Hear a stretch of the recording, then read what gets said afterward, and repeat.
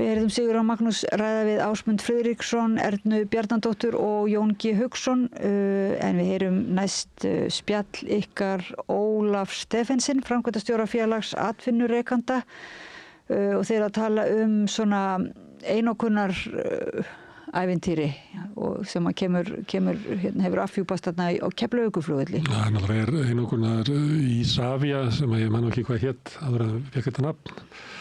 Isavia á fyrirbrigði sem heitir Fríhöfnin og sem rak Fríhöfnina á Keflavíkurflugvelli, en þau fóru í útboð og það var þýskt fyrirtæki sem að vann það, sama fyrirtæki og rekur Fríhöfn í Kaupmannahöfn og Oslo, og nú eru þau byrjuð að reka þetta og þá sendaðu við byrgjónum, þeir sem að selja vörur þarna, að þau telja ekki vera nóg að vera með 20% framlegð eða álægningu eða hvað við kallum það.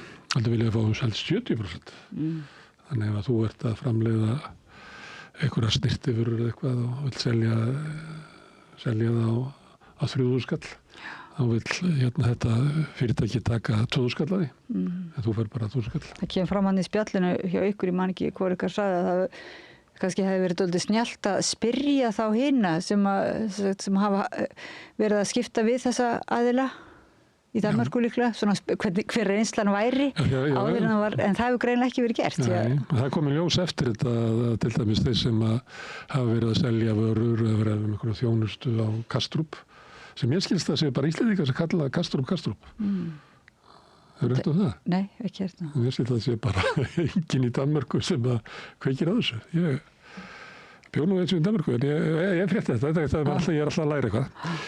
En það hefur komið í ljós þegar að þessi óánægja með Heinemann verður til í Keflavík. Það kemur í ljós að það var allir búin að vera hundóánægðir árið saman á Kastrup. Já, þannig að ég spurði þá af hverju hefði ekki Isavia farið og spurt bara.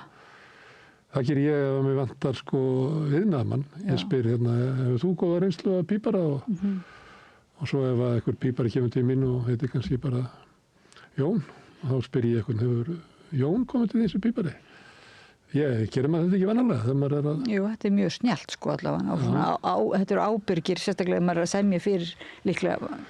En þannig eru bara lögmenn sem að semja og svona, þannig að heyrir ekkert að spyrja þessu. Og í atvinnu þá þessi meðmælabréf líka, eða meðmæli það ekki annarra sem að virka svona. Kannski það að búa til svona samninga, þá verður bara ofurtrú á samningsákvæðum. Heldur að það sé ígildi bara svona eðlilegra... Það bara ýmislegt í viðskiptaheiminu sem að hefur bara fengið mjög miklu undanþágu frá þessu sem að allir aðrir, allur annar business þarf að lúta, eins og til dæmis að hafa bara staðið sér vel og vera siðferðislega réttur og allt það bara á ekki við. Þannig að einokunarverslunin ekki á Kastrup heldur á Keflavík þarna tekin dálítið í nefið hjá ykkur. Það hefur verið að útvista einokun og ég held að Ólafur Stephensen er almennt ánægður með útvistun, en hann telur ekki eiga við í einokun. Og svo vorum við eitthvað svona vangaveltur hvort það væri hægt að hafa samkynhneigða. Og ég var nú eitthvað að reyna að narra til þess að tala við mig það af hverju flughafnir eru svona ömurlegar eins og það eru. Það er alltaf eins og maður sé fastur í kringlunni einhvern veginn. Ég man einhvern veginn satt ég að bíða fjallniður flug, að hanga á flugvelli í 8 eða 9 tíma. Var með manni og við sátum og vorum alltaf fyrir okkur. Ef þetta væri búið til fyrir okkur, þessi flughöfn, þá væri kannski þetta skjóta sér í bíó eða eitthvað, eða fara í sund, eða í sána, eða gera eitthvað skemmtilegt. En við vorum lokaðir inn á einhverju gangi í einhverju kringlu þar sem að verið að selja okkur snirtuvörur og brennivín. Og svo í óheyrilega dýran svona fancy fatnað. Sem að þetta var góður hugmyndir, þú ætti nú að koma þessu svona framfæri með gufubaðið og... Ég var að því í þessu utali, Ólaf Steff. Ég kannski til Ólaf Steff, já. Það er bara í fótsnirtingu. Það er sumstaðar, sko. Er það? Já, ég hef séð það einhverstaðar. Það er svona bænaherbyrgi, ég get ekki til því. Ég hef aldrei farið í bænaherbyrgi á flugvelli. Já, ég bara var svo forvitin að sjá því ég sá þetta merkt bænaherbyrgi, ég var það eiginlega að taka sénsir að missa flugvélina og fara kíkin í bænaherbyggið. Rættust bænir þínar? Ég hef nú bara aldrei spurt mig þeirra spurningar hvort að mínar bænir rætast. Þetta var, ég þarf að taka þetta til Ég þarf að hafa svona bænabókhald betra greiðlega. Ég verð alltaf með bæn í flugtaki. Beð bara Guð að blessa áhöfnina og flugmennina og styrkja höndur og skerpa hug. Og þessar bænir hafa líklega ræst, fyrst að þú situr hér í dag. Ég hef ekki nefnt í stórföldum áföllum. Reyndar ef ég gert það, en það ég ætla að segja þér það seinna. Þetta er svona nærsleysi svokallaða. Hlustum á Ólaf Stephensen, framkvæmdastjóra félags atvinnurekenda, segja Gunnar Smára eitthvað fríhöfnina. Gjörðu svo vel. Við erum í útvarpinu á FM 89,1.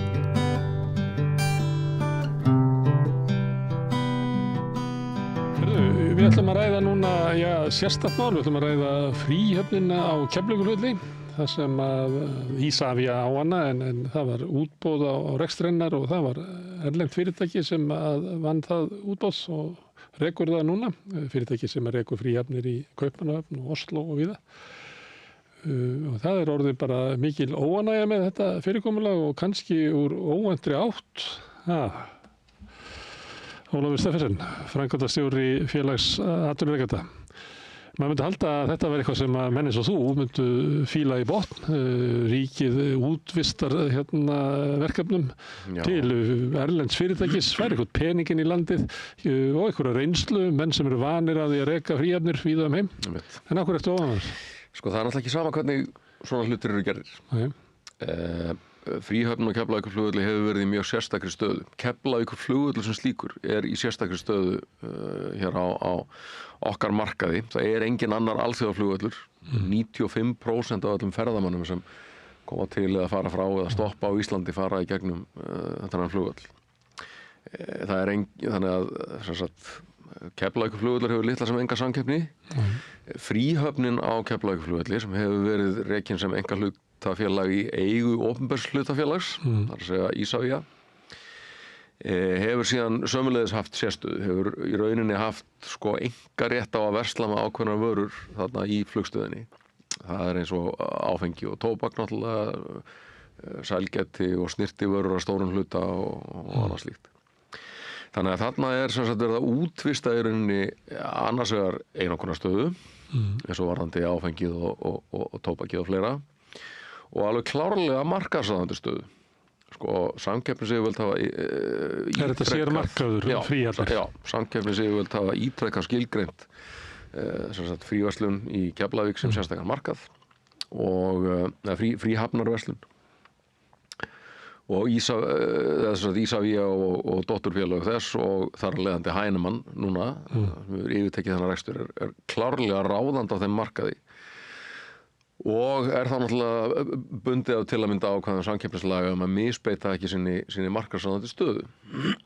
Þarna er í rauninni íslenska ríkið að framselja einokun og maður hefði sagt að það ætti að minnsta kosti að setja einhverjar reglur, setja einhverjar hömlur til dæmis á álagningu og framlegð í slíkri verslun, því að fyrirtækið er augljóslega með afskaplega sterkt tak á sínum byrgjum. En það getur varla verið samkeppni þarna, ekkert að biðja um að þessu margir að selja áfengi á fríhafnarsvæðinu. Já, það náttúrulega væri alveg hægt að hafa það þannig en það þetta breyta lögum til þess.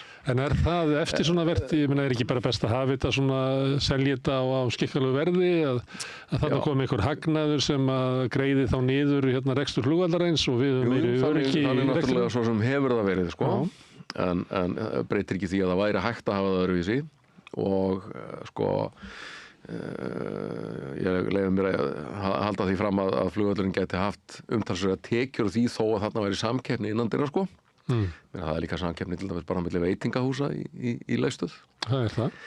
En einhver gæti sagt að það er nú nógu mikið af brennivíni þarna.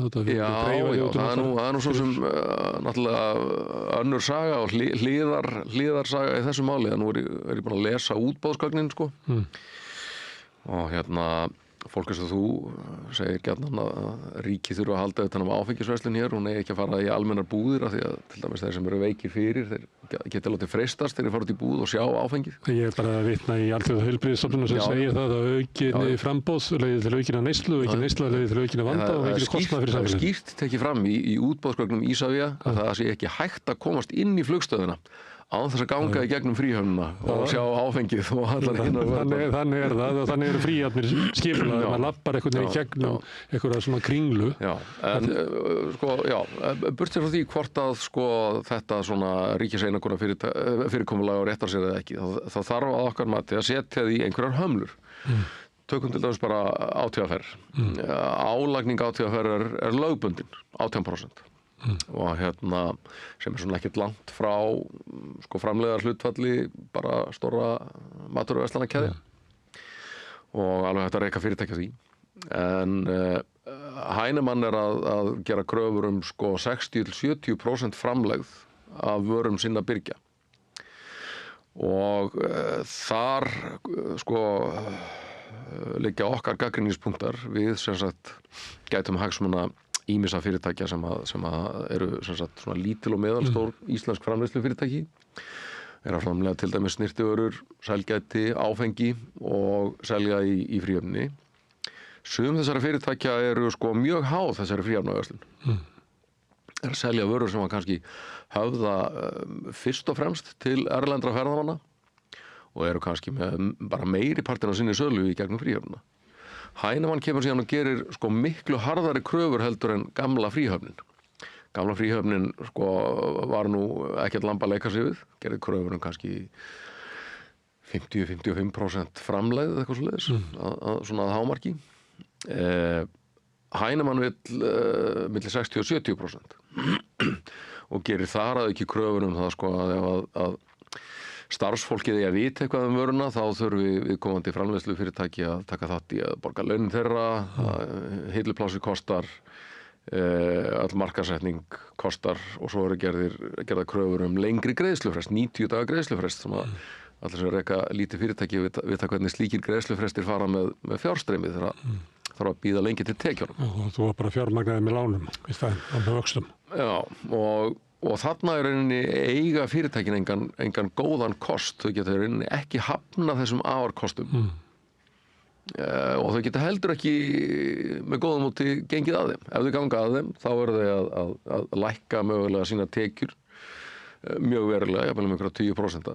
Ef þau hafna þessum skilmálum, þá eru þau að leið jafnvel að loka sínum stærsta sölustað.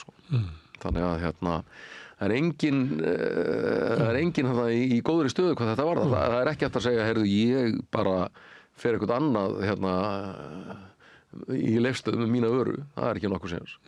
Af því að þetta er einokun. Af því að Heinemann stjórnar öllu svæðinu. Já.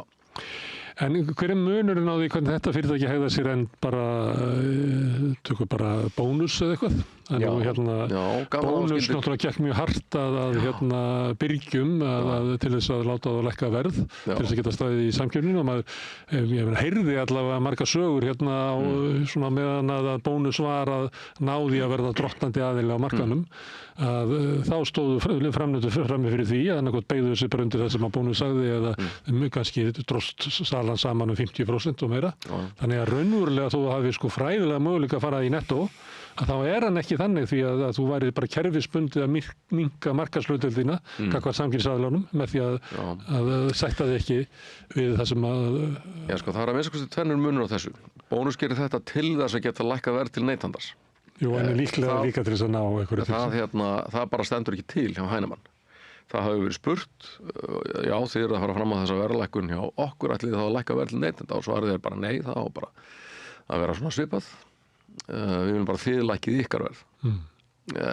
Það er nú í fyrsta lagi munurinn. Í öðru lagi hefur bónus að sjálfsögðu samkeppni og ef við kíkjum bara, ég hef nú ekki skoðað nákvæmlega munin til dæmis milli bónus og hagkaupa sem eru rekin í sömu keðju en framlegðar hlutfallið hjá Högum til dæmis, bara svona heilt yfir er svona 19-20%.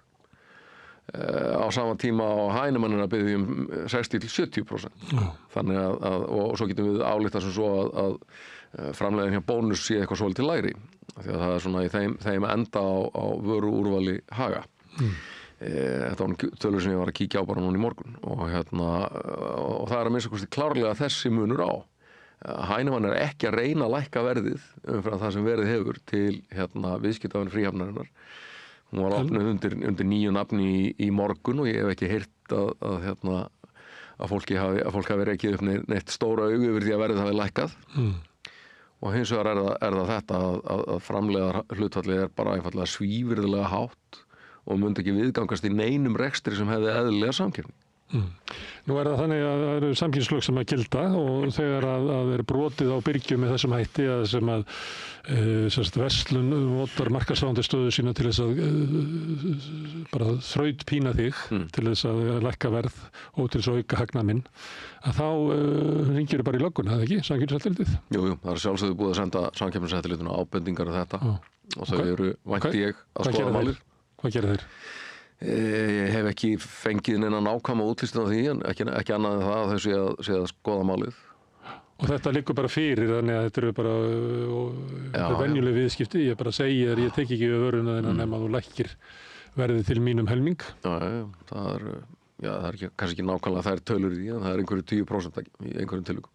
Já, þegar þú ert að tala framlegð, það er eiginlega bara álagningin. Þegar það er 70% framlegð, þá er það 200% álægning. Það er svona cirka bát. Þannig að það einkennilega í þessu öllu saman er líka að í útboðsgögnunum var þetta allt saman látið líta afskaplega fallega út.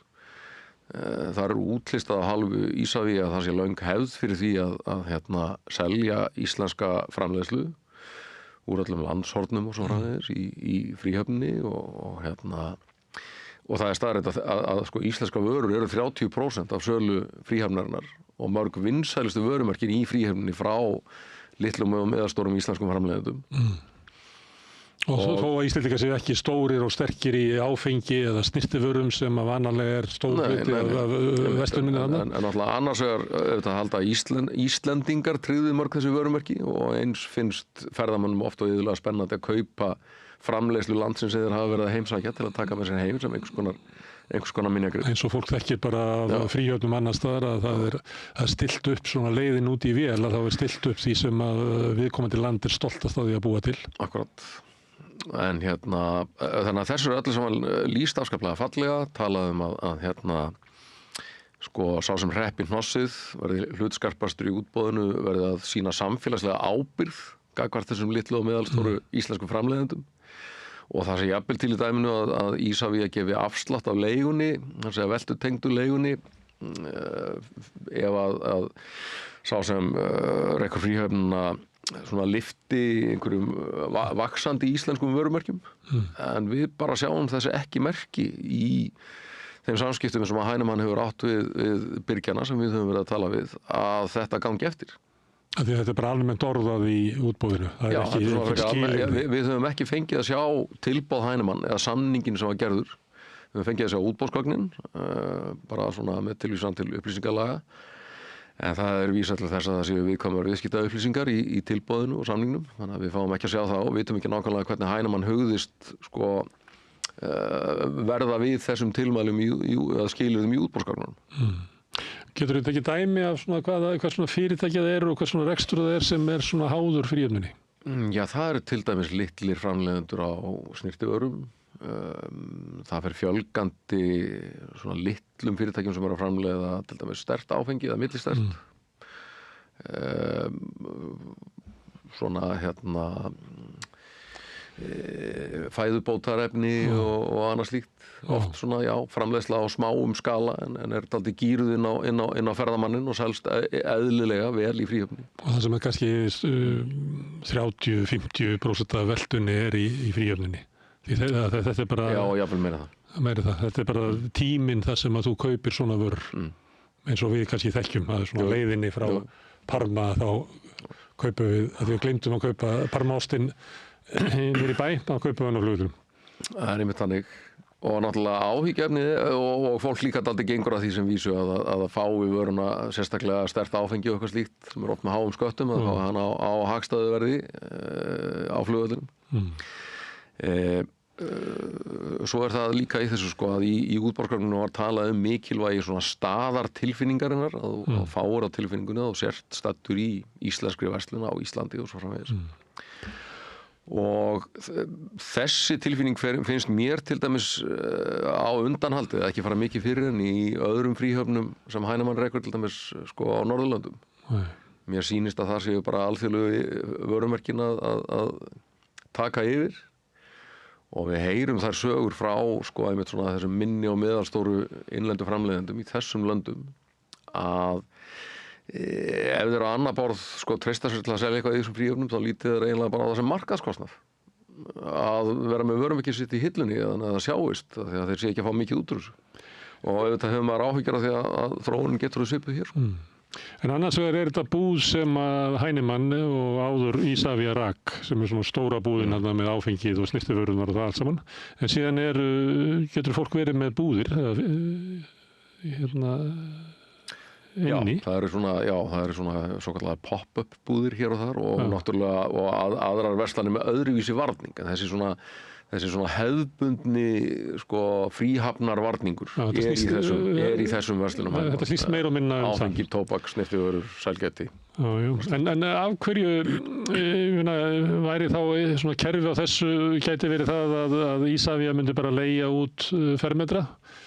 Minnka stóru búðina þriðjung og leiða bara nokkrum að vera þannig að maður væri svona að labba í gegnum eitthvað svona bara þorp, eitthvað miðbæi þar sem það væri bara alls konar búðir. Það getur verið eitt af því. Það þyrfti náttúrulega, ef þetta var alltaf með samkeppni í áfengisölunni, það þyrfti nú að gera einhverja lagabreytingar sko. En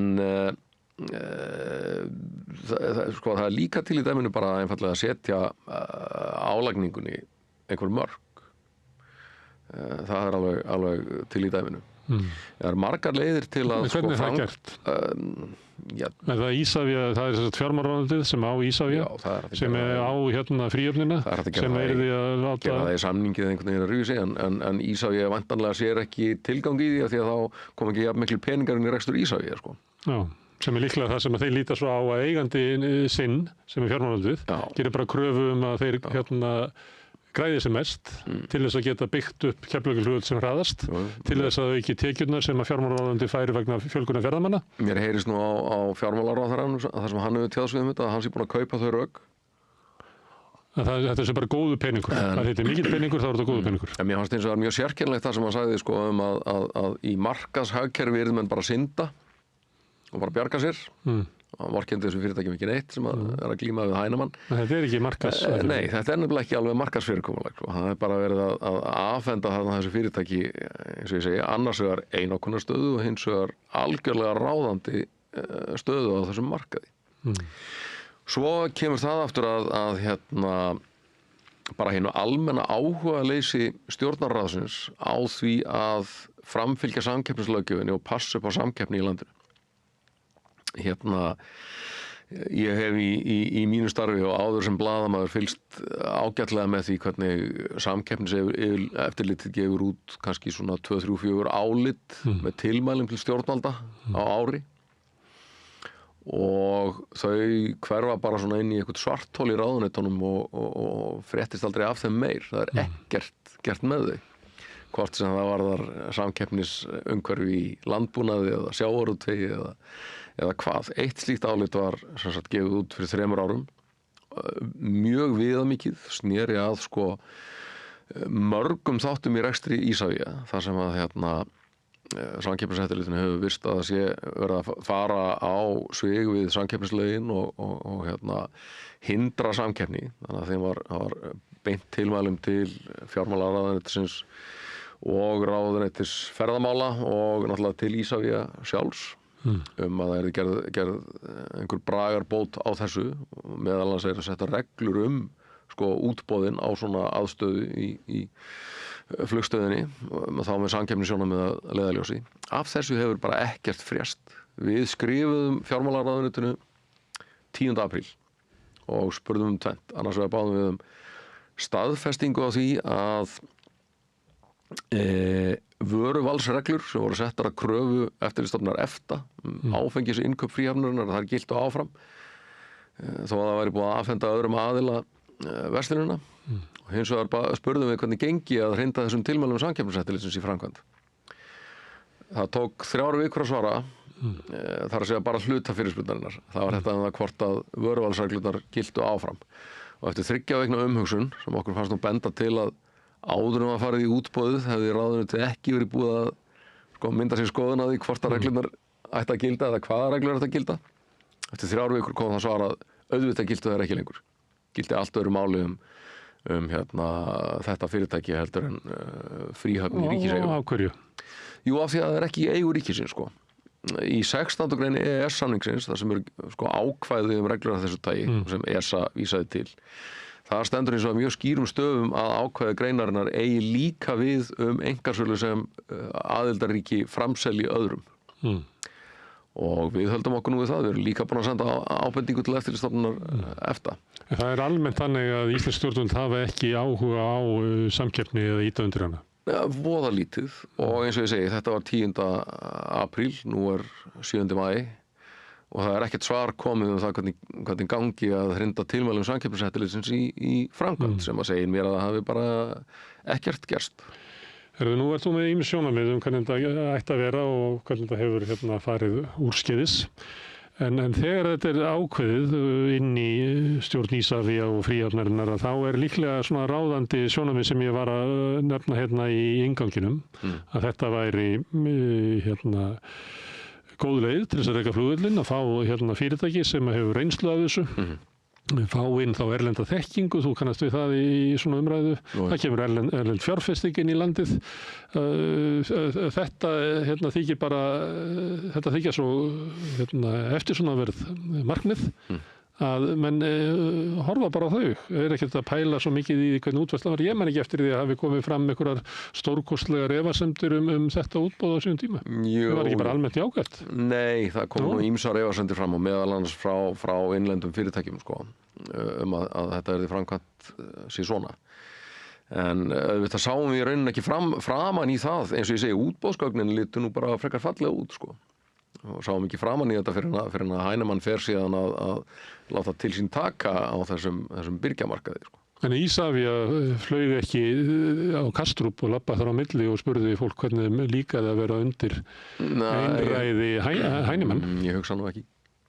Sem er náttúrulega ætti að gera. Það er svolítið, það sem ég er kannski að koma aðeins líka, það getur stundum verið svona blind trú á því að bara sá sem er hæfastur og hefur náð einhverju stöðu á einhverju markaði, hann hljóta að vera góður. Jú, og það er líka þetta að þarna er verið að segjum kannski styrkja samkeppnisstöðu Keflavíkurflugvallar í samkeppni við einhverja aðra flugvelli. Með því að gera fríhöfnina nákvæmlega eins og annars þar? Já, þú veist, fá meiri peningin í reksturinn, gott og vel. En þá gleymast hinn samkeppnissjónarmiðum, gagvart innanlandssamkeppni og annars líkt. Og þetta er náttúrulega það sem við upplifum oft ákveðnar hliðstæður í öðrum greinum. Til að mynda 2012 gaf Samkeppniseftirlitið út álit varðandi tvöfalda verðlagningu í sjávarútvegi og hvernig hún skaðaði hagsmuni bæði sjálfstæðra fiskvinnsla sem er ekki með útgerð og útgerða sem er ekki með fiskvinnslu í samkeppni við lóðrétt samþættu sjávarútvegsfyrirtækin. Þetta er nú angi af þeirri umræðu sem fer fram núna á þingi hvort að ég að borga veiðigjöld af réttu markaðsverði á fiskinum eða einhverju skálduðu verði sem er búið til í innri viðskiptum hjá þessum lóðrétt samþættu fyrirtæki. Það er nú eftir hver talar hvað er rétt verð og hvað er skáldaverð. Já. En sjónarmiðið sem að við mætum í þessu og okkar samstarfsfélag sem er samtök fiskframleiðenda og útflytjenda sem eru sjálfstæðu fiskvinnslunar eru þetta módel er bara búið að styrkja alþjóðlega samkeppnisstöðu íslensk sjávarútvegs svo gríðarlega að okkur er bara alveg sama þó að einhver lítil fyrirtæki á Íslandi verði undir í samkeppni. Það er bara verðið sem verður að greiða. Já, við þekkjum þetta líka bara í alls konar umræðu að það er yfirleitt tekin stærðarhagkvæmnin fram yfir virka samkeppni og við höfum bara fallist á það í hverri atvinnugreinum fætur annarri Þetta er andstæða sjónarmiðið en dálítið það sem að við í félagi atvinnurekenda tölum gjarnan fyrir og finnst við oft svona svolítið einmana í þeirri umræðu. Og þeir eru litla félagið á móti SA og viðskiptaráði og þeim öllum. Herðu, en hver er þessi Heinemann sem ætlar að auka hagnað sinn svona mikið? Já, hver á þetta? Þetta er þýskt fjölskyldufyrirtæki skils mér og vel á annar aldar gamalt. Með mikla reynslu og traust og vanta virðingu sinni skils mér en leið hart í horn að taka. Herri, ég veit ekki hvort það tengist svona þínu erindi en þetta, við rættum það á þess að það er ekki hægt að komast í flugvél neins þar í heiminum að labba í gegnum áfengi og snyrtivörur og rángala, það er enga beina línur stundum á flugvélunum af því að þú þarft að labba fram á hver einustu hillu og leiðin út í. Þetta er náttúrulega ekki gert beint fyrir farþegara. Ég man eins og satt ég með vini mínum á svona flugvelli og hann var eitthvað að gæla við að sko ef þetta væri búið hérna til að senkun á vél og þessum að hanga eitthvað staðar í 6 klukkutíma. Ef þetta væri búið til svona fyrir okkur, þá væri sundlaug hérna við getum farið í gufubað en það er ekkert í búið, við getum bara borðað skyndibita, við getum keypt brennivín og snyrtivörur eða rándýran tískuvarning. Ég meina hvað... Já, þetta partur á pælingunum sé ekki að flugvöllur sé svo hryllilegur staður og það verður að drepa tímann með því að versla. Og við séum orðin þannig að þessum okkur þetta helst í hug að versla. Við getum farið í bíó. Já, segðu. En svo verðum við svo sem með bíóið þarna. En þú hefur kannski ekki skoðun á því að þú ætti ekki að gera athugasemdir í að Keflavíkurflugvöllur sé skipulagður með þessum hætti? Nei, það eins og þú segir, þetta er nú svona það skipulag sem að sér víðast hvar orðið á flugvöllum. Já, og allir eru eins. Já. Það er kvartað yfir því að þú kemur inn í fríöfn og þú veist eiginlega ekki hvað landu ert. En það á svo sem við miðbæina líka, að það hefur verið gagnrýni íslenskra arkitekta hér að uppbyggingi í miðbænum að það verið farin allur, hvað heitir það, staðar? Jú, staðartilfinning farin. Allt farin.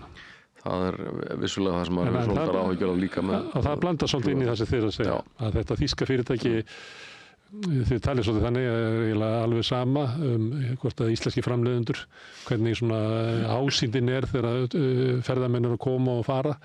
Það þengist Íslandi nema að þeir geti grætt á því. Þeir eru ekki til að byggja það upp. Okkur sýnist ekki. Það virðist hafa verið vilji Isavia til að byrja með en við sjáum þessi engin merki að það sé að gerast. Herðu, Ólafur, takk fyrir að koma hérna og tala útvistun á Keflavíkurflugvelli. Takk fyrir mig. En við ætlum að halda þér áfram, við erum alltaf að reyna að skilja þetta samfélag sem við erum föst í og næsti kafli eftir augnablik. Þarftu að tala borgarfulltrúa. Borgarfulltrúar Sósíalistaflokksins eru með viðtalstíma alla mánudaga klukkan 13:30 til 14:30. Það þarf ekkert að bóka tíma, endilega kíkja við í Bólholt 6, 105 Reykjavík. Þarna heyrðum við Ólaf Stephensen, framkvæmdastjóra félags atvinnurekenda og eiginlega vindum okkar kvæði í kross. Þú varst nú að tala bænina og við getum sagt vindum okkar kvæði í kross, spjöllum næst við okkar svona mannréttinda fréttaritara hérna við rauðaborðið. Transfréttir, segir Arna Magnea Dangs, leikkona og leikstjóri, kennari og mannréttinda aktivisti og hún er búin að koma hérna reglulega og ræða við mig svona ástandið í heiminum og sérstaklega náttúrulega í trumpismannum og hvernig það er stórfelldu aðgerðir og lagasetningar sem eru núna í gangi eða bara hafa verið gerðar þar síðan Trump tók við, hvernig þeir hafa svona bæði lúmsk og bara bein áhrif á umræðu hér á landi og í Evrópu. Íslenska konu sem lendi því að það vildi eitthvað bara, held ég, bara girða niður þar til þess að fá úr því skorið hvort það er eittu heima inn á kvennaklósetti í New York. Já. Þannig að svona stemming getur náttúrulega orðið að brýst út að bara venjulegt fólk breytist í villidýr. En það er líka bara verið einhvern veginn að gefa því séns og gefa því lögmæti að það séu til fyrsta flokks þegnar og svo séu til annars flokks þegnar sem að megi koma fram við að vild og það sé einhvern veginn réttmætt og hún er líka að tala svona það hvernig raunverulega eins og í Bretlandi í kjölfarið á lagasetningu sem kannski sjálfu sér var ekki var ekki að meina fólki aðgang að allum almenningssalernum en hafði þau áhrif svona að fólk var svo óöruggt, ekki bara transfólk, heldur líka bara allir eru svo óöruggir og margir eða sumir tóku sér það hlutverk að vera svona eins og í lögguleik og gerast sjálfskipaðar löggur og fara þá að láta vita, nei þetta nú ekki, þessi nú eitthvað aðeins of kvenlegur eða aðeins of karllegur og þetta, já, þetta náttúrulega veldur. Margir tóku þessu dóm líka eins og svona endalegri sönnun allt sem að þeir hefðu sagt hefðu verið rétt, sem var náttúrulega ekki. Sem að kannski hugmyndir og skoðanir sem ganga miklu lengra heldur en þessi dómur nær eitthvað yfir. Þetta svakalega vont þegar að þessi hatursorðræða og þessi hugsun svona þetta raunverulega, ég var að tala þetta minni mann svo á það sem maður heyrði líka í Suður-Afríku, sko, í apartheid. Þú veist, þegar þú mátt ekki sitja á sama bekk og ekki vera á sama stað og ekki fara á sama klósett, svona virkilega verið einhvern veginn í rýminu að greina á milli þeirra sem eru skítur og hreinir. Við spilum náttúrulega viðtal við Kusai hérna í Jerúsalem, þar sem að venjulegir borgarar í Ísrael koma fram við palestínumenn eins og hann sagði bara hann vildi ekki svona ég segja dýr, sko. Hann var að leita okkur orðið sem var fjarri manninum heldur en dýrin. Annars flokks ekki einu sinni rétti, þetta bara ruslflokkur, sko, ef það eitthvað flokkunarkerfi, já. Og svona gerðist að mennskan svo þunn að þetta gerðist til dæmis í fyrrum Júgóslavíu, að þá gerðist það bara örskot stundu að Bosníumenn sem að bjuggu í Serbíu allt í einu bara mistuðu öll borgararéttindi, öll líðréttindi, voru bara hundelt og voru flótt og földu sig bara einhvers þar í hlöðum og voru bara mistu allt sitt á bara einu augnabliki, sko. Wow. Þannig að það er rosalega háskalegt þegar fólk að leika sér að þessu að búa til möguleikan á því að við séum ekta en þú ekki. Já. Jú, og nota þessa orðræði eins og hún hefur farið líka í gegnum í samræðu okkar þetta, að það er kannski ekkit, sko, það er ekkit bara alveg saklaust að tjá hatur alveg óskipt og raunverulega vega að tilveru rétti annara og svo líka segir hún það er náttúrulega svo magnað óbúðslega klár og gaman og hefur mikla þekkingu og tala líka svona örlát á að miðla sinni reynslu og bara líka einmitt þetta hún aflar sér í tengslum við fólk þannig að fréttirnar eru frá fyrstu hendi. Frábært að hafa hana, bara með hennar sjónarhorn og líka bara hún svo góður hún svo góð í að vera flytja sitt mál, já. Standa fyrir sínu. Já. Skulum heyra Örnu Magneu Dangs í samræðu við mig eða bara segja transtíðindi og helstu svona fregnir úr af mannréttindasviðinu í heiminum. Þú ert að hlusta á Samstöðina. Róttækt sjónarhorn á atburði dagsins.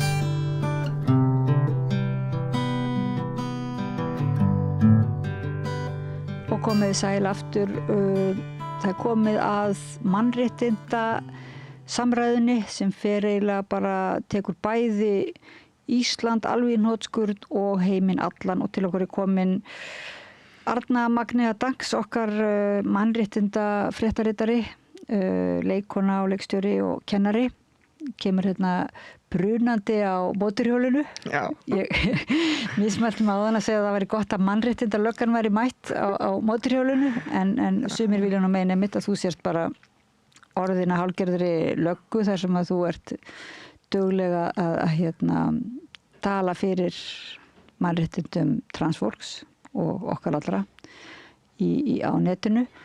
En þú varst akkurat að segja mér líka frá því að það væri sumir, þú vilt náttúrulega alls ekki, við viljum alls ekki segja að þú sért lögga, sko. En þú varst að segja mér frá því að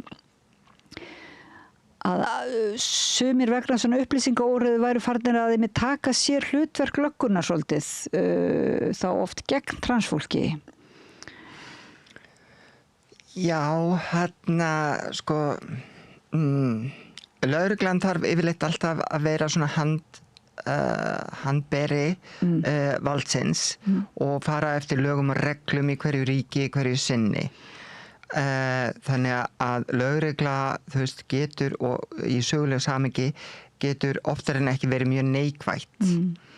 Þó að við hérna á Íslandi erum sífellt að reyna að búa til jákvæða ímynd og lögreglumenn sjálfur margir hverjir sem ég þekki persónulega mjög gott fólk og eru í þessu starfi að heilindum, að þá fylgir því mjög oft að lögreglan er að sinna svona bara oft stundum að manni virðist hugsunarlaust að þeir eru kannski bara bundnir því að þeir verði að gera þetta bara eins og hermenn að þá verði þeir að fylgja ákveðnum reglum og lögum en reglur og lög hverju sinni og við sjáum það í sögunni fara ekkert alltaf saman við siðferði og fara ekkert saman við rétt og ránt. Við vitum það til dæmis að það er ránt að eiga annað fólk en það var samt lagalega hægt að eiga annað fólk bara, þú veist, í gegnum söguna alveg framundir, þú veist, 20-öld. Og og við vitum það að núna ennþá tíðkast mansal út allan heim og og við vitum að það er ránt og það er ólöglegt núna, það er samt ekki ólöglegt allstaðar. Það er ekki búið að færa það í lög og reglugerðir allra ríkja að það sé ólöglegt að eiga annað fólk. Það er til dæmis löglegt í Afganistan að selja dóttur sína. Þú veist, alveg niður 9 ára aldur, þá máttu selja hana. Þú veist, þannig að þú veist, ég myndi aldrei nokkuð tíman kenna mig við lög, bara aldrei, vegna þess að lög ein og sér án siðferðis eru aldrei góð. Og svona ofar öllum lögum þarf að vera, þú veist, ákveðið svona grunngildi siðferðis, það sem að við gerum greinarmun á milli hvað er rétt og hvað er ránt. Og ofbeldi allri sinni mynd er alltaf ránt. Og við sjáum þetta allstaðar í heiminum, þar sem að, þú veist, ein þjóð, einn einstaklingur eða fleiri ákveða að ráðast á annan einstakling og sá einstaklingur ákveður að hefna sín og þá er þetta fram og tilbaka og það leysist ekki neitt og fólki sem að lendir hérna á milli, það eru fórnarlömbin, það eru börnin, það eru konur, það eru gamalmennin, það eru fatlaða fólkið, það eru hinsegin fólkið, þú veist, þetta eru fórnarlömbin, við sjáum það í Gaza, þú veist, við sjáum þetta, þú veist, í Úkraínu, við sjáum þetta allstaðar í heiminum að ofbeldi leysir aldrei neitt og mæta ofbeldi með ofbeldi bara alveg sem Martin Luther King sagði, það leysir aldrei neitt. Þetta ofbeldi sem er að bitna á transfólki út allan heim núna er svona, bara, við getum kallað þetta að sé ákveðin strámaður. Þú veist, stjórnmálaöfnin sjá þarna minnihlutahóp og það er fínt að byrja minnihlutahóp. Ef að þú vilt breyta, þú veist, hugafæri heillarar þjóðar, þá er ekkit betra eða svona fljótlegra heldur en að búi til sameiginlega nóvin. Af því að allir þessir háu herrar, þeir eru ennþá í þessum sandkassaleik, þar sem að þeir telja fólki trúum og því miður stór hluti fólksins er líka í þessum sandkassaleik, þar sem að þau trúa því að þau hafa það vont, að því einhver annar hefur það svo miklu betra og það er þeim að kenna. Eða einhver annar er valdur að þeirra skal ég segja vansæld. Transfólk hefur ekkert að gera með svona upp til hópa, þá hefur transfólk ekkert að gera með, þú veist, hvort það er verðbólga í landinu eða ekki. En í staðan fyrir að tala alls konar hluti sem að hefur að gera með verðbólgu, þá er stjórnmálaöflin út allan heim, þú veist, rosalega upptekin af því að taka réttindi af transfólki, gera transfólki erfiðara bara að lifa sínu daglega lífi og ef að transfólk dirfist í að mótmæla og segja eitthvað, þá eru við allt í einu bara vælandi fórnarlömb.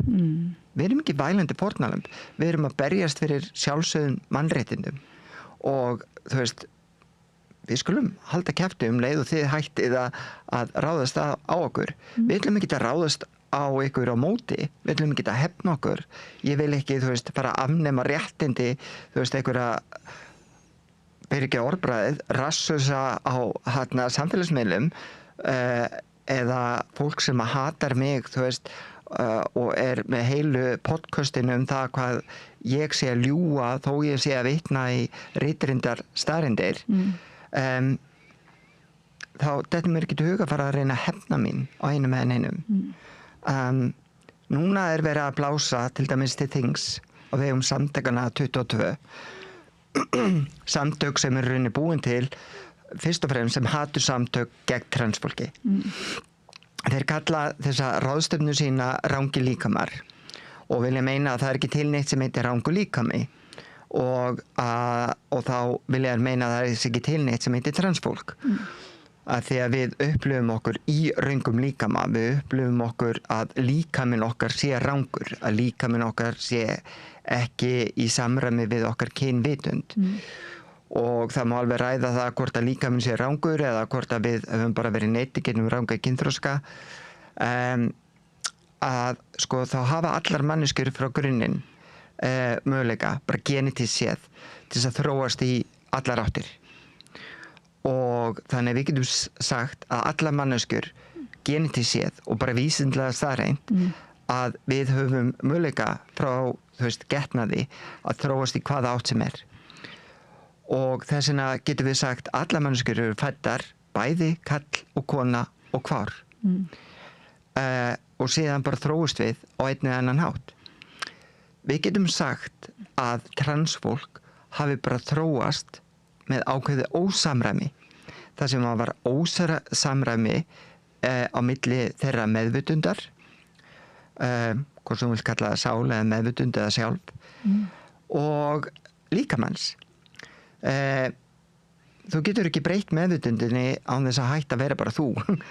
Þannig að eina leiðin að breyta líkamannum. Og þannig að í okkar tilfelli þá líkaminn rangur. Og það að halda því fram að þau séu ekki með neitt hatur, að þau séu bara að fara með staðreyndir án þess að vitna í nokkra vísindalega staðreyndir, að þá þetta ekkert annað en hatur.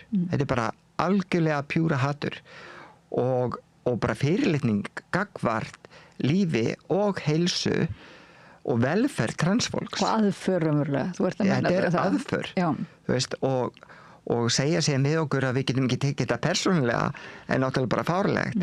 Þetta svona svipað að segja, já, ég ætla nú ekki að móðga þig og ekki taka það persónulega en það, þú veist, þú mátt bara ekki vera til. Þú veist, þetta er náttúrulega bara fárlegt. En við fórum einmitt yfir það síðast hérna hver var, þú útskýrir svo vel fyrir mig þessi munurinn á þessu bara að skoðanafrelsinu og tjáningafrelsinu og þessu að vera með sína skoðun eins og þú segir en svo það þetta þegar þú raunverulega ert að tjá hatur og sem að í sjálfu sér með þeirri miðlun aðför að þínum tilveru réttir að þá það náttúrulega ekki bara einhver skoðun sko.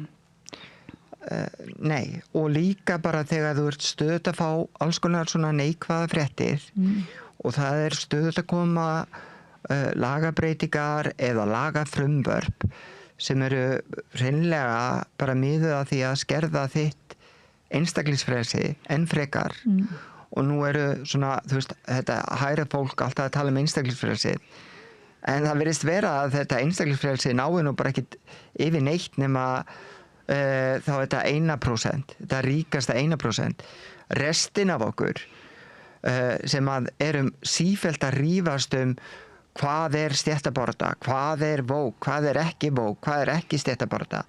Við þurfum að fara átt okkur á því að við erum öll saman í þessari súpu. Ef við erum ekki hluti af þessu 1%, ef við erum ekki hluti af valdastéttinni sem eigum allt, þá erum við öll verkastétt. Þá erum við öll vók og þá þurfum við öll að berja saman í þessu.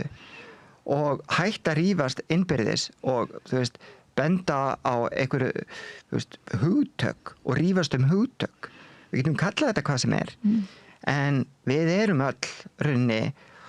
Svo ég orðið það bara þannig að því ég ólst upp í Breiðholti frá 13 til 26 ára og fannst Breiðholt æðislegt og það margt æðislegt að gerast í Breiðholti, þá erum við bara öll sem erum ekki 1%, þá erum við öll Breiðholt.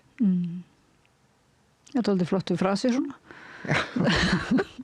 sem að skella með millimerki en hérna Þú talaðir síðast líka um lög sem var nýbúið að setja í Bretlandi og núna eiginlega svona komin einhver pínlítið reynsla á það, það ekki? Hvað þessi lög hafa...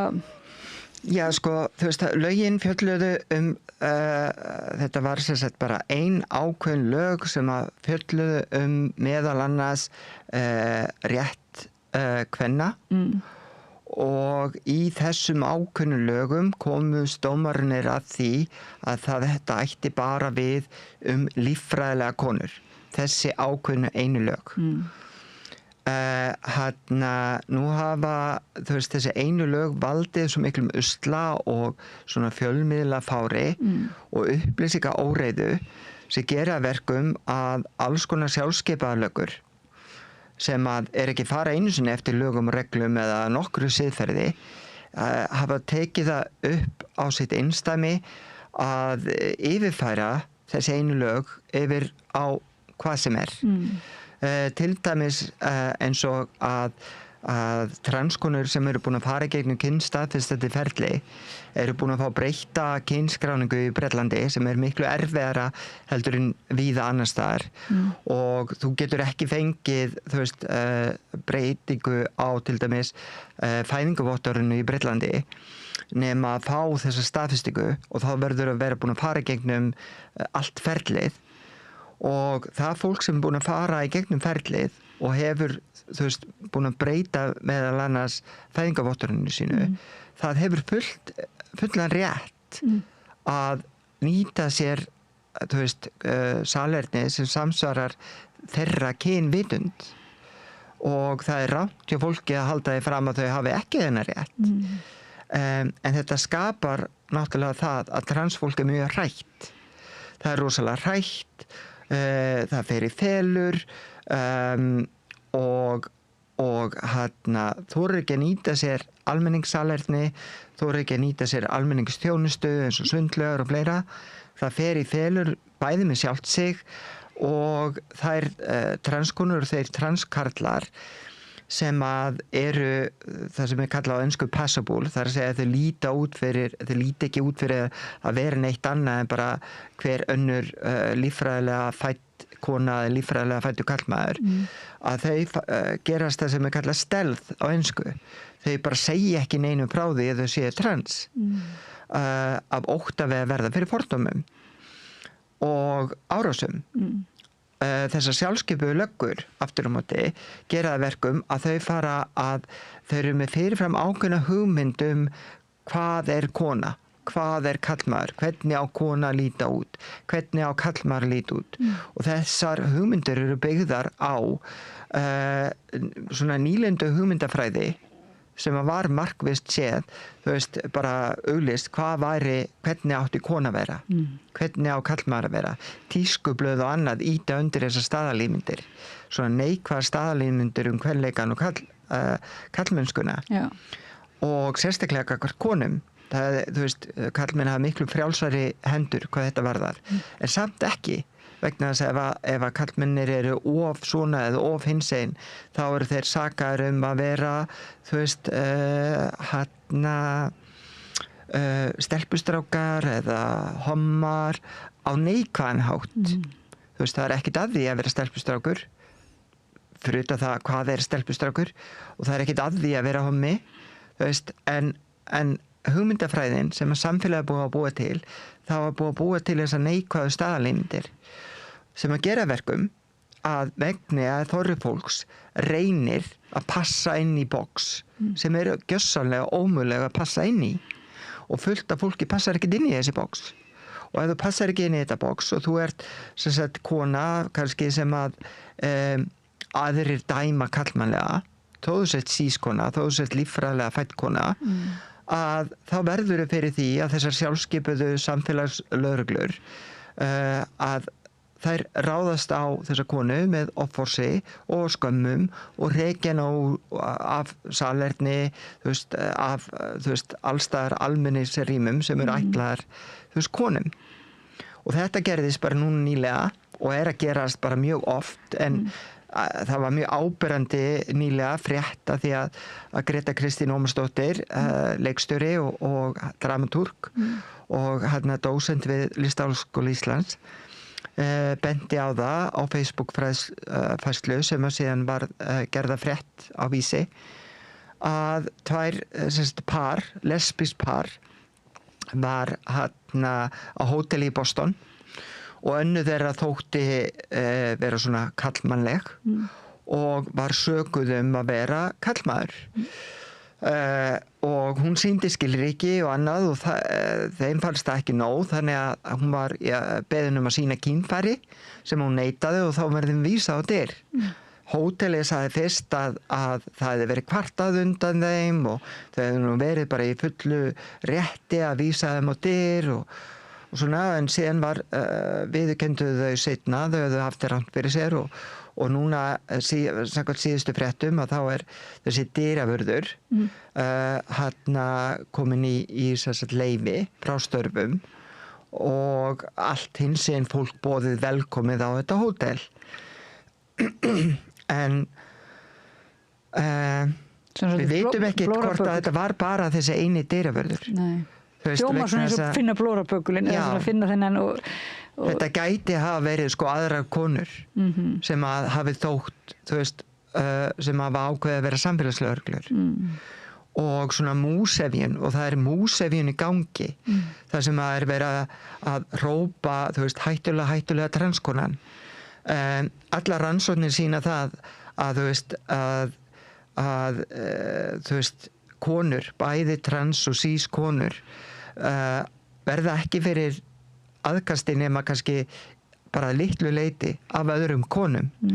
Það verða fyrst og fremst fyrir aðkasti af karlmönnum og þá fyrst og fremst af gagnkynhneigðum sískynja karlmönnum. Þannig að transkonur ekki ógn.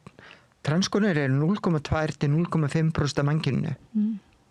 Það hægt að finna glæpafólk þar eins og alls staðar. Samtökin 28 því ég benti á þaðan sem ekkert annað en hatursamtök að gegn transfólki.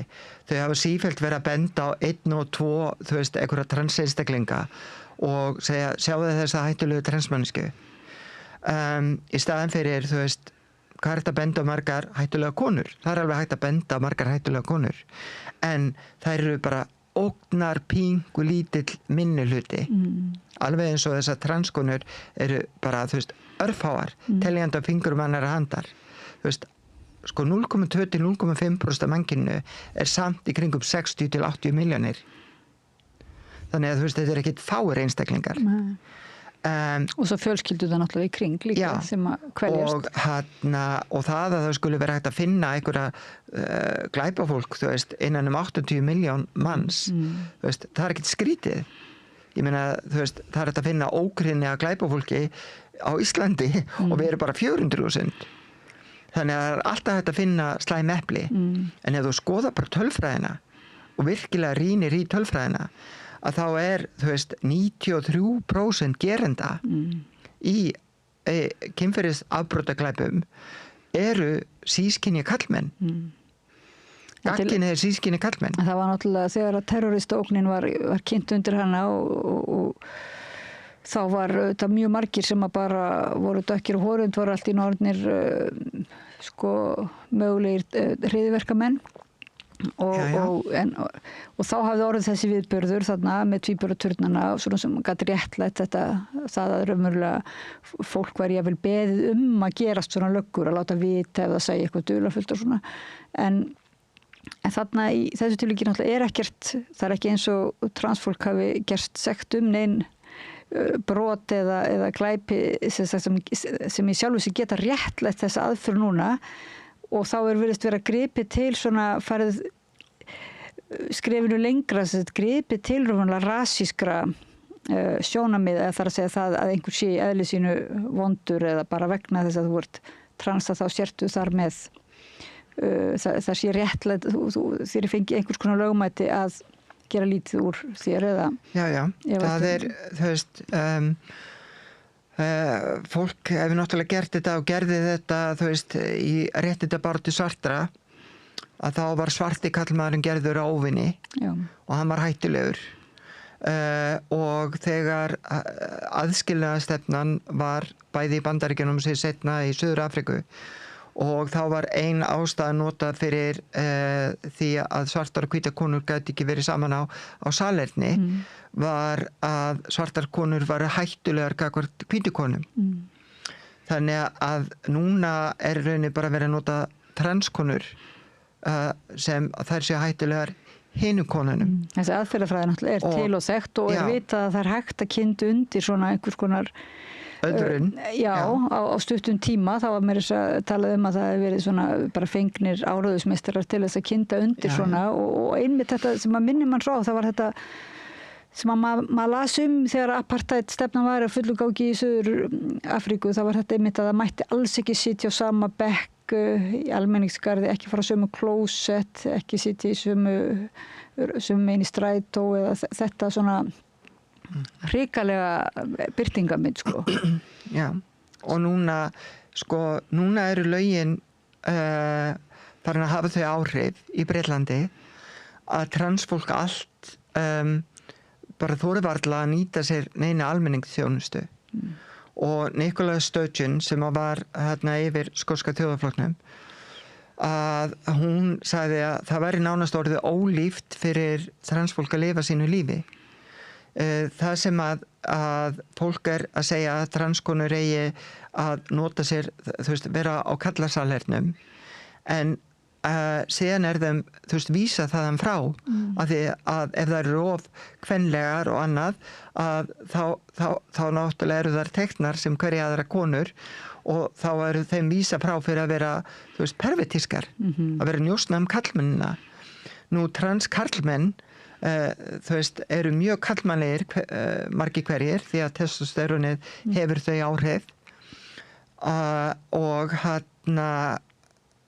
og ef að þeir ættu nú að fara að nýta sér kvennasalernin að þá gætur ekkert séð hvort þetta veri transkarlmaður eða sískarlmaður. Þannig allt einu við farin að opna á með þessum lögum og þá eru auðveldara fyrir sískarlmann að fara inn á kvennasalerni og segja bara, já, ég er transkarlmaður og þar með auðveldara fyrir sískarlmann að komast inn á rými sem eingöngu ætlað konum og brjóta konum. Þannig að öll lög og reglugerðir og allt þetta fár gegn transkonum bitnar náttúrulega á öllum konum og það sem að koma fram eins og að gerast á hótelinu í Boston og fleiri sögur sem eru það var kona sem var frekar hávaxin sem var sökuð að vera karlmaður. Hún var öryggisvörður í Flórida og var að vinna á svona mól hvað heitir þetta Kauphöll eins og Kringlan, hvað heitir þetta? Verslunarmiðstöð, já, það er orðið í sérleita og hún var hávaxin og hún fór á salernið og það var karlmaður sem fór inn á hana og öskar á hana að hún væri trans og ætti að drulla sér út og hún kvartaði undan þessum manni því að hún er sískona og þá sagði yfirmaðurinn hennar að þau vildi ekki fá svona vandræði, fyrirtækið. Hún var að vinna sem öryggisvörður og öryggisvarslan vildi ekki verða fyrir svona vandkvæðum og vandræði. Þetta var vandræðilegt fyrir öryggisgæsluna. Þannig henni var sagt upp störfum. Hún misti starfið sitt vegna fordóma einhvers annars og hún var samt ekki trans. Þannig að þessi fordómar eru farin að býta og þeir eru farin að býta allar konur sem að, passa ekki inn í eitthvað mjög þröngt afmarkaboks. En það sorglega að það er ömurlegt að hugsa til þess að við þurfum að benda á það sýnt og heilagt eins og bara með þær konur sem það fyrir kynferðisofbeldi að við erum með heila herferð sem segir þetta gæti verið dóttir þín, systir þín, mamma þín, frænka þín. Það á bara ekki skipta máli. Við eigum að standa með þolendum öllum þolendum burtséð frá kyni og kynvitund og kynhneigð og það á bara ekki skipta máli hvort hún sé systir einhvers. Hún var fyrir kynbundnu ofbeldi og það sama á við transkonur og transmenn og kynsegin fólk. Það á ekki að skipta máli að þegar verið að ráðast á okkar réttindi að það hafi áhrif á önnur réttindi sem að það gerir vissulega, heldur ættu þið að standa með transfólki að því við erum mannverur eins og allar aðrar mannverur og það ætti bara að vera siðferðisleg skylda hvers og eins að standa með öðru fólki að því það er siðferðislega rétt. Ekki að því að fyrst komuður og réðust okkur og næst ætlaður að koma og ráðast á ykkur. Þú átt ekki að standa með ykkurum að því þér er ógnað, þú átt að standa með ykkurum að því það er rétt að standa með þeim. Já.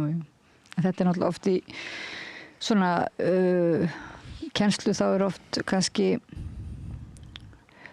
verið að höfða til barna og útskýra þetta, útskýra en ímyndaðu þér bara ef þetta væri þú eða eitthvað svoleiðis en manni finnst, en hins vegar held ég við séum öll með þessa hugmyndum að mannréttindi eigi að vera, við eigum ekki að hugsa þau út frá því svona hvað okkur finnst vera að vera okkar fjölskylda eða vera líkt okkur, það er alveg rétt en einhvern veginn er það er alveg rétt að það er svolítið skrítið og þú talar um það mitt sá ég á samfélagsmiðlum að það er svolítið skrítið að þurfa að benda á það, þetta gæti verið þú, þetta er líka standið með transkonum, að því ef þið eru ekki að standa með transkonum að þá eru þið ekki að standa með konum, eitthvað svoleiðis, já en þannig að það er bara standið bara með konum, öllum konum en hvernig er staðan þá á Íslandi svona? Hver er staðan á finnst þér þessi, þú sagði mig síðast að þetta svona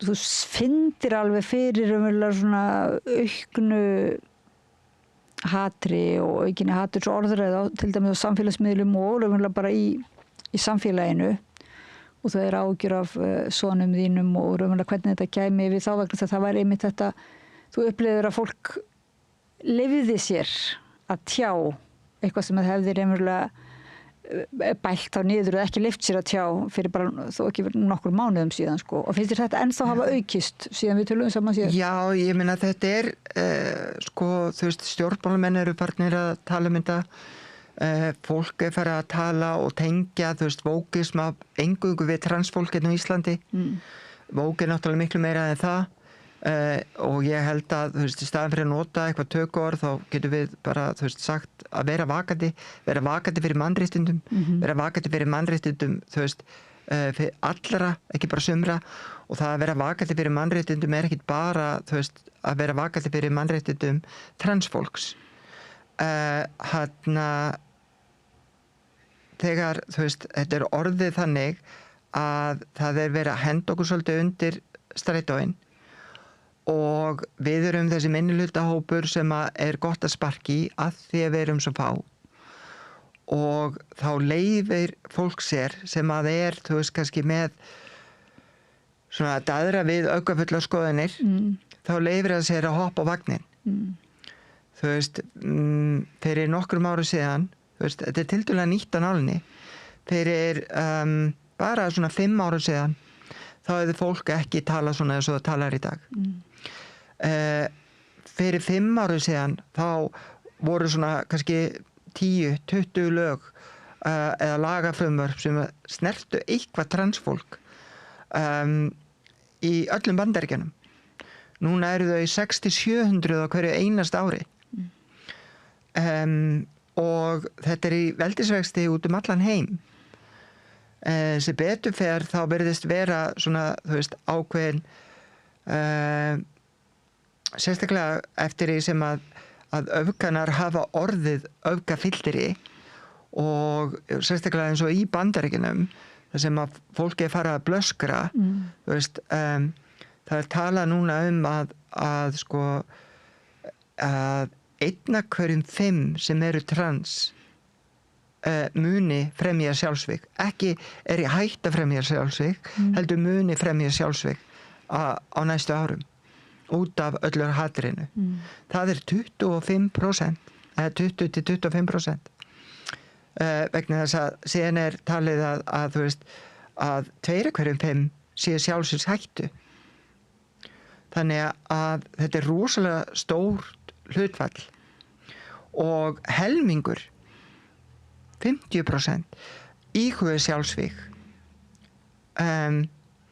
Þannig að svona tölur fyrirfinnast ekki neinum öðrum hóp og þetta fyrirfinnst ekki að því að við erum trans.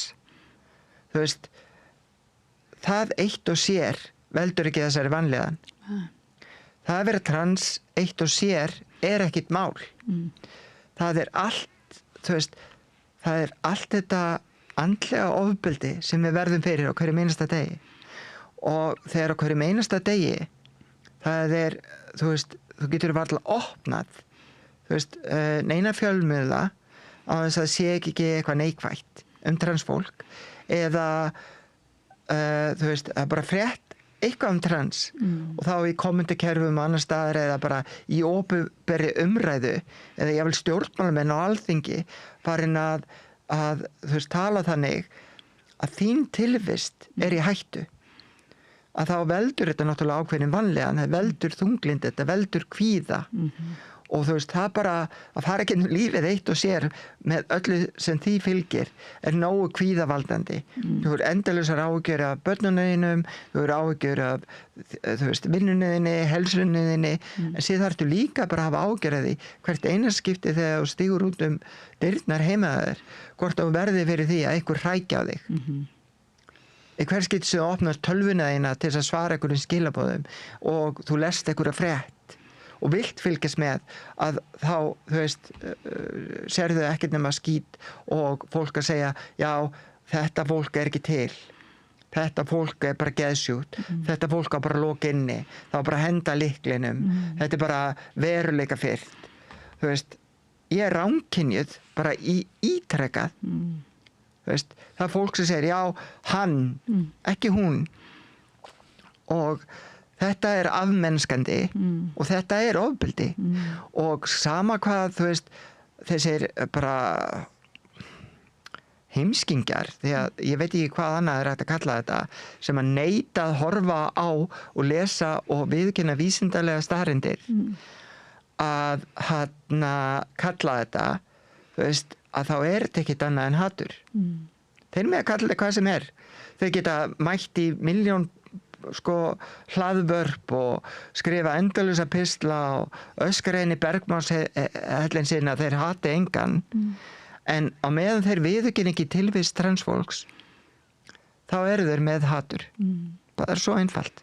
Ég held að einhver ættingi minn hefði sagt, hvort það var amma sem hefði sagt grey, þetta eru grey, af því að það ákveðin vorkunsemi að þú þurfir að fá þitt gildi út frá líka þessi staðlaða rétta normi, sem verið að festa í sessi, eins og segir, það búið að búa til einhver boxi fyrir því hvernig þú átt að vera og fleiri eru orðið meðvitaður hvernig á ekki að vera og hvernig ekki rétt að vera, þá náttúrulega svolítið, það lítur að vera svolítið hræðileg tilvist sem minnir mig þá á þetta, þú ert í þessum ból sem stendur svona lítur einhverfa út og það svona eilíðar áttan þarna sem að í svona hinsegin litum, þannig að maður hugsar það talað að einhverfa sé svona þeir sem einhver sé sem tala að vera skynsegin og maður hugsa líka hvað eins og þú ert að segja, þessi aðför að transfólki ekki bara aðför að öllum konum, aðför að transkonum aðför að öllum konum, heldur líka bara þessi aðför að öllum þeim sem eru eins og þeir vilja vera og kjósa vera, það hlýtur vera aðför að öllum sem einhvern veginn, eða hlýtur að valda kvíða hjá þeim sem eru einhvern veginn skynsegin og hinsegin og finnast þeir ekki falla í þetta norm eða hvað? Já, vissulega, vegna þess að nú þegar svona eins og orðræðan hefur skapast og þróast í Bandaríkjunum og svona að færa sig yfir til Evrópu og til litla Íslands líka, að þá John F. Kennedy Jr. sem var gerður að ég get ekki annað hlegið sem var gerður settur yfir heilbrigðismálin þar í landi, maður sem með alls konar samsæriskenningar og á móti bólusetningum og búin að blása það svo mikið út að fólk í hrönnum hætta bólusetja börnin sín í Bandaríkjunum og nú mislinga faraldur í gangi í Bandaríkjunum sem að drepa börn.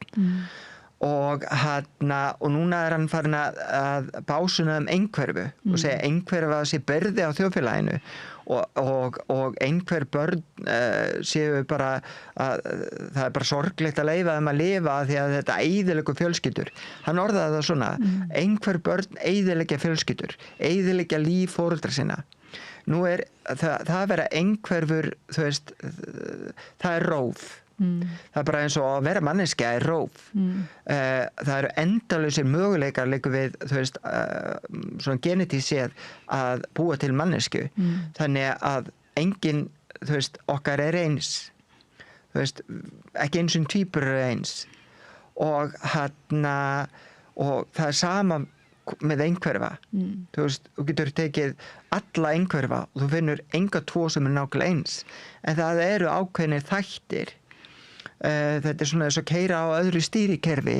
Við getum sagt að þeir sem eru ekki einhverfir þeir keyra á Xbox eða Android eða eitthvað svona, á meðan þeir sem eru einhverfir eru Apple eða PC5 eða hvað sem þú vilt kalla það. Þá þetta bara ólík stýrikerfi. Þú getur verið afburða manneskja á mörgum sviðum með afburðagreind, með fullt af háskólagráðum og verið samt einhverf. Þú getur líka verið með greindarskerðingu og mikla raskanir og fatlanir án þess að vera einhverf. Einhverfa ekki samansemmerki milli þess að vera með greindarskerðingu eða mikla fötlun. Þannig þetta þessi sama lógík að finna einhvern blóraböggul eða einhvern óvinn. Þetta, það sá einhverfi sem að eyðileggur fjölskylduna. Já, fyrir utan það, hvort sem að þú ert með greindaskerðingu, fötlun eða hvað sem þá ertu bara aldrei byrði á einum eða einum. Þetta svolítið ótrúlega engin manneskja byrði á annarri mannesku. Varpa ábyrðinni frá sjálfu sér og frá þessum kerfum sem eru náttúrulega, þú veist, það er mikil kvíða, mikil vanlíðan í okkar samfélög og mikil ójafnrétti, óréttlæti, mannréttindabrof, það eru stríð og þá satt verið að reyna að finna eitthvað svona, hver sökudólgurinn? Það ekki kerfin sjálf eða við, það er þessi, það sá sem trans eða sá sem einhverfur, sem náttúrulega alveg merkilega vond leksía fyrir börnin okkar, myndi ég segja, að ekki að líta í eigin barm og ekki að sjá stóra samhengi og sjá orsakasamhengi beinlínis heldur byrja því að finna fara í lögguleikin og finna hvað er þessi sem sekur. Það náttúrulega miklu auðveldara. Það er miklu auðveldara bara að kenna ykkur og segja það er þessum að kenna það.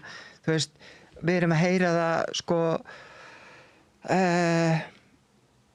alls konar svona mýtur eins og að Íslendingar nenni ekki að vinna í fiski. Þú veist, ég vinni í fiski og mér varst nú bara mjög gott að komast og vinna í fiski að því að þá fekk ég smá frí frá því að vinna í hreingirningum fyrir Karl föður minn sem ég fekk nú ekki alltaf borgað en ég var samt að skúra gólf og þrífa klósett og gera allan anskotan. Þannig að mér fannst dásalegt að komast í fiskinn. Það var himnaríki við hliðin og hinu. En þú veist, þegar fyrirtæki að arræna fólk og vilji ekki borga mannsæmandi laun, þá náttúrulega leitast fólk við að vinna við eitthvað sem borgar mannsæmandi laun. Þá fara þessi fyrirtæki í staðin fyrir að borga mannsæmandi laun að leita að ódýrara vinnuafli og flytja síðan inn vinnuafl sem tilbúið að vinna fyrir minna en innlenda vinnuaflið. Og síðan þá snúa við og segja, já, það er þessum að kenna að Íslendingar ekki lengur að vinna, fá nóga vinnu. Þú veist, Íslendingar atvinnulausir að því það er öllum innflytjendunum að kenna. Þú veist, þetta er svo mikið bull og vitleysa og í grunninn, það er náttúrulega eitt sökudólgur. Og sá sökudólgur sem er búin að vera sökudólgurinn síðan við bara fundum upp kapitalismann fyrir cirka 7.000 árum síðan, 67.000 árum og það er græðgi. græðgi sökudólgurinn. Ég meina, fyrir cirka 50 ára síðan að þá getum við sagt að launin voru X og launin hafa sjöfaldast, svona meðalaun, hafa sjöfaldast á þessum tíma.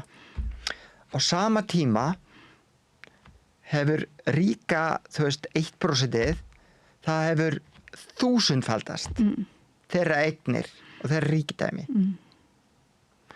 Og til þess að sýna fárleikan, þá var svona ákveðin bylgja ósættis, rosalega bylgja ósættis, þegar heilu svona fátækrahverfin voru þurrkuð til þess að búa til fótboltavelli, var það ekki 2012 í Brasilíu, minni það, í kringu það. Og þá var ríka fólki svo hrætt yfir að það yrði ráðist á það í þessum hverfum. Í staðan fyrir að setja pening í að byggja mannsæmandi húsnæði fyrir þetta fólk sem misti húsnæði sitt út af einhverjum fótboltavöllum, hvað gerðu þau? Þær hækkuðu veggina í kringum þessu öruggu svæði ríka fólksins og keyptu inn fleiri öryggisverði. Og þetta fáraleikinn sem við erum að búast við. Já. En á meðan, það alveg rétt, á meðan við erum að það fleiri sjálfskipaðar löggur sem að elda upp einhvern sem passar ekki inn í boxið, að þá náttúrulega gleymum við algjörlega hver ber raunverulega ábyrgð á situasjóninni, þetta 1% og kerfið sjálft. Þannig að það náttúrulega, þetta heppnast alveg gjörsamlega afvegaleiða okkur. Já, á bara mjög stuttum tíma. Á mjög stuttum tíma þá transfólk orðið í umræðinu leikum við daglega og okkur síðan kentum að tróða okkur allstað fram að því við erum að reyna að svara fyrir, og svara, koma með mótsvar gagnvart fáfræðinni og vitlausinni og hatrinu. Þá verið að saka okkur að tróða okkur allstaðar fram. Ég bara segi það hér og nú. Ég skal hætta að mæta hingað, ég skal hætta að skrifa pístla, ég skal hætta að tróða mig fram hvar sem og hamingjusamlega bara, halda áfram bara að sinna mér og mínum og ef að fólk hættir að ofsækja okkur. En ég votta það að ég sem biði að koma, þú ert ekki að tróða þér að Nei, fólk heldur því fram, svona sumir, ekki allir. En það líka, ég held að meginþorri fólks allstaðar í heiminum, það ekki að taka þátt í þessu, hatri og ég hef alltaf trúið því að meginþorri fólks gott og við fæðumst á öll góð, það fæðist engin vondur. En við erum svo mörg sem erum afskipt. Það að segja, fólk tekur ekki afstöðu. Það segir, þetta kemur mér ekki við. En málið að það getur engin verið hlutlaus. Þegar það verið að ráðast á einhvern, þá getur engin verið hlutlaus. Því að leiður hlutlaust, þá að veita gerendunum vald. Þannig að þú verður aktíftlega og ég skora fólk aktíflega að standa með minnihlutahópum, að standa með transfólki, að standa með þeim fólki eins og fólkinu á Gaza, að standa með þeim sem verða fyrir misrétti, hver svo sem það Og eins og þú sagðir, þá stöndum við öll saman sem erum í þessari stöðu, þetta ekki einn minnihlutahópur. Við erum öll Breiðholt. Já, við erum öll Breiðholt, akkurat. En má það ekki líka segja að við erum öll trans og öll Breiðholt. Já. Þegar inn við beinið þá skipta öll þessi box engu máli. Þú veist, eins og trans, cis, öll þessi hugtök sem notuð til að útskýra hluti. Þegar öllu botnin hvolft, þá erum við bara, manneskjur. Og eins og sagt í laginu, við erum hérna á þessu hóteli, hóteljörð. Og það engin okkar sem kemst hérna lifandi. Það engin sem lifir lífið af. Nei. Þannig að akkur að eyða því í, vonleysi og vesaldómi og hatur og ofbeldi og græðgi, þú veist, hvernig væri bara, þú veist, að reyna að nálgast þetta með aðeins meiri kærleik og aðeins meiri hlýju. Það eitt frasi hérna úr 12 spora samtökum hérna, ég held Al-Anon sem er ekki live and let live, lifið og lifið öðrum að lifa, það er nú svona svolítið góður hérna, er það ekki, til að segja við þessi grey sem halda þeirra heilega skylda að útblása að vera, vera í hatrinu og þessir hatursorðið þar sem einmitt það er upp á líf og dauða, þar sem að þetta meiðir fólk virkilega og vegur að, þetta er ekki bara einhver orð, þetta vegur að tilveru annara.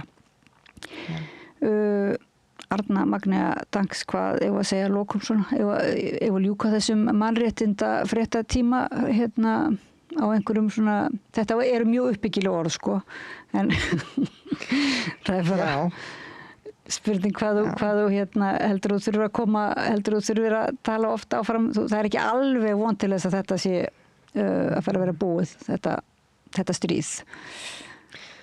Nei.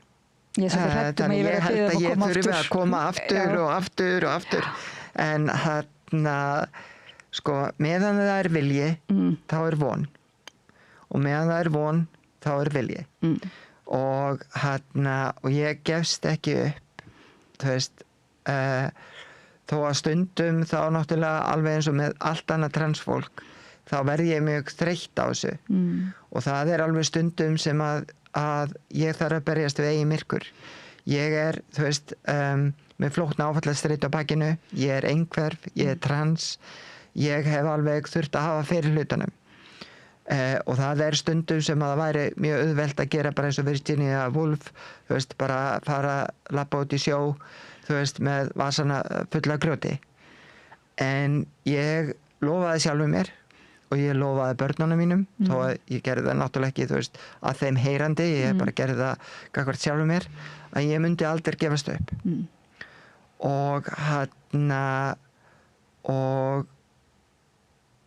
það er ekki bara fyrir transréttindum, heldur bara mannréttindum, þú veist, öllum mannréttindum og öllum þeim sem að, þú veist, eiga sárt að binda eða á einhvern hátt er hallað. Heimurinn þarf ekki vera svona. Þú veist, jörðin okkar er æðisleg jörð. Við þurfum ekki að leita lífi á öðrum hnöttum, við þurfum ekki að fara að búa á Mars. Við getum gert, þú veist, bara jörðin okkar að jörð aftur. Við getum tekið höndum saman og við getum ákveðið að leyfa ekki, þú veist, örfáum frekum einstaklingum að ráðskast og stjórnast með okkur og sífellt verið í einhverjum leik þar sem að við erum að ráðast á einhvern og hefna okkar og þú veist, vegna þess að það leysir aldrei neitt. Og ekki verið meðvirkni með þessum freku. Nákvæmlega. Það er taka afstöðu með hinum. Og líka bara, þú veist, við megum heldur ekki leyfa þessum einstaklega frekum einstaklingum að telja okkur trúum að þeir séu lífsnauðsynlegir. Þú veist, þetta er ekkert náttúrulögmál að einhverjir eigi, þú veist, eitthvað 1% eigi jafn mikið og hinn 99% til samans. Það er ekki náttúrulögmál. Þú veist, þetta er kerfi sem að búið til og ef við byggum það til, þá getum við líka alveg bara tekið það í sundur og búið til eitthvað betra. Og við getum öll haft það bara æðislegt. Og hætta, þú veist, að rífa svona innbyrðis. Sérstaklega við sem erum í stéttabaráttu, sem erum í mannréttindabaráttu. Þú veist, við þurfum að gera okkur grein fyrir, við erum öll í sömu baráttunni.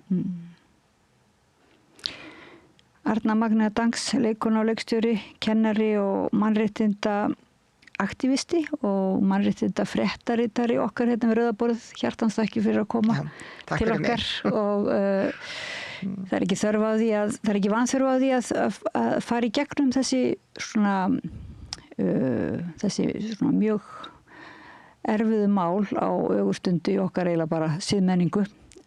Ég þakka hlustendum og áhorfendum fyrir að vera með okkur í samræðunni, hlusta og við finnum fyrir ykkur og þakka Laufey Líndal Ólafsdóttur fyrir að varpa samræðin yfir til ykkar. Ég heiti Oddný Eir og við höldum áfram að binda við rauðaborðið eftir smástund. Samlokubrauð, maltbrauð, tékkneskt-brauð, súrdeigsbrauð, brauð ársins, Bernhöfts bakari, íslenskt handverk síðan 1834. Við erum Örnu Magneu Dangs ræða transmálefni og heyrum næst Gunnar Smára ræða við Kjartan Sveinsson, formann félags strandveiðimanna, gildi veiðana og verðmæti fyrir þjóðarbúið og eiginlega bara svona verðmæta mat það ekki? Þið voru svona, þú varst eiginlega maður greindi örlitla öfund, svona ekki öfund en svona þegar þú varst að spyrja hvernig það væri eiginlega að vera svona bara yfirgefa allt og fara út á bát, sigla út á sjó. Engin öfund í því ég bara færi út á sjó ef mér langaði til þess, en ég meina hann þannig að hann doktor í félagsfræði og kaus þetta, hann svona með áhugaverða beygju í sínu ferli, hann yfirgaf tölvurnar og fór út á sjó, þetta ekki geta að hugsa sér að lifa inn í akademíunni. Það er mjög svona töff að vera og var að lýsa því að sumilegt þetta svona fagnar tími þegar strandveiði tímabilið byrjar, að það voru margir eins og hann sem verða bara eins og beljur á vorin, eru fegnir að komast út á sjó og hann var að lýsti meðal annars það sem ég held að veri svona hnísutorfa en reyndist vera háhyrningar sem eru náttúrulega stórkostlegar skepnur og var að lýsa því. Þannig að við fórum svona frá því sem ákveðið verðmæti að leyfa fólki að lifa svona lífi sem að ég held að sé svona innbyggt inn í þjóðarsálina, svona hugmyndum að þetta sé eftir svona vill líf. En svo vorum við líka bara að fara yfir rök sem að stórútgerðin hefur verið að beita gegn strandveiðunum, að þetta sé farið illa með fiskinn, að þetta sé lakari fiskur með lægra verði, ekki þess að þetta stendur. Hann býsna beittur ekki, svona, hann hefur verið að beita sér dálítið fyrir eða gagnrýna stjórnvöld svona. Nei, bara málið að sko áróður stórútgerðina svo klikkaður, að ná bara að segja enga stoð í raunveruleikum. Og þeir bara líklega trúið að það var bara reynslu af því að bara keyra áfram með auglýsingum og afli, einhverju vitleysu í hausinn á fólki, eins og að útgerðin eða sjávarútvegur í Noregi sé stórlega ríkistyrktur, þetta bara ég man að ég byrjaði að skrifa gegn þessu bara held ég fyrir 20 ára með eitthvað En samt einhvern veginn viðhelst þessi Það var eina sem var hægt að finna þá var þeir eru með svona úreldingasjóð þannig að þú ert með gamlan bát sem að kannski fyllir ekki svona öryggisjónamið að ef þú úreldir hann að þá færðu styrk til þess að fá það nýjan. Þetta var eina sem var sko stuðningur á ríkinu. En samt heyrir maður þetta og ég heyri þetta aldrei leiðrétt í svona umræðu þáttum í Kastljósum og svona þannig að fulltrúar stórútgerðarinnar sem að meðal annars eru þingmenn og fleiri fá að básúna algjör rangindi og eitt af því það var gerð í upphafi strandveiði tímabilsins, það var gerð könnun og þá kom í ljós að það voru svona ambögur eða voru ágallar í hvernig menn gengur frá fyrstnum, var ekki nógu vel ísaður og eitthvað framöndir. En það sérstakt gjald sem tekið af strandveiðimönnum sem notað til þess að bæta aðstöðunar í höfnunum til þess að það sé aðgengja ís og að það sé tekið á móti aflanum og hann komist sem ferskastur á markað. Þannig að þetta verið að vísa til eitthvað sem var í upphafi 2010. En svo ekkert gerðin einn könnun áður, ekkert vitnað í það. Allir vita, og ég meina Arnar Atlason sem formaður félagsins sem eru fiskvinnslur sem eiga ekki kvóta og kaupa mikið af fiski á markaði, allt sem að þeir vinna, kaupa á markaði og mikið strandveiðina. Hann alltaf að segja það, þetta bara langbesti fiskurinn. Og Kjartan býr í London og þar ef þú ferð út í svona alvöru fiskbúð sem eru síðaðri heldur en hér, að þá stendur í borðinu og þetta veitt á krók, þetta togarafiskur og það sem veitt á krók allavega 20% dýrara og ég held að munurinn eftir að aukast því að David Attenborough sem var 99 ára í gær eða ekki. Já. Hann frumsýndi þá mynd víða heim sem hafið. Það stór hluti togarafveiðar, náttúrulega botntroll fyrst og fremst sem hann sýnir að sjáist frá tunglinu. Það myndir svo teknar utan á geimnum sem að sýna skemmtir á botni sjávar af þessum veiðarfærum. þetta á eftir að valda svona ákveðnu höfnun. En stefnan hérna á Íslandi að hafa sem mest veittið á togurum og minnst veitt á króka. Sko afi minn á 7. áratugnum var skrifað þetta og var að benda, og margir hafa verið að tala þetta, en það eins og segir, það einhvern veginn bara hefur ekki verið náð í gegn. Sko, það bara þeir sem hafa hag af hínu, hafa bara svo mikið afl. Já. Og svo kemur sannleikurinn sín ljós og Kjartan Sveinsson eitt þeirra sem að minna á þið í þessu spjalli, minnið á sannleikan strandveiðarnar. Gunnar Smári ræði við Kjartan Sveinsson, formann félags strandveiðimanna. Gjörið svo vel. Gerist áskrifundur á Samstöðinni og taki þátt í að byggja upp öfluga og róttæka samfélagsumræðu.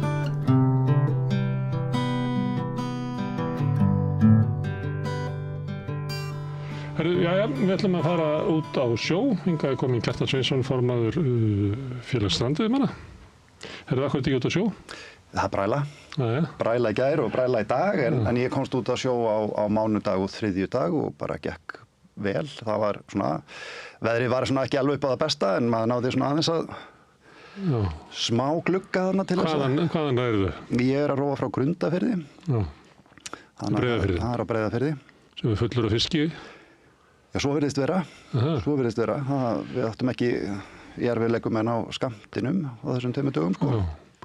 Það hefur verið stundum talað það hér að það væri oflítið veitt og þess vegna væri fiskurinn að horast. Þú ekki orðið var við það? Það var ekki svona horaður?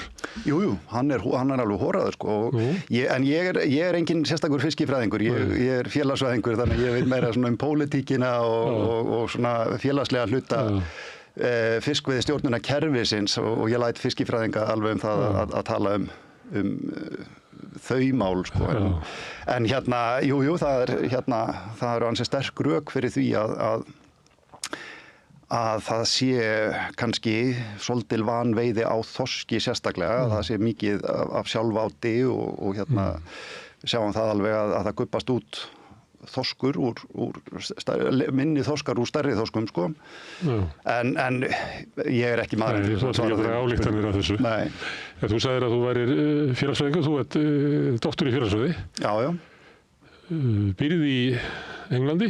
Já, ég er svona með annan fótinn þar og hérna, ég svissa svona svolítið á milli, sko. Má ég spyrja það, af hverju ert ekki að starfa í félagsfræði, af hverju ertu sjómaður? Það bara rann upp fyrir mig ljós einn daginn að ef ég ætlaði að leggja það fyrir mér að vera félagsfræðingur. Ég byrjaði mannfræðinni og farið sinni í félagsfræðina og ég var með eitthvað svona hugmyndum að vera, með svona crazy grátt hár að vinna bókum og fara bara alltaf á vettvang og taka viðtöl og eitthvað svoleiðis og svo er þetta bara allt skrifstofuvinna. Og 99% skrifstofuvinna og það rann upp fyrir mig ljós að ég var að fara að starfsæðvinni inn á skrifstofu raman Excel-skjal og ég fríkaði bara út og keypti mig trillu og svissaði alveg Þannig að þú ferð út á sjó þér til sálarheilla, ekki bara til að ná í pening. Nei, þetta er... Og hvað er þetta hérna, fyrir þá sem ekki hafa reynt? Hvað er það að vera einn á trillu ykkur stór út á sjó? Það er sko, maður þarf að vera svolítið náttúrubarn til þess að hérna meika þetta. Maður er bara einn úti með náttúrunni og það sem að heillar mig mest við þetta og ég er bara náttúrubarn, mér líður best í náttúrunni. Og það sem að heillar mig við þetta er að þegar ég er á sjó og ég er að veiða, að þá hætti ég einhvern veginn að vera áhorfandi að náttúrunni og finnst manni bara hluti af henni. Vegna þess að maður er svo mikið að lesa í umhverfið og maður notar fugla og maður pælir í sjávarföllum og vind og öllu slíku.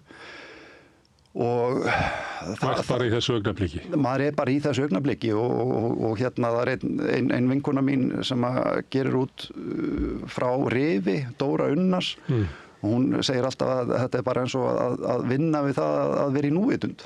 Og þetta er bara svolítið þannig og ég get til dæmis sagt þér bara hvernig þetta var á þriðjudaginn, að þá er ég hérna, það er svona lok dags og átti ekki mikið eftir til að ná skammtinum en sé þarna eitthvað svona súlukast, eitthvað súluger og það að stinga sér niður og maður pælir alltaf í því, sko, ef það er fugl að fara inn og nýja, þá er lítill fiskur og ef það er lítill fiskur, þá kemur stór fiskur. Þannig ég renni í það. Svo sé ég bara þegar ég er að sigla í áttina að þessu að það kom þarna upp nokkrar hnísur sem ég hélt. Sem er líka í fiskinum. Já, sem er líka í fiskinum, sko. Og svo sé ég það að hnísan er með hvítan blett á bakkinu og þá fatta ég að þetta er nú ekki aldeilis hnísur, heldur er þetta háhyrningskálfar og svo kemur pappin upp og það fer ekkert á milli mála, sko, hvaða dýr það er. Þannig að þessi bakuggi á kalldýrinu er náttúrulega 2 metrar á hæð, sko, stærri en ég og þú. Og það er alveg ótrúlega tilkomumikil sjón og þarna var ég í svona 2 klukkutíma bara að kippa, bara að láta reka fram hjá þessu geri og þeir voru þarna í 2 klukkutíma við hliðina á mér, ég hef bara aldrei upplifað annað eins og þetta var stórkostlegt og svo var að finna við að sko, svo kom ég í land og var að segja öðrum skipstjóra þarna frá þessu og þá sagði hann mér hvað háhyrningarnir voru að gera þarna þeir voru sko í síldatorfu og þetta vissi ég ekki fyrir hann sagði mér þetta að þeir voru í síldatorfu og það sem að háhyrningar gera er að þeir býta bara, þeir vilja ekki hausinn þannig þeir býta bara búkin af og spýta hausnum út og sko nú er síld svona stór háhyrningur er sko tennunar eru jafnstórar síldinni sko og ekki er þeir með hendur þannig að ég bara minnst alveg magnað og þá var súlan að sækja sko hausana og þetta passaði vegna þess að þorskurinn var að anskotanir. Já, þeir eru það, en ótrúlegt og þorskurinn var sem ég var að veiða að gubba upp úr sér sko síldarhausum. Þannig að þetta passaði sko og þetta þótti mér alveg ótrúlega magnað. Herðu, nú er þetta merkileg svona einkaleg upplifun og reynsla og gott fyrir þig að geta farið á sjó. Já. En Strandveiðar eru atvinnulíf. Já. Og þú stundum heyrir maður gagnrýnina á ykkur að þetta sé verið að búa að púkka undir einhverja kennara, held ég sé stundum þykir dæmi sem eru bara að vinna og þetta er bara að auka búgrinn. Hættan er svo að sem að stórútgerðin segir að kvóti verið tekin af okkur og færðu til ykkar sem er bara hobbyismi. Já, já. Tómstundagaman. Já, já. Þetta verið indanis upplifun hjá ykkur en ekki svona raunverulegt atvinnulíf. Nei, hverju svarar þessu? Við lifum ekki á rómantíkinni, segja SFS alltaf. Ég svara þessu alltaf bara með því að segja sko við höfum alltaf ekkert val. Ég meina við fáum ekki að veiða nema 4 mánuði ársins, þannig að það er engin grundvöllur fyrir því að hafa þetta heilsás atvinnu. Ég meina ég þarf að redda mér með smíðavinnu á veturna. Og það er líka einhvern veginn bundið það því að þið eru á litlum bátum sem eru ekki, þetta er ekki vertíðarbátar. Þetta er náttúrulega ef maður er ekki að fara út maður er ekki að fara út í desember, janúar. Þannig einhver leiti er þetta út af veðurfari sem þetta markast á þessu tíma, út af væri. Já, en það er alveg hægt að fara í mars, apríl og það er alveg hægt að fara í september, október og jafnvel inn í nóvember, sko. Þannig að þetta, þau segja þetta en það er náttúrulega ansi lúalegt að sníða okkur svona þröngan stakk og segja síðan þarna sjáu þið, það er ekki það er enginn sem getur lifað á þessu sem aðal atvinnu. Það er, það er ekki okkur að kenna, sko. Það er ekki við sem erum að reka okkur sjálfa í land, sko. En er hægt að lifa af þessa 4 mánuði? Hvað má afli vera mikill? Sko undanfarið 3 ár höfum náttúrulega verið stöðvuð í júlí og þá höfum við ekki fengið nema 2,5 mánuði. En það er skammtur á dag, þú nefndir það áðan. Hvað er hann mikið? Hann er 774 kíló á dag og við megum fara út í 14 klukkutíma í senn. Við megum reyndar ekki vera fram yfir miðnætti, þannig að þetta þarf að alltaf vera komin í land fyrir miðnætti, alveg saman hvernig við förum. Og þetta eru 4 dagar í viku, sem sagt mánudagur, þriðjudagur, miðvikudagur, fimmtudagur. Þetta eru 12 dagar í mánuði. Þannig að til dæmis í maí og júní og ágúst að þá höfum við ekki nema 3 daga til að aukalega sko sem að við megum missa. Annars fer að tínast af okkur þessi 12 dagar sko. Það er nú minni líkur á brælu og öðru á þeim tíma, eða ekki? Þannig það ætti að duga eða eitthvað? Já, það er allur gangur á því. Það er mjög sjaldan sem hann er 12 dögum til dæmis í maí.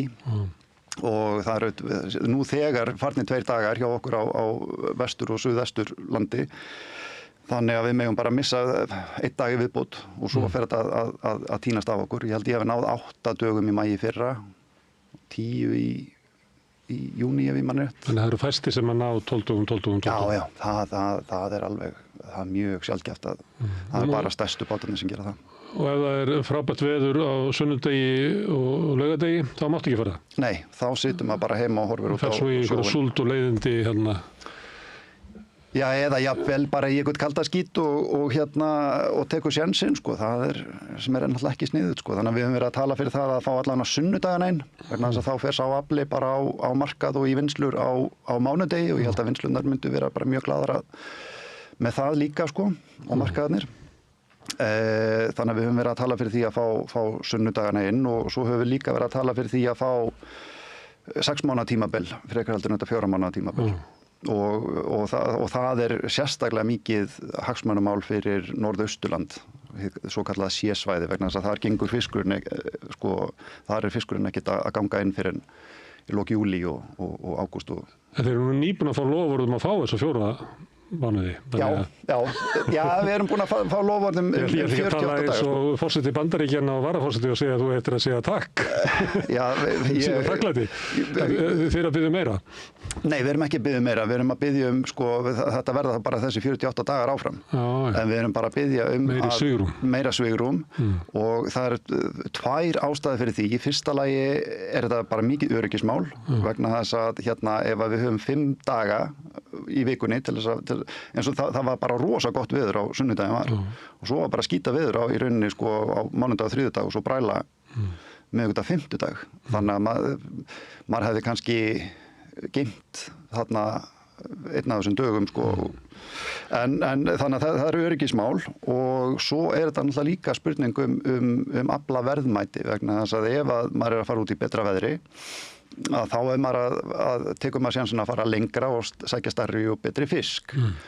Og eins sko ef að flotinn fyrir austan og norðaustan fær að veiða fiskinn í september frekar en maí, að þá er hann að koma með miklu betri afla í land. Þannig að þetta er bæði hagfræði tengt og náttúrulega bara sjóöryggi. Já. Hvað færðu mikið fyrir 774 kíló? Það bara fer eftir markaðsverði sko. Svona sirka. Það getur verið, það fer eftir stærð á fiski, maður fær helmingi meira fyrir 8 plus fisk heldur en undimálið sko, en þetta getur verið allt frá 200.000 upp í 400.000. En það er í sölu sko, svo náttúrulega þarf maður að borga vask af því og svo er það náttúrulega allur viðhaldskostnaðurinn og svo er það skattlagt. Svo er það að borga olíu og svo ertu kannski að borga bátnum. Já, og varahlutir, ef það fer alternator þá er það 100 skall. Já. Er það þannig að kannski þeir sem að vill svo til að eiga trillu, að þeir geti haft bara ágætt upp úr þessu? Já. Þeir sem eru að koma inn í þetta og að kaupa trillu og eitthvað, það getur verið bölvaður barningur, kannski fyrstu 2-3 sumrin. Já, þetta er svolítið þannig sko. Já. Þannig þá þetta verið í góðri aukavinnu þarna á veturnar til þess að geta komist inn? Já. Í rauninni.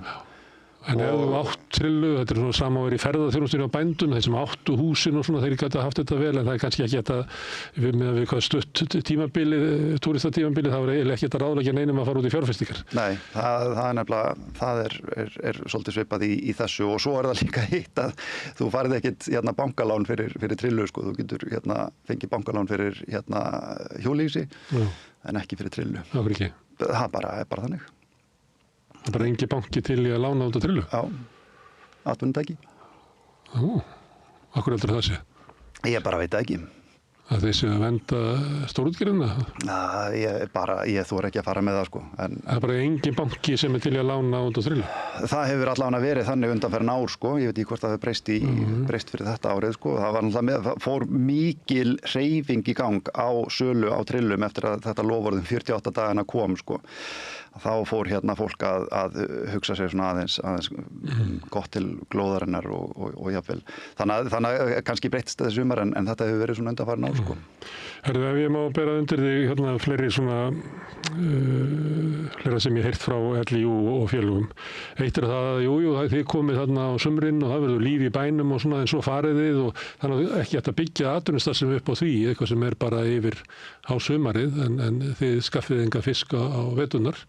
Þannig að þetta hérna, þótt að sé svona líf í höfnunum, að þá þetta ekki þannig að það sé að byggja upp svona sjávarútveg í þorpunum út frá ykkar. Nei, það svo sem ýmislegt til í því, í þessari spennutreyju sem við erum, að þá engin rekstra grundvöldu fyrir þessu sko, en við erum svona svolítið að líta til þess núna ef við fáum þess að 48 daga, við lifum ekkert á þeim einum og sér sko, en þá kannski komin ákveðin rekstra grundvöllur fyrir því að gera eitthvað annað með bátinn fyrir utan strandveiðitímabilið sko. Og sérstaklega ef við fáum að dreifa þessu á 6 mánuði og nýta tíman betur, að þá getur maður sko síðan skellt sér á ufsa og svo kannski hægt að veiða eitthvað byggðakvóta og já, fram að þessu var náttúrulega hægt að vera í gráslöpu með þessu líka sko en nú á að skrúa fyrir það. Það eitthvað að gengið tilbaka ekki? Það ekki hugmyndunum að taka hann aftur úr? Það eitthvað að vera að tala um það og það hérna Inga Sæland var hérna hjá okkur um daginn og hún fullyrti það að þetta tekið tilbaka. Já, það bara það kemur í ljós. Þarna þá að tala strandveiðikerfi sem svona leið inn í sjávarútveginn sem hefur verið alveg lokað hérna og ég held að það hefur verið stofnun á vegum Sameinuðu þjóðanna sem hafi talað að kvótakerfið væri slæmt einmitt út af því að það væri einhverjum möguleikin á svona nýliðum. Margir svona menn á þínum aldri og sjómenn þeir fóru til Noregs og komu þar byrjuðu þar að róa til þess að koma sér einhvern veginn inn í sjávarútveginn af því það var bara lokað hér. Telur þú að sko strandveiðikerfið eigi að gegna þessu hlutverki? Já, alveg hygglust og við sjáum það líka núna sko að áhuginn fyrir þessu alveg gríðalegur og maður hefur miklu meira upp úr þessu heldur en að vera að vinna fyrir einhvern annan sko, af því að ef maður er að vinna fyrir einhvern kvótaeiganda þá hirðir hann sko 70% af arðinum og áhöfnin skiptir með sér restinni. Þarna farið þú bara og sem náttúrulega bara klassískt marxískt arðrán en þarna fer bara allur ágóðin til þín, þannig að áhugin alveg gríðarlega mikill á strandveiðum. Og að því þú nefnir sko að það var fólk að fara til Noregs, fólk ennþá að fara til Noregs, trillukallar að fara til Noregs vegna þess að Noregur með mjög öflugt strandveiðikerfi og miklu öflugri heldur en okkar. En það sko Það sérðu það í höfnunum í Noregi, þeir eru fullar af bátum. Já, það eru fullar af bátum. Það har ég ekki tala skemmtibáta sko. Nei. Og tölfræðin segir líka sína sögu vegna þess að það eru 50% fleiri starfandi sjómenn í Noregi per veitt tonn heldur en á Íslandi og þetta náttúrulega segir SFS að sé slæmt vegna þess að þá er arðsemi einstakra fyrirtækja minni en þetta segir ég sé gott vegna þess að þarna er þetta að skapa bara vel launuð störf sem að fólk hefur gaman að vinna og hvað er slæmt við það? Þegar maður hlustar á stjórnarandstöðunni í þingi þá þau einmitt að tala að íslenskur sjávarútvegur standi sér vel, hann sé arðsamur sem náttúrulega hugtak sem það hversu mikið fé má taka úr fyrirtækinu og færa eigundunum. Þú ert að segja að það sem getur verið arðsamt fyrirtæki, bara svo Samherji, að féð sem tekið þar og fært eigundunum, að í kerfinu sem þú ert að tala það sem eru fleiri sjómenn á minni bátum, að þá eiginlega sá arður hann liggur hjá sjómennunum sem að fara þá bara heim með peningi sinn, borga útsvaraði og líklega hærra skattspor hjá smábátasjómennum heldur en stórútgerðinni. Já, ekki ég með hér af til þess að reikna það? Já, hér manns til að finna eitthvað skattaskjól fyrir mig sko. Nei. Já, þegar það er verið að tala arðsemi í þessu, þá er verið að nota náttúrulega mjög þrönga skilgreiningu sem bara afkoma fyrirtækis. Og Þórólfur Matthíasson, hagfræðiprófessor, hefur nú bent á það að undir ákveðnum kringumstæðum að þá geti nú sko þessi tegund af arðsemi í rauninni verið þjóðhagslega óhagkvæmur. Og ég held að íslensku sjávarútvegur sé ansi gott dæmi það. En svo það náttúrulega hitt líka sko að við getum náttúrulega ekki bara notað arðsemi, sko, við getum ekki bara notað það sem mælistöku hversu mikill hluti peningana rata í vasa útgerðarinnar, sko. Það getur bara ekki verið eini mælikvarðin á hagkvæmni. Þetta byggir náttúrulega á þeirri trú að sko, fyrirtækja rekstur með þetta hugafar, það sem reynt að reka fyrirtæki þannig að það skili sem allra mestum arði til eiganda sinna, að það sé besta rekstraform alla hluta. Ég meina það viðskiptaráð og félagar vilja yfirfæra þetta fyrirbrigði yfir á heilbrigðiskerfið og menntakerfið og bara vegna þess að þetta sé eiginlega besta leið í mannfélaginu til þess að reka eitthvað. Og því jafnframt trú að hagsmuni fyrirtækjana og fyrirtækja eigandana og samfélagsins alls fari ætíð saman. Já, og þetta er þjóðtrú Íslands. Þetta er þjóðtrú Íslands og það er náttúrulega Þórólfur að benda á það að það er ekki alltaf svoleiðis, sko. En með hagkvæmnina, þetta er náttúrulega, sko, LÍÚ er svolítið búið að sleppa tökunum á umhverfismálunum, sko, að þetta séu vistvanar, sko, við erum búin að vinna það argument, bara algjörlega. Og enda ekkit annað hægt. Það sést nú bara á pökkunum frá þeir eru með myndir af bátum eins og þú ert á.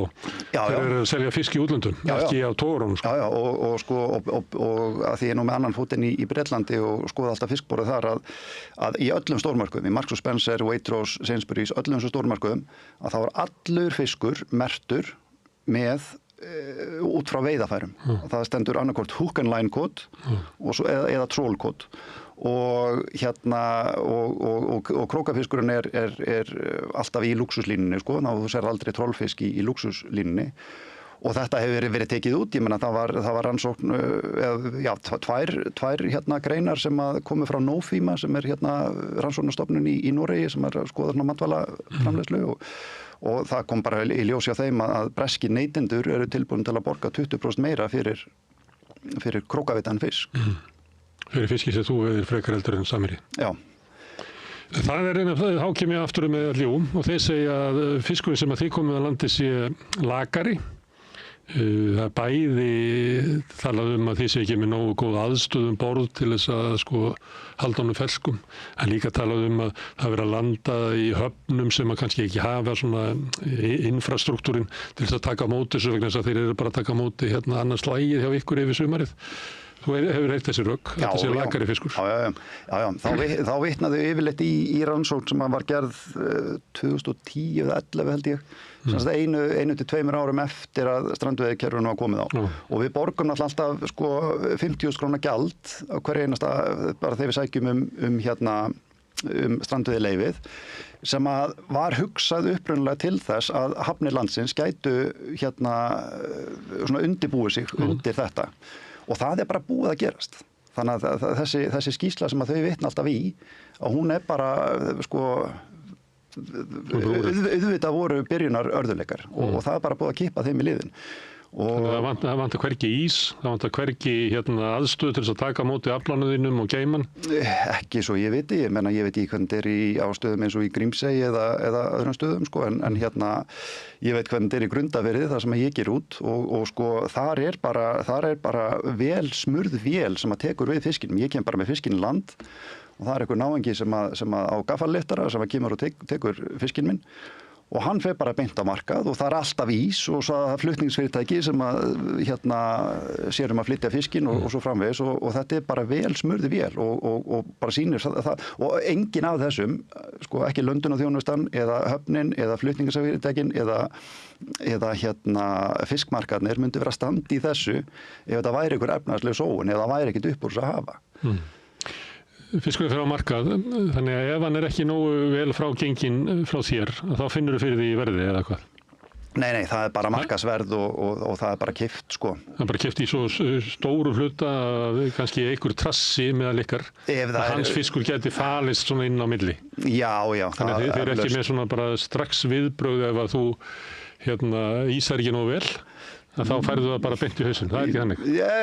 Ekki svo ég viti, en ég er náttúrulega ís alltaf vel, þannig að ég har aldrei neitt kvartað yfir blókun eða ísun eða neitt hjá mér, sko, Þannig og sko það var náttúrulega mikil vitundavakning í sambandi við þetta og landssamband smábátaeigenda á sínum tíma sendi öllum trilluköllum á landinu sko hitamæla til þess að mæla og voru með kennsluefni í sambandi við kælingu sko, þannig að þetta er bara í toppmálum sko. En með þessi rök SFS, ég meina þau eru þetta er oft sko það sem að sálfræðingar kalla frávarp, að þú varpar eiginlöstum yfir á aðra og þau gera það mjög mikið varðandi okkur sko, að þau vita gæðin okkar og Arnar Atlason hefur til dæmis sagt það oft sem formaður fiskverkvenda og útflytjenda, þetta er premium. Besti fiskurinn. Hann hefur komið hingað stundum og sagt þetta. Já. Og mér finnst gott að fá hann alltaf til þess að segja þetta. Sömuleyti maður að fá hann alltaf til þess að segja sömu söguna. Já. Það er bara vegna þess að sko stórútgerðin hefur svo mikið afl í að segja sína sögu að það verður endurtaka andmælin. Já, ég væri til í að vita hver verðmiðin á þessari auglýsingaherferð þeirra er sko.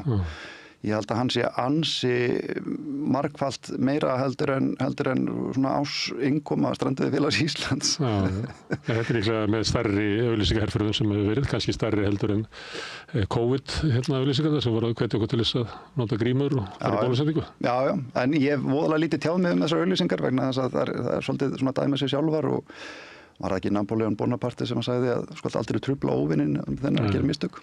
Nei. Nei, það er svolítið þannig að þeir keyra þetta áfram og maður finnur það alveg að þetta er ekki að falla í jarðveg. Þess að fólk þekkir kvótakerfið, fólk þekkir hvaða skaða kvótakerfið hefur valdið byggðum landsins, þannig auglýsingarnar að sjávarþorpin séu svona öflug út af kvótakerfinu. En það ég hætti bara að stangast á við reynslu eða allra Íslendingar. Já, og nema þeir sem eru nógu hefnir til þess að búa í sjávarþorpið það sem hafa tekinn kvóti frá okkur öðrum. Jú, en sagan er orðið svo löng að fólk þekki þetta. Við getum bara vísað á fólk upp á Skaga sem var rosa ánægt með kvótakerfið. Það kom meðal annars frá Suðurnesjunum og víðar komu kvóti þangað.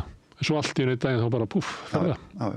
Þannig að þú getur verið heppin stund, en svo er það bara ákvörðun kvótaeigandans að það sé hagkvæmara að fara með eitthvað allt annað. Já, og það getur gerst bara á núleitni, sko. Og það vitið allir, sko. Já, en svo er náttúrulega hinar auglýsingarnar, exit-auglýsingarnar svolítið fyndnar líka, sko, vegna þess að þarna eru þeir rauninni bara að segja það að norskir auðjöfrar sé að líta öfundur augum til Íslands.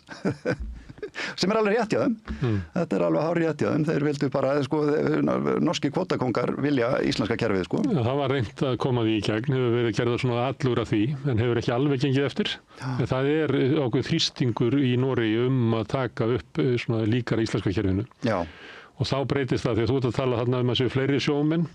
Ég man að ég var að tala mikið kvótakerfið með Ögmundi Jónasin fyrir nokkrum árum. Og þá var hann alltaf að tala að kvótin ætti að koma í maga þjóðarinnar, held ég hann að orða það. Og þá var svona hugmyndi svo að þú ert með, segjum bara eins og Akranes, þar sem að bátarnir koma og þú veist, menninni fara frá borði og það er eitthvað sem að landar og það kemur eitthvað frá netavestaðinu og eitthvað frá smiðjunni og svo kemur eitthvað kostur og svo fer fólk heim og þetta hríslast bara byggðarlagið og heldur byggðarlaginu öllu uppi.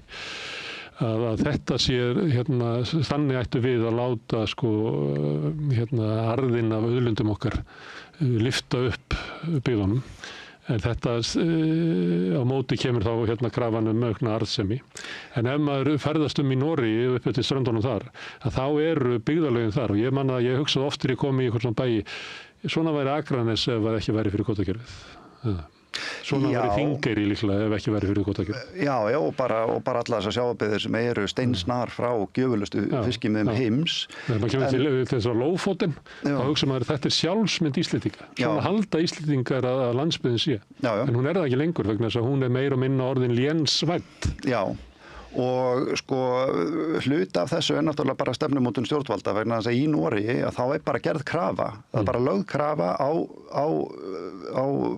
á útgerðina, bara almennt, að þeir eigi að halda uppi byggð í landinu. Og það er nú til klippa af Heiðrúnu Lind að segja það að henni finnist þetta nú bara ósanngjarnt. Þetta er í lögunum á Íslandi? Þetta er eitt af þremur stóðum í 1. grein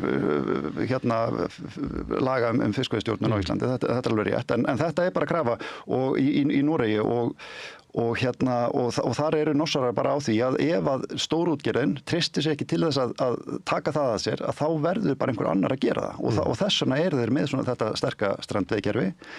Og svo er náttúrulega þessi eilífðar lygi að norskur sjávarútvegur sé ríkisstyrktur. Það er bara, hann hefur ekki verið ríkisstyrktur í 50 ár. Nei, ég fjallaði á sínum tíma sem blaðamaður. En það er oft þannig að hagsmunaaðilar trúa því að þau bara endurtaka þetta aftur og þá verður það einhvern veginn satt. Já. En eitt atriði í sambandi við hagkvæmnina, ef ég má koma inn á það, vegna þess að það er oft vitnað í grein sem að Daði Már skrifaði 2022 ef ég manni rétt. Og það sem er svona leitt líkum að því að niðurstaða þeirra rannsóknar var að strandveiðar séu óhagkvæmar. Og ég vil taka það fram að við Daði Már ágætis mátar, það er mjög hlýtt á milli okkar og hann réði mig sem ritstjóra tímarits viðskipta efnahagsmál á sínum tíma og var minn yfirmaður í 5 ár. Og þótt að við séum ósammála hagfræði og pólitík, þá virði hann mjög vel fyrir bara sem hagfræðing. En mín gagnrýni á þessa grein er svo að þarna var náttúrulega verið að bera saman strandveiðikerfið og kvótakerfið. Og í svona út frá svona frjálshyggju hagfræði pælingum. Og það er náttúrulega dauðasynd númer 1 í frjálshyggju hagfræði er náttúrulega ríkisafskipti, óþarfa ríkisafskipti. Og ef að það er þannig að eins og þeir segja að óþarfa ríkisafskipti hafi áhrif á arðsemi í einkageiranum, að þá hlýtur náttúrulega að vera ef þú ert að bera saman 2 kerfi, að þá hlýtur að gera einhverja greiningu á því hvaða áhrif þessi ríkisafskipti hafa. En nú er það náttúrulega þannig hjá okkur í strandveiðunum, eins og ég var að tala áðan, að við verum alltaf að vera komnir inn fyrir miðnætti. Við fáum bara 4 mánuði á ári og fáum ekki að velja þá sjálfur. Við fáum bara 4 daga í viku og fáum ekki að velja þá sjálfur. Við megum bara koma með ákveðið magn í land. Sumir segja að Fiskistofa hafi mestan áhuga á ykkur. Að drónandi séu eftir ykkur en ekki stóru. Og fylgjast með okkur, bara miklu meira sko. Og þurfum alltaf að vera komin fyrir minna og allt þetta sko. Þetta er eitthvað sem að stórútgerðin þarf ekki að búa við. Þannig ef það ætlar að bera þessi 2 kerfi saman, að þá þarftu náttúrulega að gera almennilega grein fyrir því hvaða áhrif þetta hefur á afkomu. Og ég held að stórútgerðin gæti ekkit skilað jákvæðri afkomu eins og við gerum undir þessum hömlum og þessar spennutreyju sem við erum. Og svo er annað í sambandi við þetta sko, og Daði Már viðurkenndi það í ræðustólum daginn og það við komið honum svona skemmtilega óvart að sjá það að strandveiðar eru þó að skila hagnaði og jákvæðri afkomu. Og þá eru það rekstra einingarnar, hann er ekki að tala um svona þjóðhagslega hagkvæmni eða... Nei, hann er bara að tala um EBITDA, bara afkoma bara eftir gjöld og skattar sko. Og þegar ég fór aðeins að skoða þetta og þarna skjóta náttúrulega LIUSI svolítið í fótinn enn og aftur vegna þess að þeir eru alltaf að tala um að við séum svo óhagkvæm og óarðbar. En við erum bara með nákvæmlega sömu afkomu eins og ferðaþjónustan. Og það er enginn að tala um það að ferðaþjónustan sé einhver efnahagsleg sóun. Það er enginn sem heldur því fram í þessum kreðsum, sko. Vandamálið þarna er náttúrulega það að arðsemi og afkoma á stórútgerðarnar er bara allt of mikil. Hún er bara allt of mikil. Það er reyndar í ferðaþjónustu svona ákveðin, ég veit ekki hvort að sé meðal fyrirtækjana þann inni eða bankana sem náttúrulega hafa mikið að segja hver fær lán, eins og kom fram að það var ekki að fara lán fyrir drillu, að búa til stærri og færri fyrirtæki í ferðaþjónustu. Að taka svona landsvæðin að séu fyrst og fremst einhverjir stórir aðilar sem drottna yfir þeim. Við sjáum það náttúrulega bara víða landa sem verið að byggja svona stór hótel að við erum að fara frekar í þá leiðina, stór útgerð í ferðaðinaði heldur en sem kannski einkenni á ferðaþjónustu til dæmis í Noregi og Skotlandi þar sem þetta meina svona, hvað ég var að segja, svona moms and pubs business sko. Já, einmitt. Þetta með ríkisafskipti, þá verðum við náttúrulega að segja það varandi stórútgerðina að hennar auður var til með ríkisafskiptum þegar kvótinn settur á og þegar ákveði það að hann sé bæði framseljanlegur og sé að búa til veð, þú getur veðsettan, kvótann sem að þú férst útlutað, að þá bara varð allt í einu til sko fleiri 100 milljarðar í höndunum á stórútgerðinni. Þannig að það var fyrsta skipti til bara alvöru auður á Íslandi á 10. áratugnum. Sem að ríkisvaldið hefur síðan varið. Þannig að þetta ekki auður sem að var til vegna þess að þetta séu svo snjallir útgerðarmenn. Heldur var þetta aðstæð sem var til og svo náttúrulega fenguðu stuðning bankakerfisins ef þú lentir í vandræðu með þína útgerð að þá beindi bankin því að þú myndir selja Samherja sem að væri þá betra að hann væri betra fyrir bankan að Samherji skuldi mér þetta heldur en þú sem ert með einn bát og ert í einhverju svona vandræðum að það var færður kvóti til stórútgerðarinnar bara kerfisbundið inn í frá bönkunum og eitthvað fleira sem að byggðist á þessari sko veðhæfni og fleira sem að ríki gaf þeim sko. Já. Þetta ekki að því voru svo duglegir að skrapa millidekkið á Guðsteini sko. Strákarnir, eins og góðsagan Samherja. Herðu, en þú nefndir áðan að það væri ólíkt verð í Bretlandi eða Englandi þar sem þú ert, býrð ekki í London eða? Jú. Já. Að það væri talað að það væri krókafiskur og það náttúrulega mjög skiljanlegt og eins og ég nefndi að þetta yfirleitt notað bátar eins og þú ert á eru notaðar í auglýsingum til þess að þeir verið að selja íslenska fisk, það ekki verið að birta myndir af togarunum. Nú kannski ekki svo langt síðan að þessi klofningur varð að krókafiskur var verðmeiri eða það að var að fara að tala niður eins og heitir togarafisk. Má ekki ætla að þessi þróun geti bara haldið áfram að það verði eiginlega alltaf meiri og meiri munur. Þannig ef við verum að horfa til lengri tíma þá ættum við sem Íslendingar hvernig ætlum að nýta auðlindin okkar frekar raunverulega að reyna að byggja upp veiðar sem að tryggja okkur verðmætustu afurðina, umhverfisvænstu og þá sem að stenst til lengri tíma því að maður þarf ekki að vera mjög djarfur til þess að segja það að kannski mun bara samfélag manna hafna tógveiðum svona næstu 50 árum. Já, sko að því að ég þekki englendinga svolítið vel og ég verið að spyrja þá svolítið mikið út í þetta sko. Það er alveg ástæða fyrir því að allur fiskur er merktur á þennan hátt og stór hluti af því er meðal annars sko, það var heimildamynd sem að heitir Seaspiracy og kom út fyrir nokkrum árum síðan og hún hafði alveg gríðarlega mikil áhrif og þetta er heimildamynd sem sagt bara rányrkju hafsins og hvernig við erum að fara með lífríkið í hafinu sko. Og það er bara margir sem ég tala við í Bretlandi sem að segja sko ég er bara algjörlega hættur að kaupa fisk og borða fisk út af þessari mynd.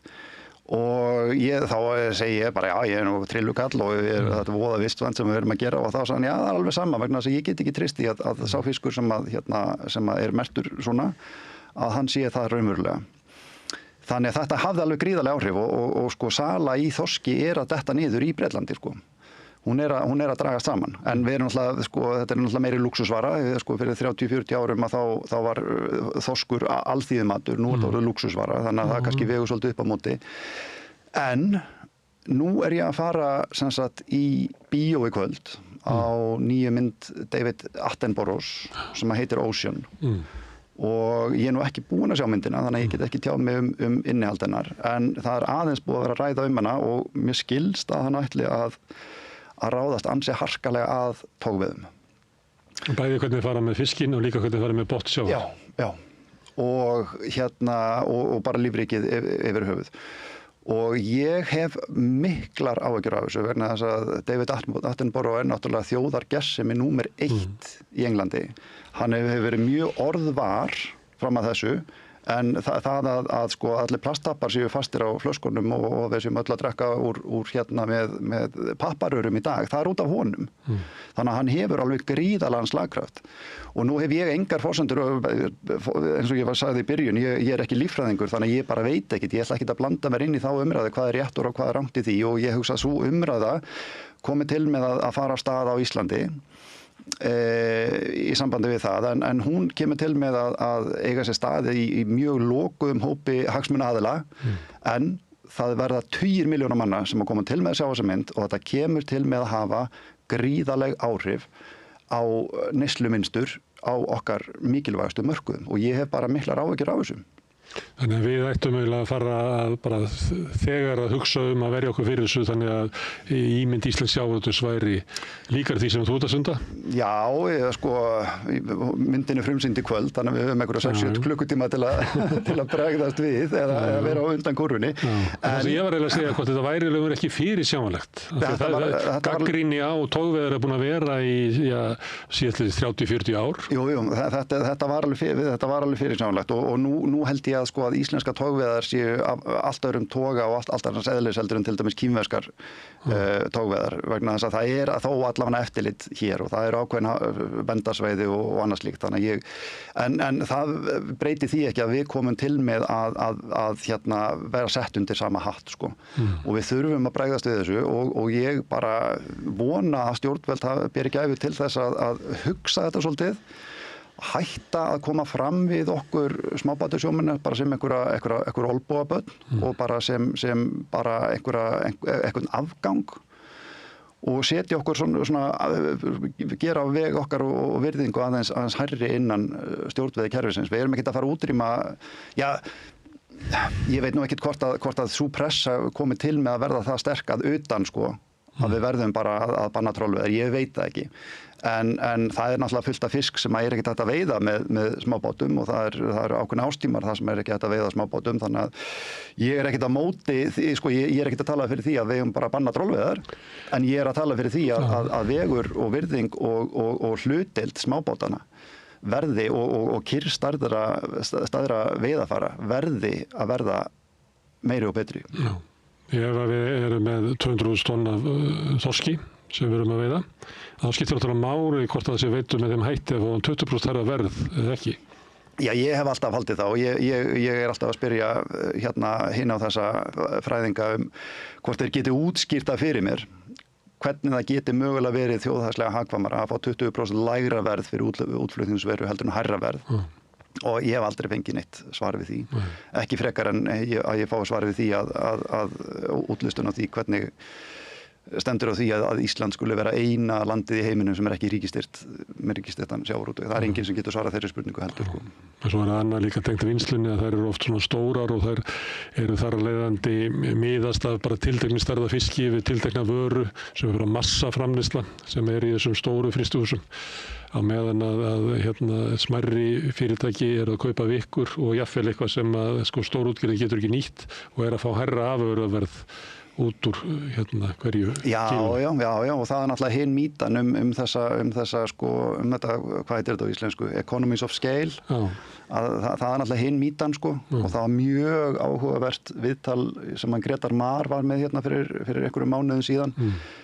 Og þetta bara vissi ég ekki að því ég er nýgræðingur í þessum business, sko, en að það voru bara alls ekkert stóru fyrirtækin sem að hófu þá byltingu að flytja út ferskan fisk.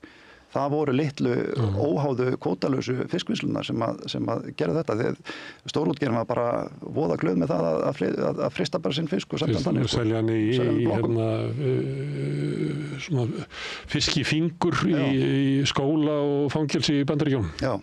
Þannig að öll svona sko, það að Samherji og Brim séu einu fyrirtækin sem að geta stundað einhverja nýsköpun, það er náttúrulega bara þvæla. Það er nefnilega gleymist ofta, það er stóri aðilinn, hann hefur hagsmuni af óbreytt ástandi. Já, það eru litlu sem eru ofta að leita að lausnum. Já, og oft eru þessi stóru aðilar líka kannski, sko, þeirra nýsköpun snýr fyrst og fremst að því að kannski, ég veit ekki, fækka vinnuafli eða eitthvað svoleiðis, sko. Að það bara að búa til einhverja vél þar sem við getum bara hent inn heilum fisk og svo farið bara flökin og allt í hinn endan. Það eigur mest arðsemi fyrirtækja að fækka starfsfólkinu og róbótavæða vinnsluna sem að þó að það felist í því að það verði þá svona takmarkaðri afurð sem þú býr til. Þú ræður bara við þorskaf héðan og hingað og selur bara einhverjum öðru þetta, keyrir þetta í gegn, það getur aukið arðsemiðina stórkostlega, svo eigur náttúrulega mest arðsemiðina ef að þú átt skipið, átt fiskvinnsluna, átt sölufyrirtækið og svo kannski auka fyrirtæki á Kýpur þar sem maður getur tekið út hagnaðinn. Já, ég getur nú þakkað Baldvini Þorsteinsinni fyrir það að leiða okkur í ljósi með hvernig þeir hugsa það, sko. Herðu, Kjartan, takk fyrir að koma hingað í þannig reyðilegt á sér til landi að þú vildi freka vera út að sjóða, ekki? Ég hefði alveg verið til í það, sko, en fyrst ég var í landi þá var þetta eiginlega svona sára bót að fá að koma hingað. Ok, herðu, kærar þakkir fyrir að fara með okkur út að sjó. En við ætlum að halda áfram að skilja þetta samfélag sem við lifum í og heiminn. Næsti kafli eftir augnablik. Þar stann að tala borgarfulltrúa. Borgarfulltrúar Sósíalistaflokksins eru með viðtalstíma alla mánudaga klukkan 13:30 til 14:30. Það þarf ekkert að bóka tíma, endilega kíkjum við í Bólholt 6, 105 Reykjavík. Við heyrðum þá Kjartan Sveinsson og Gunnar Smára ræða saman veiðarnar og förum þá eiginlega næst til Grænlands. Ég fekk að borðinu heilan hóp af fólki sem hafiði beitt sér fyrir sýningu á nýrri heimildamynd og séð og virkilega pælt í þessari mynd. Þetta svona mjög umdeild heimildamynd sem að margir hafa kannski heyrt að var tekin af dagskrá og úr sýningu í Danmörku og var verið að reyna að segja að útreikningarnir sem myndin byggist á eða myndin fjallar mikið þeir væru rangir og þess vegna þyrfti að taka hana og þess vegna var svolítið mikilvægt að fara ofan í sauman á þessum útreikningum og Már Wolfgang Mixa, fjármálafræðingur og dósent af viðskiptafræðideild Háskóla Íslands, hann gerði þetta lagðist yfir þessa reikninga og kom útskýrði, ég skildi nú ekki allt og þessi hugtök og framleiðina og svoleiðis en allavega mjög sannfærandi og maður heyrði að hann var að tala inn í þessa deilu og svo voru Sólveig Ásta Sigurðardóttir bókmyndafræðingur og ný doktor á hugvísindasviði HÍ. Hún svona sérfræðingur í líka nýlenduhyggju og hefur bara nú þegar unga árum mikla reynslu í svona réttindabaráttumálum líka. Bryndís Björnsdóttir, myndlistakona og doktorsnemi í mannfræði sem var fræg fyrir að nema á brott styttu Ásmundar Sveinssonar og var að gefa út hansi flotta grein í Tímaritum Máls og menninga þá aðgerð og raunverulega setja í þetta nýlenduhyggju samhengi, endurhvítunina. Og svo var það sérfræðingur í svokallari, árþjóðum, í málefnum árþjóða hjá Arctic Circle, Linda Líbert Kristjansen. Sama og þetta áður frumbyggjar og... Já, þetta svona nýja orðið sem á að ná betur yfir mér þannig að það sé fallegt, svona árþjóðir. Það setur frum einhver keppni einhver fyrstur en ár bara eitthvað sem abstrakt tímavít. Mér finnst það svona miklu flottara Ég er dálítið hrifin að þessu konsepti árþjóðir. En hún heitir Linda Líbert Kristjansen og frá Grænlandi og alveg þar upp og býr á Íslandi núna og hún talar á ensku þannig ég biðst afsökunar það svona lítill smá hluti af viðtalinu þá á ensku þar sem ég tala við hana en Sólveig Ásta hjálpa mér að þýða yfir á jafnáðum yfir á íslensku já. Ílýra. Ég mani það voru fréttir þegar þetta var sýnt þessi mynd var sýnt í svona félagsheimilum á Grænlandi og svo talaði við fólk á leiðin út og það var mjög slegið svona upplifið það eins og það verið mikil blekking í gangi. Þessi svona trú að Danir var að halda Grænlendingum uppi eins og ég held að svona venjulegir Danir standi þeirri trú. Það var náttúrulega þannig að fara peningar út úr ríkissjóði en síðan kemur ávinningurinn inn til ykkur fyrirtækja og náttúrulega bara fyrirtækja sem að halda upp í siglingum og að selja byggingavörur og alls konar dót. Það er allt sem hún sérði í Danmörku í búðunum er hérna danskt.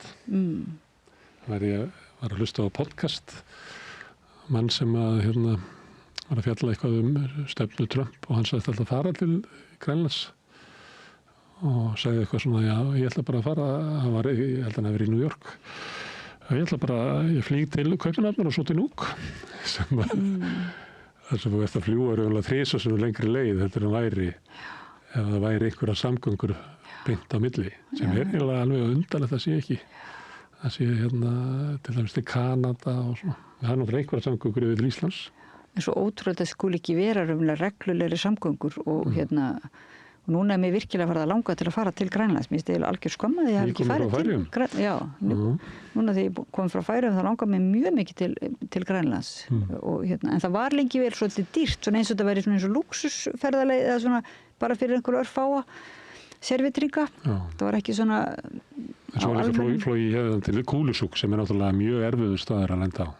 Hefur þú farið til Grænlands? Nei, þessi Kulusuk er náttúrulega mjög, það er hérna á Austurströndinni, en það er mjög lítill staður og þú ert náttúrulega Nuuk þú getur bara farið þangað eins og að fara til bara Lófoten eða Þrándheims en að fara til hérna Gott við sem að tala samt staði sem við höfum ekki farið til, þetta er nú bara eins og að fara til Já, við gerum það nú oft hérna, við tölum Palestínu og alls konar. Já, sem við höfum ekki farið til, já. En Kulusuk er svona erfitt hérna veðurfar og já, en ég fekk sko skeyti eftir þetta viðtal var útvarpað, þá fekk ég skeyti frá dyggum hlustanda sem var að veltaði fyrir sér svona hvort að þessi nýlendu þetta eiginlega sálfræði nýlendu þjóðana hvort að við þyrftum ekki raunverulega að gera þetta miklu meira upp hérna á Íslandi sko, þar sem að því að til dæmis Linda Líbert lýsir því hvernig þetta er sárgrætilegt að þegar að á meðan ekki er ljóst hver eiginlega ber ábyrgð á ástandinu eins og henni fannst og fleirum finnst þér raunverulega koma fram í þessari mynd hver ber á stórum hluta ábyrgð á ástandinu þar eða ber ábyrgð á ástandinu en ég meina það er allavega böndin berast að þetta er svona eins og að skila skömminni böndin berast að nýlendu herrónum og meðan það er ekki gert upp eða svona þá byrja menn að berjast innbyrðis og hún sagði þetta hefði einhvern veginn það verið einhverju léttir fyrir grænlendinga að sjá þessa mynd og kannski hún var að gera sér vonir að það kannski myndi létta þess á þessum svona innra ágreiningi og allir að skammast og þá einmitt var hlustandi að benda á þetta var myndi nú mjög mikið á Ísland sko. En annað sem að kom eiginlega Egill Helgason var í Kiljunni talaði við hann Gurna sem að fekk Nobelinn sem er frá Afríku og þá kom eitthvað til tals eitthvað, hann talaði ofbeldi í álfunni og Egill segir eitthvað svona já, maður ekki einræðisherrar eins og það væri sko Afrikanar að níðast á Afrikunum sem er náttúrulega rétt og þá Gurna var mjög fljótur að segja sko að þetta er arfleiðin af nýlendutímanum þar sem að var við vorum að tala svona öðrun eða flokka fólki ekta og óekta þeirra yfirvaldið og þeir sem hafa öll yfirráð yfir landinu líta á íbúana sem annars flokks og þá festist inn í samfélaginu gríðalegt ofbeldi og þegar að sen eru það innlendi menn og það því miður er að þannig oftar að þeir sem stóðu fyrir frelsisbaráttunni að þeir eru mjög skamma tíma við völd eins að þeir hafa svona hugmyndur raunverulegt sjálfstæðinandana og þá er það yfirleitt með stuðningi vestrænna leyniþjónusta þá er ykkur liðþjálfi í hernum sem að nær völdum og hann gengur inn í þetta ofbeldissamband sem að er með þjóðinni þar sem hann tekur eiginlega allar auðlindi þjóðarinnar hann og hans fólk hefur alveg nóg með sínu þarf raunverulega ekkert að byggja upp svona almenna atvinnustarfsemi því að þau hafa það svo helviti fínt og beita síðan íbúana svona mikil kúun sko þetta er svolítið eins og við og þessi, hún Diggi hlustandi, hún einmitt var að tala hrunið þegar þú segir að grænlendingar kom út úr bíóinu og og leið eins og eitthvað hefði gerst, það var einhver svona, það varpaðist ljós á eitthvað, einhver skilningur, algjörlega nýtt samhengi og sem gerist náttúrulega í hruninu. Við bara áttum okkur á því að við hefum verið gerða fíblum og fólk var að missa allt sitt og hefur verið talið trúum að vera fjárfesta eitthvað og hún var að segja sko þetta ekki bara, við kannski erum gjörn á að líta á þetta sem bara svona einstakann eitthvað slysalegt, þetta hrun og við gættum okkur ekki nóg en að sjá þetta einmitt í samhengi þess að við erum ennþá ekki búin að vinna okkur út úr því að vera nýlenda og einmitt leifum þá þessum einhverjum sem að taka völdin að hafa þessi miklu völd yfir okkur sko. Þannig að við, og sem að kannski erum við átt okkur á núna, akkurat sá tími núna, við erum átt okkur á því að þetta, við leifum þess að gerast aftur.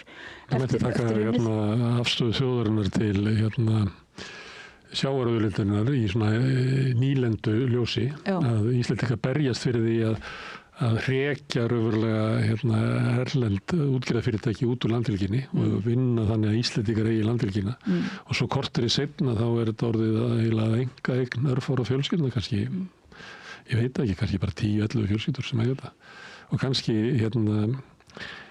getur þetta gerst á Íslandi út af því að það innbyggt inn í okkur út sem nýlenda að það sé eitthvað utanaðkomandi sem eigi þetta og það sé svona tilfinningum að þjóðin eigi eitthvað eða við sem samfélag, kannski ég veit ekki. Þetta svona, situr okkar samræðið við rauðaborðið í svolítið samhengi að við erum í sameiningu að svona af nýlendu væðast, bæði sálfræðilega og pólitískt. Þannig að við skulum hlusta núna á spjallið sem ég átti við Sólveigu Ástu Sigurðardóttur, Már Wolfgang Mixa, Bryndísi Björnsdóttur og Lindu Líbert Kristjansen. Gjörið svo vel. Við erum í útvarpinu á FM 89,1.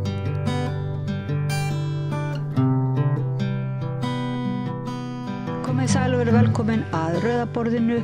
Ég heiti Oddný Eir og í dag ætlum við að ræða svona hitamál. Það nýlenduhyggja á norðurslóðum í tilefni af nýrri heimildamynd, svona mjög sláandi og heimildamynd svona áður óþekkt arðrán á Grænlandi. Hún heitir Greenland's White Gold og eftir Klaus Pílehafi og Otto Rosing.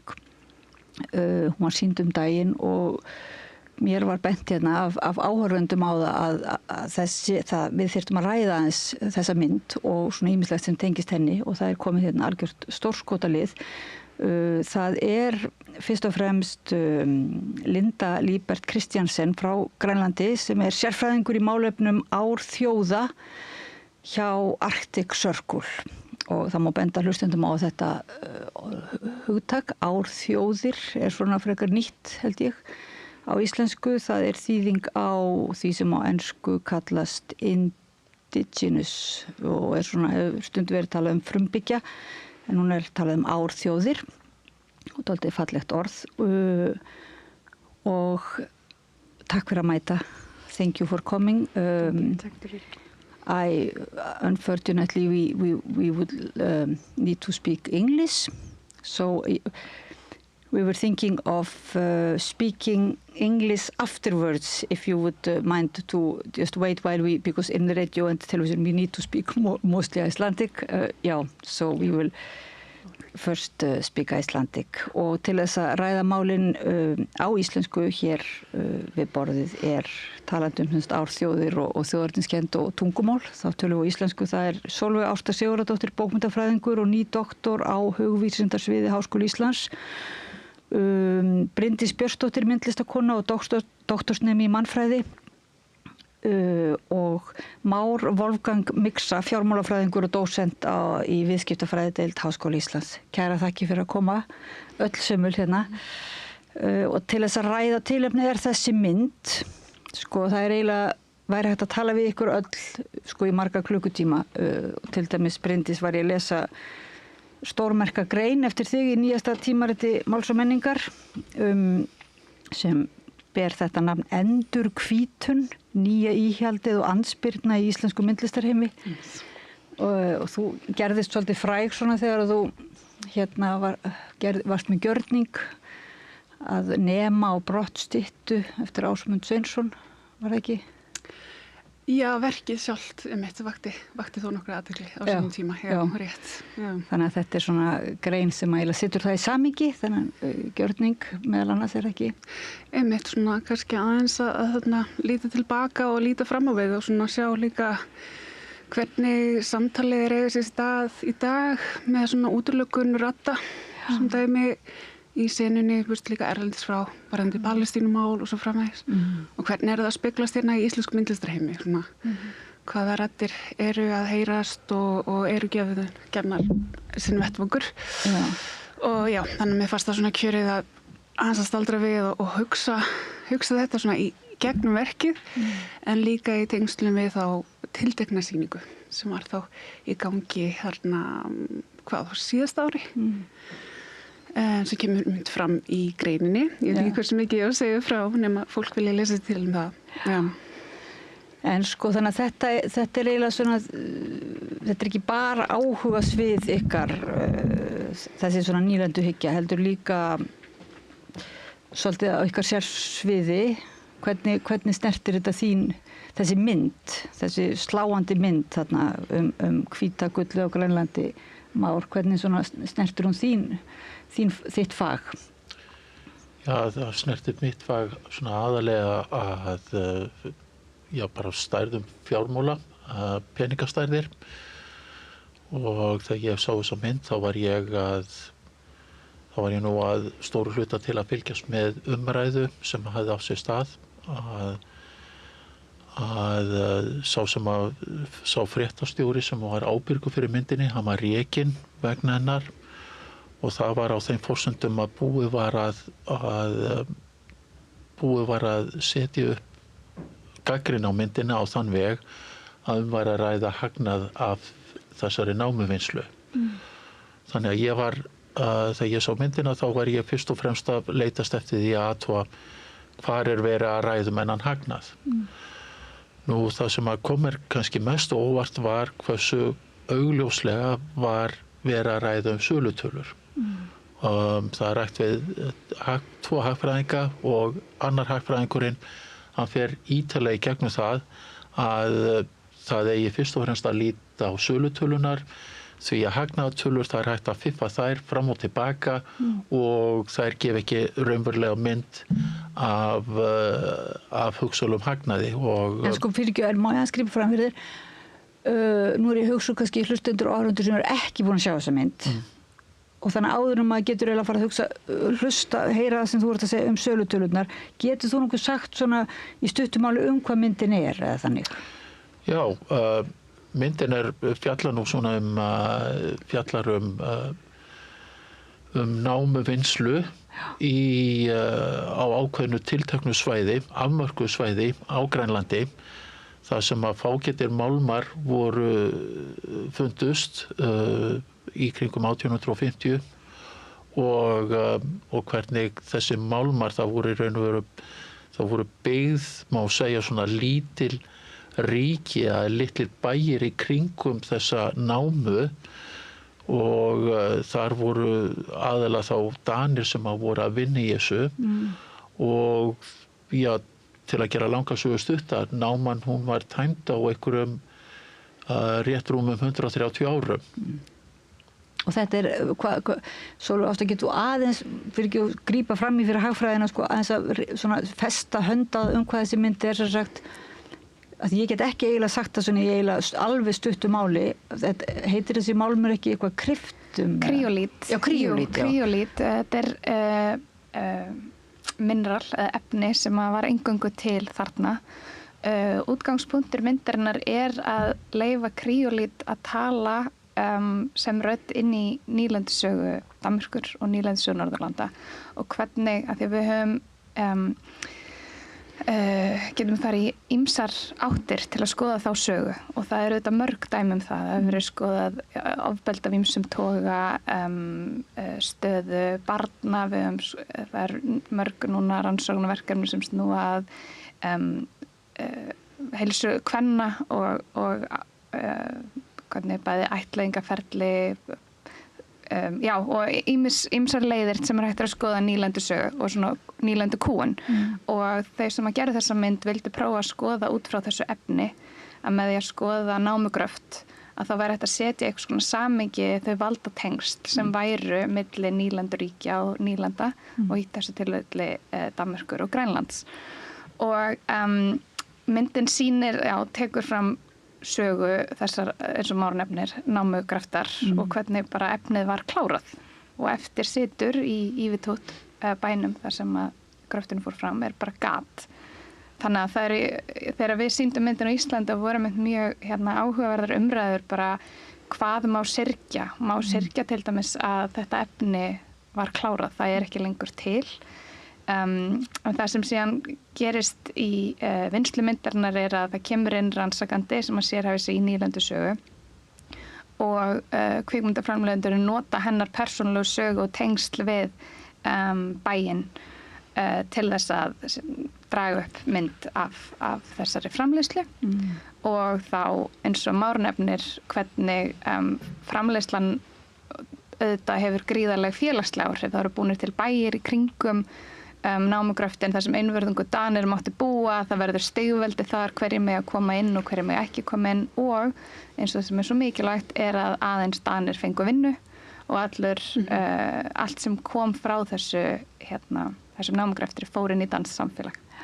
En var það ekki líka það sem var verið að syrgja? Mér fannst svona sorgin sem lá í loftinu í myndinni vera þessi að það væri raunverulega fölsk upplifun sem að grænlendingar hafa kannski setið upp með að vera alltaf í þessari gríðarlegu þakkaskuld að Danir hafi gert svo mikið fyrir þá fjárhagslega og þessir útreikningar bara þegar að byrjaði að reikna þetta út á nýjan máta að það hafi komið ljósa raunverulega að sé það miklu heldur sem sagt Danir sem ætti að vera í þakkarskuld við grænlendinga ef það er bara byllinni svona hagfræðilega séð og fyrir ekki Már Wolfgang Már sem sagt erum við þá tilbúin í reikningskúnstirnar þínar? Ég vona að þú setja ennþá inn í þeirri setningu Já, mér lá svo á að koma svo að ég reynda að þjóðstarta þeirri umræði áðan. En það þess að gagnrýni sem að kom á myndina? Já, gagnrýnin var að eins og ég sagði áðan að væri að ræða hagnað. Já. Og það kemur ég held að ég hef nú bara ekki náð að einbeita mér að sumum hlutum myndarinnar af því ég var alltaf að með hugan við þessa gagnrýni.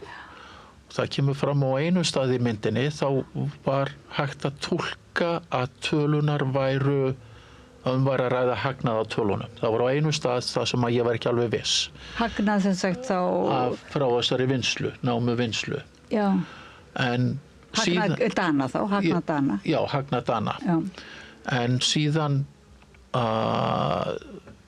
þetta var svona óljóst á einu stað í myndinni en undanfarin var mjög ljós og í framhaldinu þá var aftur mjög augljóst að var að ræða brútt og sölutölur en ekki einhvers konar hagnað sem að Danir fengu frá þessari námuvinnslu. Og við erum að tala þetta einhver smá upphæð sem við erum að tala þetta eru 800 milljónir danskra króna og af þessum 800 milljónum þá fóru 400 milljónir til, afsakið ekki 800 milljónir heldur 800 miljardar. Já. Og af þessum 800 miljardum fóru 400 til Danmerkur og 400 var flutt til bandarísk fyrirtækis. Nú, svona bara til að setja þetta í samhengi við íslenskar aðstæður, 800 milljónir í kringu 15.000 milljarða íslenskra króna. Og hvað 1500.000, bara ef við setjum bara berum þetta saman til þessu íslensk bankakerfi, þá þetta 20-falt virði allra íslensku bankana. Eitt af því sem hefur verið sagt að framleiðin frá þessum frá svona vinnslu hafi samt ekkert hafi verið lítil og ég bara gef mér það ef að það 20% framlegð af þessari sölu og þetta að sjálfsögðu ágískunartölur en ef að miðað við það að þetta var fágætur málmur og það var auðvelt, það var búið að finna, það þurfti ekkert að gera neitt annað en grafa og senda tilbaka að þá þá gefur mér það að það hefur verið 20% framlegð af þessari námuvinnslu og það ég myndi halda að það væri tiltölulega lágtala ef að framlegð bandarískra fyrirtæki í dag af sínum rekstri meðaltalsframlegð liggur á bilinu 16-17%, þannig að þetta aðeins fyrir ofan þá tölu að miðað við þá tölu að þá var hagnaðurinn samtals 3.000 milljarðar íslenskra króna og ef að maður lítur á þá tölu og hugsa með sér alltaf leið, íslensku bankarnir eru 750 milljóna króna verði að milljarðar, já það erfitt að fara úr milljónum í milljörðum hérna, en það ef að samtalsvirði íslensku bankarnir 750 milljarðar og það 10% arðsemi af rekstri þeirra, af virði þeirra, eigið fé, að þá getur maður sagt að íslensku banki þá að hagnast eðlilegur hagnaður frá íslensku bönkunum 75 milljarðar á ári. Þannig að þetta 40-faldur hagnaður íslensku bankana. Wow. En síðan getur maður tekið þetta skrifinu lengra og hugsa en fyrir hvern haus hversu mikið þetta og fjöldi Íslendinga það bil 7-falt fleiri heldur en fjöldi grænlendinga. Þannig að miðað við þessar forsendur að þá er þetta eins og hagnaður íslensku bankana í 280 ár færi beint út úr landi miðað við þessar forsendur og síðan þetta að rífast það hversu raunhæfa forsendunar eru vissulega en jável þó að við segðum Már hérna bara ofmeta þetta 10-falt þá breytir það því ekki að við erum að tala hagnað íslensku bankan í 28 ár fyrir hvern Íslending.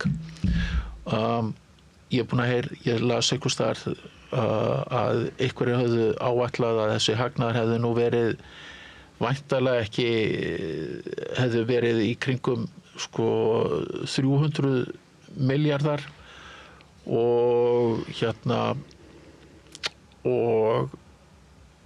þá hefði framleiðin verið eitthvað rétt í kringum 4% og það nú eiginlega bara hálf hlægileg tala þannig að ég myndi nú halda að við séum að tala töluvert hærri tölur og síðan verið að tala í lokin að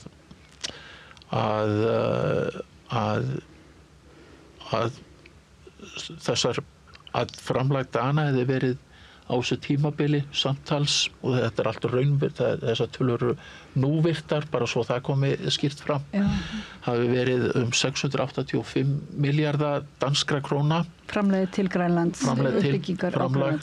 Akkurat. Og samkvæmt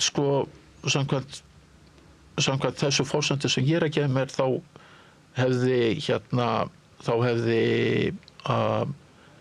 þá hefði hagnaðurinn verið 160 milljarða og mismunurinn sem þá kannski rétt fjórðungurinn. Þannig að það ekki rétt að það sé sagt í myndinni að Danir hefðu lagt 685 milljarða og fengið 800 milljarða sem var brúttósala tilbaka og þannig bara hagnast á þessu.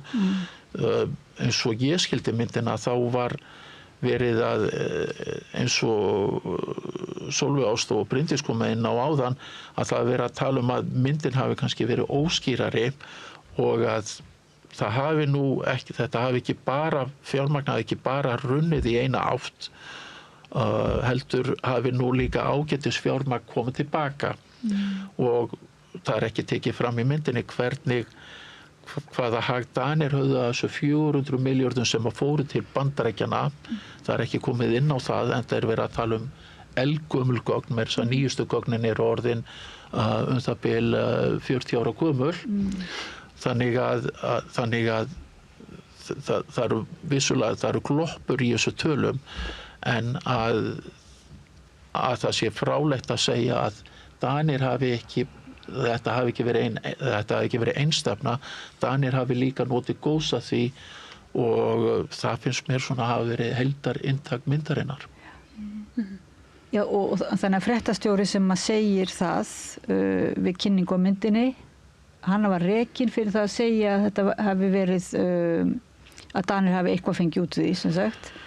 Já, sko, þið kannski vitið nánar það tiltekna atriði heldur en ég. Já, kannski það nú einhver, það ekki bara einhverja staðreyndir sem við kannski getum ekki alveg hengt okkur í. Náttúrulega ekki inn á fundi. En ég horfði nú ekki á myndina út frá neinum, sko, maður horfði náttúrulega ekki beinlínis, maður sá að það var ekki verið að reikna og svo leiðis, og það þarna verið að segja að það verið að reikna eitthvað upp á nýtt, og sá útreikningur bara að það eru komið einhverju útreikningar sem hafi ekki komið fram áður. En hvernig fannst þér, Bryndís, bara þessi mynd, þetta ekki bara, það bara verið að segja það að það hefur verið farið illa með Grænlendinga, það ekki nokkuð ljóst? Jú, í rauninni, sko, hvað mikilvægast með þessa mynd einmitt þessi vitnisburður sem hún og sem þú lagði líka áherslu á, sko.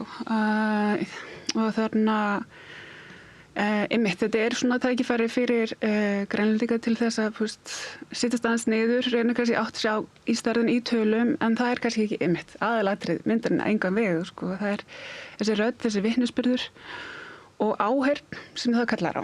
Og það kannski fyrst mér svona hvað sorglegast við allt þetta ritskoðunarferli á þessari mynd, að þarna að því var ekki gefið meira færi en svo að þessum tímapunkti allavega. Auðvitað hún aðgengileg, hún aðgengilega á Vimeo, það lengur og það þetta leiðina, en það annað að sjá hann í sal. En var hún þess að ritskoðu, það nú svona það sem við þurfum að segja hér. Það alveg gott að velta því orðalagi fyrir sér. Var hún tekin úr sýningu? Hún var tekin úr sýningu. Hún sýnd fyrst í Nuuk og svo held ég 2 dögum síðar hún sýnd á streymisveitu DR. Og það vika sem hún uppi og svo tekin niður.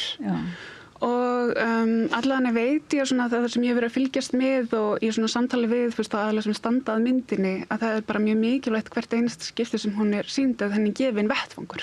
Og maður sér það bara hvernig þau deila því bara svona mjög reikin á samfélagsmiðlum, sko. Það þessi staður ætlar að birta hana og svo framvegis og svona gera það mjög skýrt aðgengilegt. Og þarna hún hefur allan að fengi vettvang hérna í Reykjavík sem þarna við 3 stóðum að og þarna vonandi getur hún fengið enn frekari dreifingu og þarna eins og ég segi salur eða sjónvarpinu sínu eða hvað það er kannski betra en þarna einmitt þessi sameiginlega áhorf og vitnisburður. En það sem greinilega verið eins og þú segir, það þessi vitnisburður og það þessi rödd, en hún verður ekkit slitin frá þessu fjárhagslega raunverulega þessum útreikningum sem að gefa því svo mikla. Þetta svo alvarlegt þegar kannski mann átt að segja mitt á og þú ert að setja þetta í samhengi við stærð íslensku bankana og þetta á það svo stórum skala þannig að þetta ekki og fær einhverja rótfestu þá í raunveruleikanum þannig að þar með verður þetta svo alvarleg gagnrýni og þar með kannski skilur maður það að þeir sem vilja þakka niður þessar raddir fari að segja að útreikningarnir séu rangir. Það ekki? Þar með kemur það einhvern veginn inn, sko. Það náttúrulega eitthvað stórkostlega áhugavert við það að því að þetta ekki fyrsta myndir sem sýnd sem að varpar gagnrýnu ljósi á nýlendusögu og einmitt sem að var í Helga Rakel, kvikmyndagerðarkona myndist á sama tíma og myndir tekin úr sýningu eru heimildaþættir dönsku jómfrúeyjarnar sem sýna hvílíkt ofbeldi gagnvart fólki sem bjóndi þrælahaldi á jómfrúeyjum. Þannig að við það hafa alltaf verið aktivistar, fræðafólk, listafólk að reyna að benda á ofbeldi og nýlendusögu og hvernig þeir strúktúrar sem voru settir á því tímabili þannig í dag. með ýmsum aðferðum. En hér kannski eitthvað mjög áhugavert sem að Már getur talað til að hvernig tölur virka í samfélagsumræðu. Að þær búa til, þær ná einhverju athygli, bæði á góðan og slæman hátt, áhátt sem að kannski sorg, hryllingur, börn sem tekin frá foreldrum sínum, konur sendar í ófrjósemisaðgerðir, ná ekki sama, það er flóknara. Ég veit ekki hvernig á að útskýra að það næri einhverju flugi að tala þessa tölu en ekki hina töluna. En þegar það er sett saman ekki líka? Já, algjörlega. Og eins og Már kom sterkur inn, það þekkja þig held ég allir Íslendingar eftir hrun, þegar þú kemur og raunverulega setur þessar tölur allar sem ég voru að fá, setur þær í samhengi. Þannig að það var þá settum við það allt í nú voru tölur settar í samhengi við þennan mannlega harmleika. Akkurat. Já, en svo fyrst mér líka með Kristín Lofts var með þarna fyrirlestur á hugvísindi daginn og mjög áverðan punktum með þessi þöggun var það líka hver má tala landið, með hvaða hætti. Það einmitt með þessari frásögn sem þessi mynd eða það aðilinir sem kannski hafa staðið á bak við tölunar og beita þá þeirri orðræðu og þagga þar niður hinnar raddirnar. Og mér finnst það mitt mikilvægur punktur til að benda á og þetta virðist líka þetta ákveðin taktík til ef það komið að ákveðin strúktúrum, segjum bara kapitalísks kerfis, ef maður einfaldir að þar, þá einhver aðeins viðkvæmur blettur sem verið að strjúka við og talandi ekki ef það ég veit ekki, miðlægt kvenlega raddir, þá stundum jafnvel enn frekari viðkvæmleiki, Og sem, Silvia Federici hefur bent á, hvernig konur hafa verið nornvættar að einhverju liti, á árum áður þarna þegar kapítalíska kerfið var að koma til valda. Þannig að ég held að Þessi mynd svolítið sterk. Þetta eru tvær konur sem að vinna saman að því bara eins og að kemur fram eins og þessi róliheitum að fletta ofan af einhverju gamalli svikamillu, þannig einhvern veginn, og það ekki spenna og kynnt amerískt rytmi í myndinni, hér sé verið að spenna heldur smám saman kemur þetta einhvern veginn, þessi sorglega staðreynd í ljós. Þannig er þið ánægðar með myndir, finnst ykkur hún góð í sjálfu sér? Það sem hefur komið mörgum á óvart sem hafa síðan hana eftir þetta fjölmiðla brjálæði sem varð hvað þau sem vinna hana eru varkár. Ég meina það eru baráttur allan heim, verið reparations eða endurbætur, hvernig þetta endurgreiða sem náttúrulega aldrei fyllilega hægt, en þetta ekki fyrsta skipti sem tölur eru notaðar til að miðla nýlendusögu, en það sló mig hversu ofboðslega varlega þau tala í myndinni. Þau eru sífellt að benda á að tölurnar þeirra sýni innverðingu eins og þú segir, þetta séu bara sölutölur, við getum ekki fullyrt þetta en þetta bendir til. Sem kannski minna amerískt, þú notar það þau eru mjög varkár í hvernig þau tala og maður hugsaði að þau gætu tekið miklu sterkar, ekki endilega sterkar tölur, heldur nota sterkar orð og svoleiðis. Þannig að það líka mjög áhugavert að þrátt fyrir alla varnagla sem eru slegnir þá samt En mér finnst það fyrst og fremst kannski bara mjög vel gerð mynd, þau nota þessa persónulegu sögu og það alls konar aðferðafræði sem hægt að útskýra. Þau tala út frá sögu einstaklingsins, þekkingafræðin sem talað frá persónuleg reynsla. Það ekki einhver sérfræðingur sem kemur og greinir aðstæður, heldur það, og þau deila myndum og það hvílíkt fjölbreyttur viðmælenda hópur. Það tala við gamla alþingismenn, aktivista, núverandi pólitíkusa, fjölskyldumeðlimi eða mjög breiður viðmælenda hópur, eins og segi. En svo færi þetta náttúrulega mjög mikið mikla merkingu og mikið vægi núna, þú veist, þegar að Grænland hefur verið í umræðinni kringum ágirnd Bandaríkjanna á Grænlandi og svo náttúrulega kannski líka bara staða Íslands líka hefur verið nefnd í þessu samhengi, þannig að við kannski horfum, maður meira svona á hárun rísadóldi þegar maður horfir á svona mynd meira kannski en þegar maður hefði hort á hana áður. En ég veit ekki, það nú svolítið spennandi að vita ef þið geti hjálpað mér að þýða hérna, ef við vindum okkur að hérna spjalla við hana Lindu Líbert Kristjansen sem frá Grænlandi og so we are talking about this film and you have seen this film. Yeah. And what do you think about it, if I can just... Yeah, where do I begin? Of course, there's a lot of things that came up after watching this film. It's not like it's new to us. We've been knowing this since for years. I remember my great-grandfather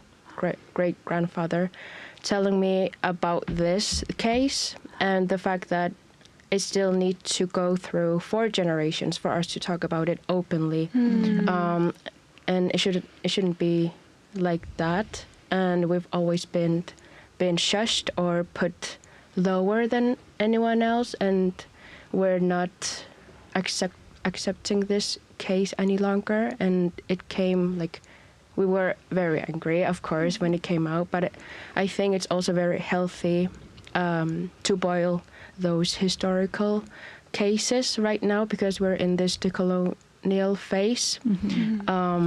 And there's a lot of conflict with different cases that also came up with, for example, IUD case, and then the experiment where they need to take the kids from their parents and those kinds of things.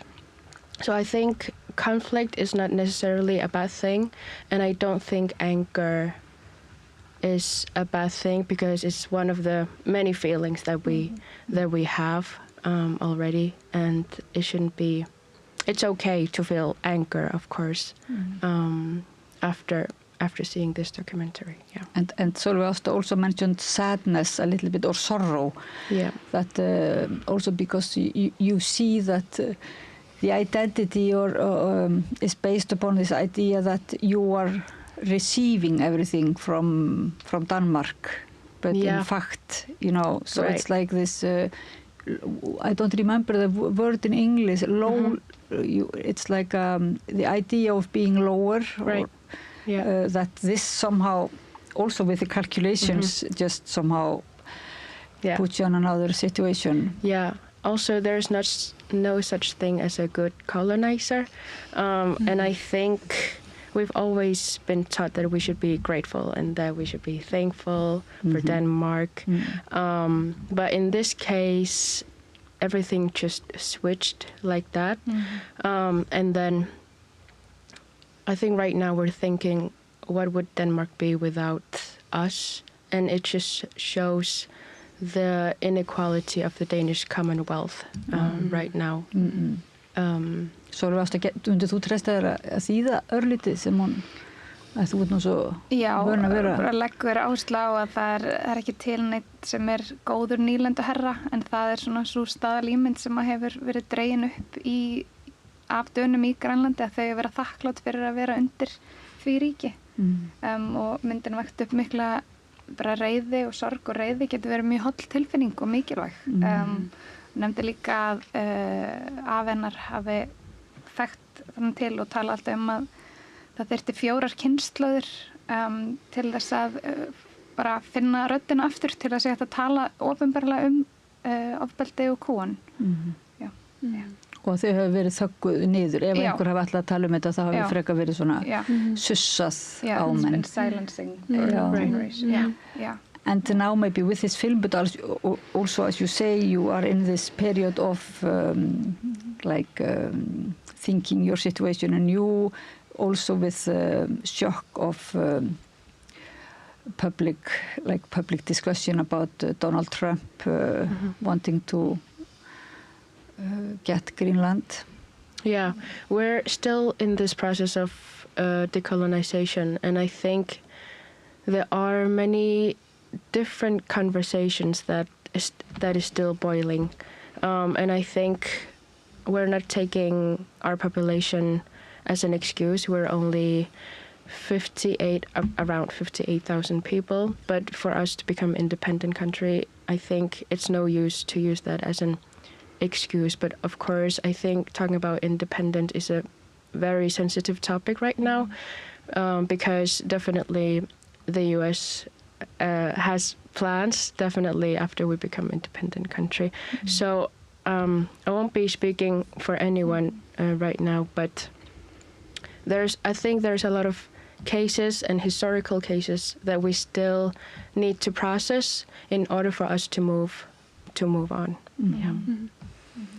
And you were working in the Arctic Circle, thinking about this indigenous situation and the voice and giving. So this must be like a really important issue now. Also about Iceland and other countries, like this decolonization process. There is a danger of recolonization, I guess, in many places of the world. Yeah. Yes, we know that our country is a very valuable country, but also being in this position, I know many indigenous peoples have experienced this kind of historical case, and being in this position as we are, and we have self-determination enough to say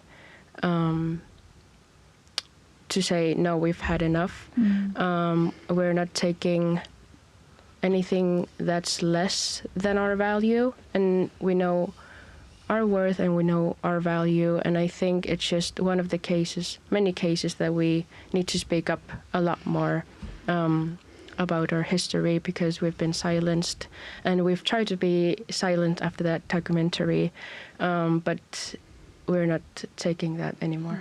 No. But do you think in Iceland there is enough discussion? In my feeling, there is like Icelandic people are not so somehow interested in this discussion, like we have passed that stage, and so we don't have to talk about it. But somehow people say now I think we will need to discuss it again. Yeah, definitely. We look up to Iceland's process of decolonization and independence for sure. But also I think there still need more solidarity within Nordic countries. But also I still really appreciate how much, from my perspective at least, how much there is this conversation about Greenland and showing empathy, basically, and solidarity with Greenland. And I definitely think that Iceland and Greenland should work a lot more, because if we need to become independent, we of course still need a lot of countries to cooperate with. So definitely. Thank you. If you could translate, getur þú þýtt, svo ég með eina spurningu til ykkar allra svona að lokum. Já, þau eru í miðferli, sögulegu ferli af nýlenduvæðingar sem snýst bara öll svið samfélags, bæði stjórnskipuleg og lagalega, en einnig menningarleg, að rýna í hvernig nýlendu valdasamband hefur haft áhrif á menntakerfi, á hugmyndafræði, á sjálfsmynd, á tungumál og bara aðgengi fólks, og að þessi hugmyndum að þau vera þakklátt, að Grænlendingar vera þakkláttir, það sé bara komið nóg af henni. Og þar sé líka mjög mikilvægt að finna fyrir samstarf og stuðningi frá löndum eins og Íslandi, og það þurfi, og hún nefnir að það skiptir máli að finna fyrir svona samhug, empathy, samstöðu, samkennd, og við getum gert miklu meira af því að skapa vettvang til að tala til dæmis þessa sögu, bæta við, já. Yeah. I was thinking, I will ask in English, but then and ask you, all of you, and we will answer in English and Icelandic. But because you are working for the Arctic Circle, and in my view, we have been a little bit sleeping or not very much aware of the what's called the hagsmunir, hvað aftur? Interests. Já, interests, like the very political and financial interests of the situation of those nations in the north, of how, so like it is so often you can hear, no, it's not, if somebody wants to buy the lands, for example, or take over lands, it's just about the beauty of the lands, or it's not about profit or political or wars or anything. I think there is so often you hear it's like nothing serious, but then when you also see this film, you understand, of course, it's a question of the future, like of dominance, and so what?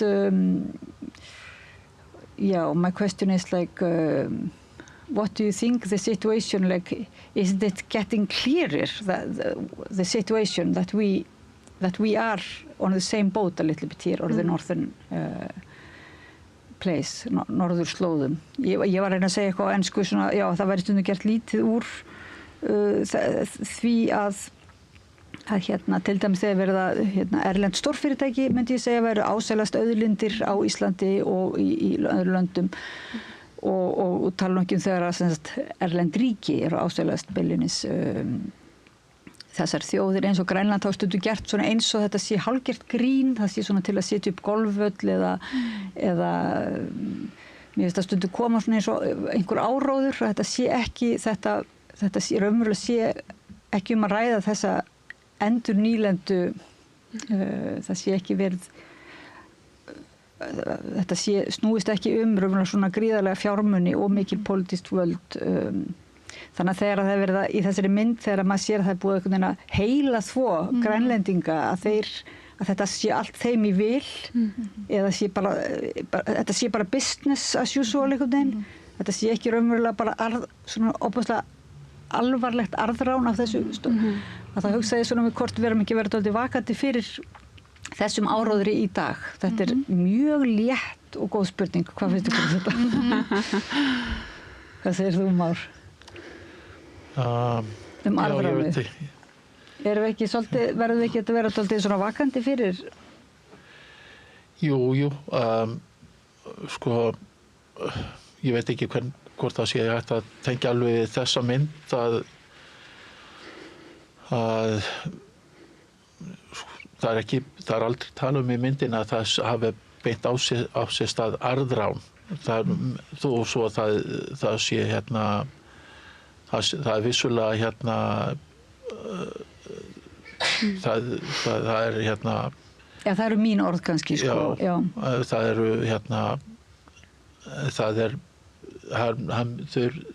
þeir sem að gera myndina eru samt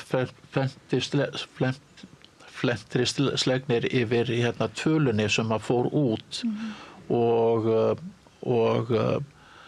það er hægt að koma með alveg rök fyrir því að peningur fór inn og hann fór út, og það bent á því myndinni að þetta fjármagn hafi síðan verið nú reyndar nýtt í allskyns aðra hluti, þannig að myndin eitt af góðu við myndina, hún dregur fram að það voru líka hugsalega afleitur hagnaður sem var að myndast þarna og kannski líka það að Grænlendingar höfðu svo lítið þetta mál að segja, eins og Sólveig lýsti vel áðan, þarna máttu bara engir Grænlendingar vinna og þeim var, já, þetta var bara eitthvað ákveðið mengi og þeim var bara haldið utan þessu mengi og þann frá því sjónarmiði séð þá var arðrán að eiga sér stað, en svona ef maður lítur á stóru myndina þá geta Danir alveg haft eitthvað til síns máls með því að segja að við vorum engu að síður að koma með peninginn og nettótalan var engu að síður positív, en þessi þannig að þetta er ekki alveg bara svart og hvítt og í minnst í mínum huga, en þá kannski skil ég síður út af hverju þessi hörðu viðbrögð hafa átt sér stað í Danmörku og mér finnst þau satt best að segja alveg óskiljanleg, og því má kannski bæta við að á meðan að þessi mynd var tekin úr dreifingu þá þá var sett einhver spaugstikla, hún var sýnd í danska sjónvarpinu, þar sem gert var lítið úr þessari mynd og afar ósmekkleg stikla og mér finnst það líka vera mjög alvarlegt, en í staði fyrir að einfallega að játa það að þetta hafi nú ekki einungis, peningur hafi ekki einungis farið til Grænlands, að Danir hafi vissulega fengið töluvert tilbaka og þeir réðu þar ferðinni alveg 100% og í raun og veru bara tröðkuð yfir, má segja, sjálfstæði bara grænlenskum vilja grænlendinga, þetta var gert hvort sem vildu það ekki og ég held að það hefði verið mikið betra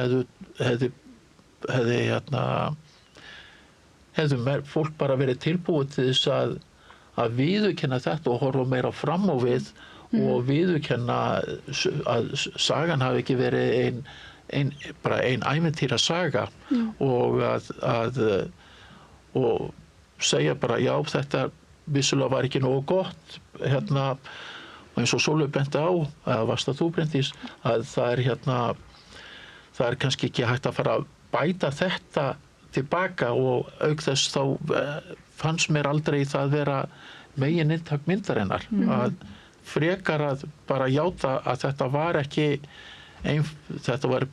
einföld bara góðgerða starfsemi, það voru hagsmunir líka í hina áttina og síðan hægt að spyrja sig, var þetta einstakt dæmi, voru fleiri svona dæmi eiga sér stað og þannig fram eftir göttunum og bara horfast í augu við fortíðina. Ég minnist þess ekki í myndinni að það hefur verið einhver umræða að Danir skulduðu grænlendingum peninga per se, heldur frekar að það væri viðurkenning á því að þetta að grænlendingar hafi ekki verið að fá bara einhvers konar ölmusu punktur. Já, þannig að spurningin mín var þá miklu hlaðnari heldur í myndin, það var alveg rétt og ég var að meina bara svona kannski að við þyrftum að vera vakandi fyrir þá arðráni í dag eða svoleiðis, en betra kannski bara taka það orð út úr myndinni og segja bara bæði þarf að endurskoða söguna en væntanlega vera vakandi fyrir einhvers konar hvaða orð getum við notað, það sé verið að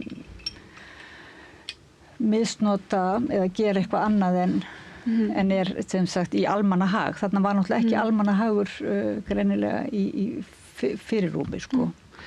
Ég veit ekki, þannig að ég get kannski vísa til eina svona Instagram-stiklu sú þekking sem býr þar, þannig að Naomi Klein var svona að tala hvaða forsendur þarf til þess að fasismi eða svona, það er ákveðna sögulega forsendur, það er ákveða svona samfélagslegu grunnur og svona var að varpaði fram fyrir svo samfélagslegu grunnur í dag og það eru þessir þarna ganglumerar sem eru svona bakhjarlar Trumps og hérna hver svona þeirra viðhorf.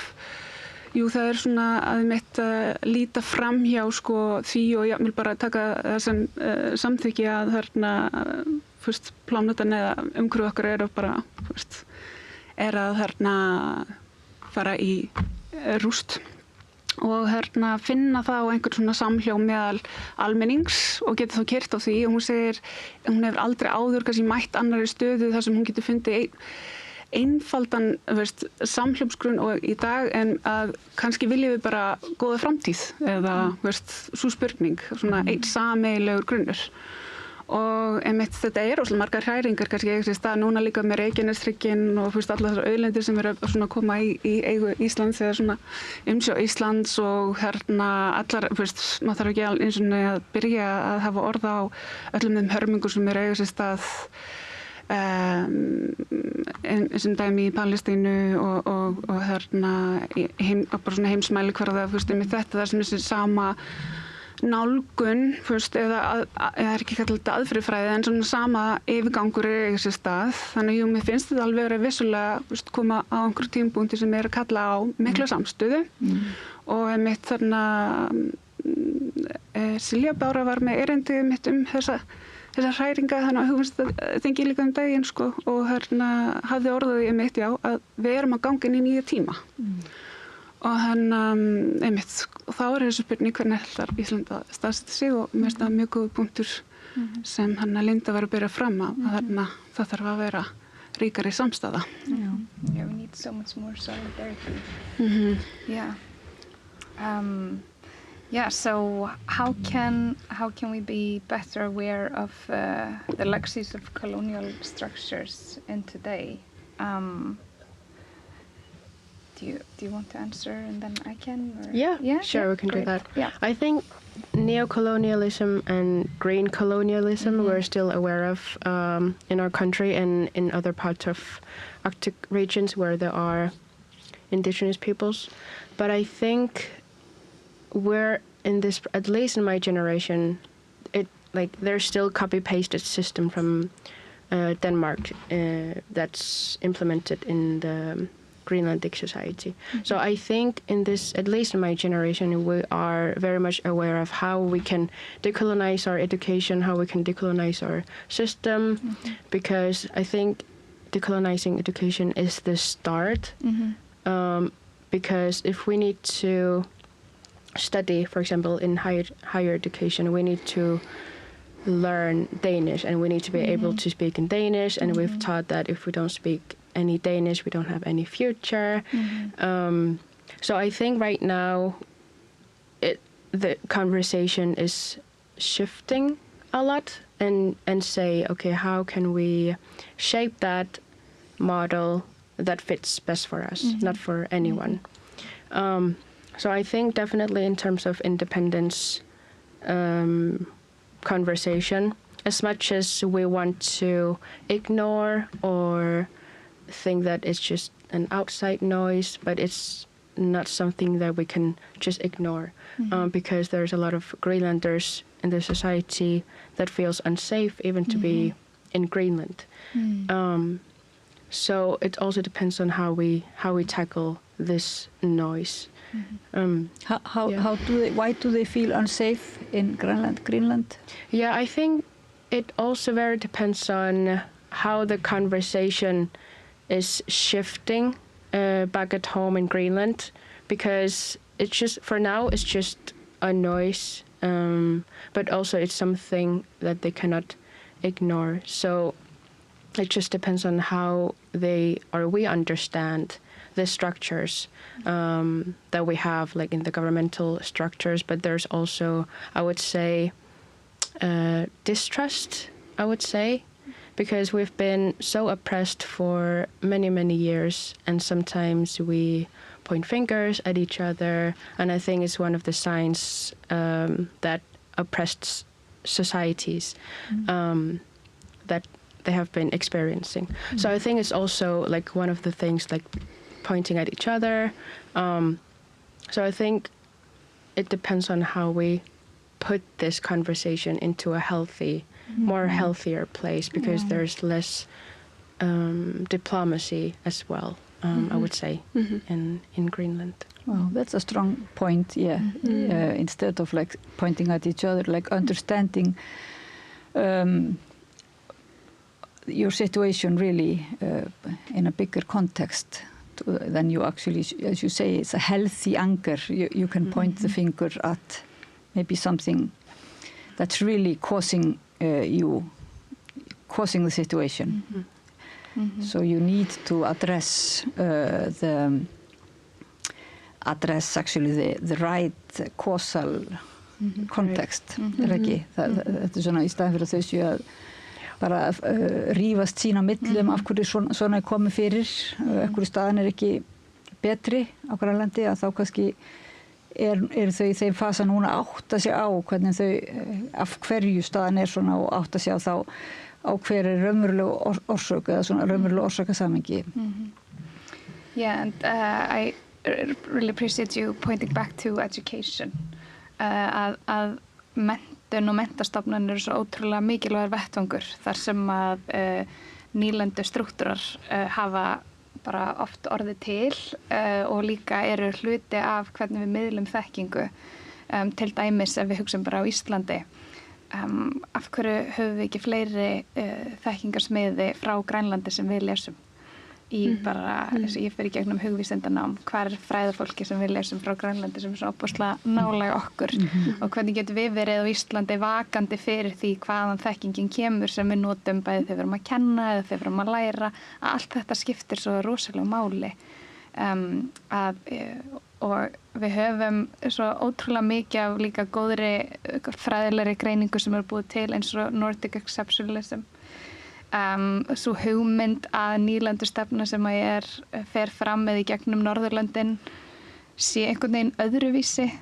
Like you said, there's no such thing as a good colonizer, and that needs to be said because the idea of a good colonizer has actually been perpetuated as if that is possible. And I heard that a lot with regards to memorializing the Virgin Islands, that there had also been discussion after 200 years of plantation slavery. There had still been a discussion that Denmark was a better colonizer than the UK, than Portugal. That this idea is so insidious and still it exists. And that, of course, lingers in society and takes a long time, like you mentioned, fourth generation process in order to really... Ef þú ert second class þegn í landinu að þá sé það raunverulega aldrei, það get ekki verið einhver gott vald sem að lætur þið trúa því að þú sért annars flokks. En þá böndi berast það nú líka að Íslandi og greininni þinni og að ýmsum pælingum og hvernig þetta lítur út og kannski mörguleyti hagfræði og fjármálasviðið stundum kannski notað til þess að fóðra þessar hugmyndir en ég hrædd að við séum nú höfum ekki meiri tíma, við erum komin eiginlega fram yfir tíman því miður það svo svakalega margt spennandi að ræða so I thank you very much for it's a too short discussion and we actually must I think we will just need to make regularly here if you and others would like to discuss this maybe more on a regular basis. I think there is a need. Ég þakka sem sagt Lindu Líbert Kristjansen sem frá Grænlandi og sérfræðingur í málefnum árþjóða hjá Arctic Circle. Sólveig Ásta Sigurðardóttir, bókmennafræðingur og nýdoktor á hugvísindasviði Háskóla Íslands, Bryndís Björnsdóttir, myndlistakona og doktorsnemi í mannfræði og Már Wolfgang Mixa, fjármálafræðingur og dósent á viðskiptafræðideild Háskóla Íslands.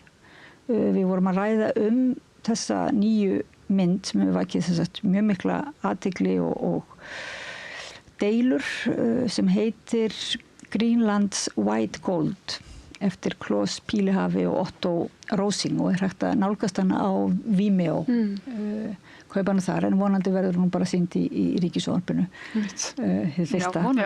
Já.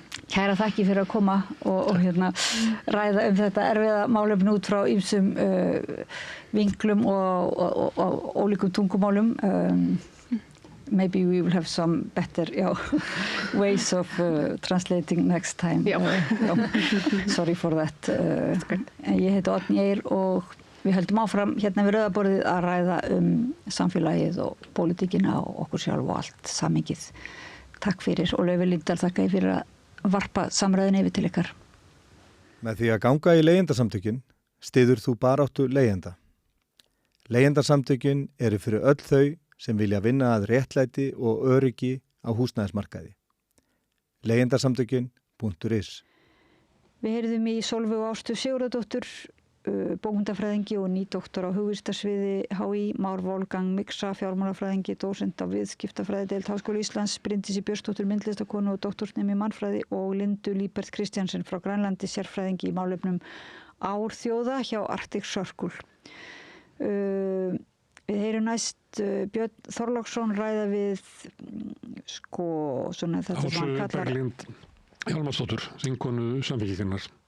Þetta í liðnum óþekkti þingmaðurinn.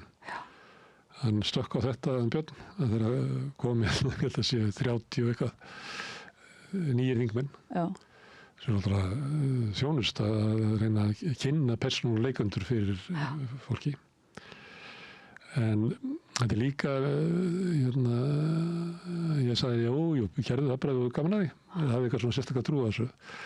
En það svolítið sem skemmtilegt við þetta, því að þetta fólk svona tímamótum að það fullt af bjartsýni að koma inn á þing og til að þessu gott að því leiða. Þannig að það á mjög svona skemmtilegum staði í sínu lífi. Já. Og svo hefur Björn náði einhvern veginn að fá fólk til þess að tala svona á persónulegum sín persónuleg mál og við höfum oft rættu það í Rauðaborði að pólitík oft persónuleg.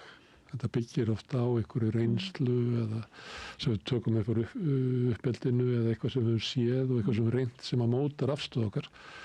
Og mér finnst það... Mér finnst mjög gaman að þessum samræðum hans við þingmennina. Sko. Mikil mannfræði stúdía, sko. Já. Og þetta mjög skemmtileg spjall verið nú að segja við hana Ásu Berglindi Hjálmarsdóttur. Þó að Björn hafi verið veikur, hann búin að vera alveg veikur alla þessa viku. Já. Og hann kemur alltaf reynir að taka eitthvað og stundum hrekst hann aftur heim og næra þessu ekki. En hann að hafa í huga, allt sem við sjáum hér að Bjarni Þorláks í þessu viku, að þá verður þetta farveiku maður. Já, við vonum bara að hann hafi ekki verið að smita þá alla, en nei. Það eitthvað pest í gangi, sko. Það veit maður sem að við erum mikið að bóka, já.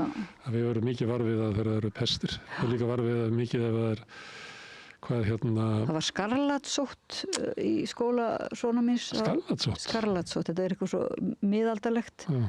Og svo það COVID en þá og það ég hef ekki heyrt nöfnin á fleiri, sko. Svo er mér líka tekið eftir því að þeir eru svona auka frídagar að þeir sem hafa aðstöðu til þeir mæta aldrei í vinnun á föstudögum, sko. Nei. Það fátækan bara mjög langa, það bara sko verkalýðurinn sem vinnur og getur ekki tekið sér frí. Líka páskana. Við gáðumst upp eiginlega á því að hafa dagskráð við páskana. Af því að ég held að við erum komið bara í ljós tölvört fyrir páska að það voru 40 þingmenn farnir til útlanda. Já. En við tölum líka við aðra en þingmenn, en enga síður, þá var ágætt bara að taka pásu. Við skulum hlusta núna á Björn Þorláksson. Þannig við Ásu Berglindi Hjálmarsdóttur. Allir þættir samstæðuverinnar eru á YouTube.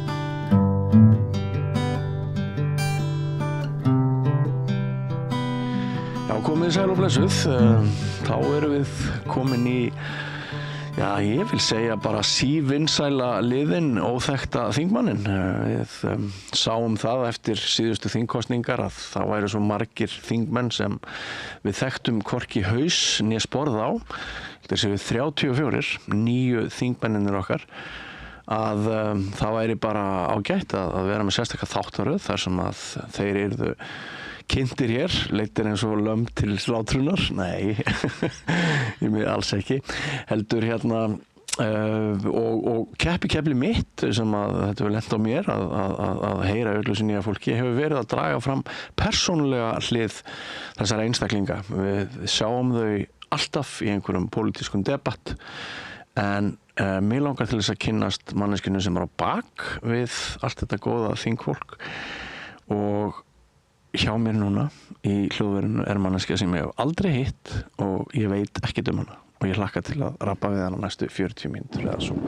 Velkomin Ása Berglind Hjálmarsdóttir, þingmaður Samfylkingarinnar. Takk fyrir, gaman að vera komin. Er það ekki? Jú. Þingmaður eða þingkona, það skiptir engu máli? Skiptir ekki máli, en mér finnst alveg gaman að nota þingkona svona allavega í bland. Já, einmitt. Af því að þingkonur hafa verið til skemmur en þingmenn. Já, einmitt. Sko, þú varst að heyra mig segja ég vissi ekkert þig, sem kannski ekki alveg rétt, en ég hef ekki sóst eftir svona því að leita mér kunnáttu sérstaklega þig, en það sem hefur svona komið að mér utanfrá að ég veit að þú ert músíkmanneskja og það í sjálfu sér bara gerir því svolítið öðruvísi heldur en hinn hefðbundna þingmann. Og mér langar að byrja á því að þú farir með okkur alveg bara til æsku eða bernsku og þú reynir að svona segja mér hvers vegna músík varð fyrir valinu hjá þér. Það auðvelt, sko. Þetta bara átti rosalega vel við mig frá fyrstu tíð. Ég byrjaði að læra á fiðlu í 3 ár. Svo sá ég hvað það var gaman að vera í lúðrasveit og hugsaði með mér, ég þarf að koma mér í þetta og ákvað þá að skipta yfir á trompet. Þannig að ég svo spilaði á trompet alla tíð síðan og kláraði burtfarapróf þar í tónlistaskóla Árnesinga, ég uppalinn í Þorlákshöfn. Já, fædd í Reykjavík en uppalinn í Þorlákshöfn. Já, en ég bjó nú alltaf sko í Þorlákshöfn, bara sérst öll mín æsku ár. Já. Og lærði líka píanó og sótti bara mjög mikið inn í tónlistaskólan. Ég fann svona bara stundum var bara svolítið mikið kaotísk stemning svona meðal míns stóra bekkjar og þá fór ég til dæmis bara oft í frímínútunum. Ég fekk sérstakt leyfi til að vera bara inn og æfa mig í frímínútunum. Stundum fór ég bara og var ein með sjálfur mér að æfa mig á hljóðfærin í frímínútunum. Ég fannst það oft bara mjög notaleg stund. Þú fann skjól. Já, tónlistin og sko ég segi það ofta að tónlistin hefur í raun verið svona rauði þráðurinn sem hefur leitt mig áfram bara í mín stærstu ævintýri lífsins sko. Já. Og hún leiddi mig að manninu mínum og það er bara, já henni svo margt að þakka og öllum þeim frábæru tónlistakennurum líka sem að ég fekk að njóta þess að læra hjá. Já. Og áttu minningar snemma á æviskeiðinu þar sem þú ert að syngja, þú ert að humma eða þú heyrir eitthvað lag, þú heyrir einhverja melodíu og þið langar að spila hana eða? Nei, ég get nú ekki sagt að tengi þannig, sko, ég fór rosa svona akademíst í gegnum tónlistarnámið og ef það er eitthvað sem ég svona sé eftir við tónlistarnámið, það er það að hafa aldrei fengið neina svona innsýn inn í einmitt þetta, bara að njóta tónlistar og yfirfara svo inn í námið. Það var rosa mikið svona eftir bókinni, en svo seinna uppgötaði ég að þegar ég fór í listaháskólan, hvað er ótrúlega gaman að búa til tónlist einmitt með fólki. Já. Og fór á svo mörg frábær námskeið með tónlistakonu sem heitir Sigrún Sævarsdóttir Griffiths og er kennari, hefur kennt lengi vel í Guildhall School of Music and Drama í London og hefur komið og haft rosa áhrif á marga í tónlist af því að hún vinnur svona þannig að maður tekur svona aðeins tónlistina úr kennslustofinu og fer með hana inn í samfélag og ekki bara heldur á sviði í tónlistarhúsum heldur maður notar tónlistina sem tæki til að vinna með inn í samfélaginu. Á þessu námskeiðum fóru til dæmis inn á Litlahraun sem var mjög áhrifaríkt. Þar unnu við bara tónlistasköpun með föngum sem það voru þar inni og við fórum inn í skóla og elliheimili, hjúkrunarheimili sem var til þess að lokaverkefni mitt úr BA-náminu í Listaháskólanum var svona skapandi tónlistanámskeið með eldri borgurum í Þorlákshöfn sem var svo skemmtilegt að hópurinn bað mig bara að halda áfram og við unnum saman í, ég ætla að hafa ekki verið bara 15 ár. Það er svona eitt af því sem að pínu COVID gerði út af þessi félagskapur, svo bara fór maður í önnu verkefni. En þar voru við saman að skapa, bæði við vorum að syngja þetta skemmtilega tónlist hérna og þaðan, við laðum mikla áherslu á að við varum ekki bara að nota gömlu lögin, heldur líka að kynna fyrir þeim bara vinsæl poplög í dag og þau voru alveg ofta að tengja bara miklu meira við þau heldur en gömlu lögin, þá var þessi alltaf gaman að spila þau og svo byggum við líka til tónlist, eigin lög og við gáfum mér þess að út plötu í samstarfi við mikið þjóðþekktum tónlistamönnum sem var algjört ævintýri og heldum útgáfutónleika bæði í Þorlákshöfn og í Gamla bíó. Fyrir fullu sal, sko. Þessi hópur hefur Tónar og Trix og stóra staði hjarta mínu. Þegar þarna líka, sko, svo ég haldi þess áfram að segja frá Tónar og Trix, að því að þarna voru eldri borgarar í Þorlákshöfn sem skipuð þennan hóp og það eru jafnframt, sko, fólkið sem byggði bæinn upp, af því að Þorlákshöfn sem mér þykir svo vænt er það nýr að ennþá í dag er til fólk sem var eitt af frumbyggjónum.